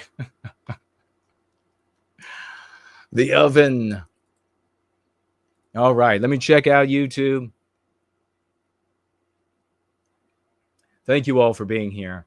The champions showed up today. Not many more than that. So I'm glad to see everybody. Looks like we don't have any more tags, so it's about that hour. I want you to remember that we're a community. 6 p.m. Eastern Standard Time tomorrow. Yizz, the Unifier, over on her channel, has the show at the very beginning of today. She was talking about discordant dragons. It's about roughly 2 hours plus, and I'll be there in the audience. She explained she has a panel. It's a lot of fun. After that, at around 8:15, roughly p.m. Eastern Time, is the great Four Null Dragon Synth Adventures. That's the reason if you ever hear us talk about these two dragon shows, that Mondays are for the dragons. And I will be there as well, enjoying the music, enjoying the camaraderie, enjoying the jokes. Four Null coming and going. It's great. It's a fun time. Then, of course, I will be back on Wednesday around 7:30-ish p.m. Eastern Time. So you can figure this out all now. Yizz pointed out that On Thursday, she has another show, Empire of Lies, aka Gulag Cafe. And that is, as the Monday show is at 6 p.m.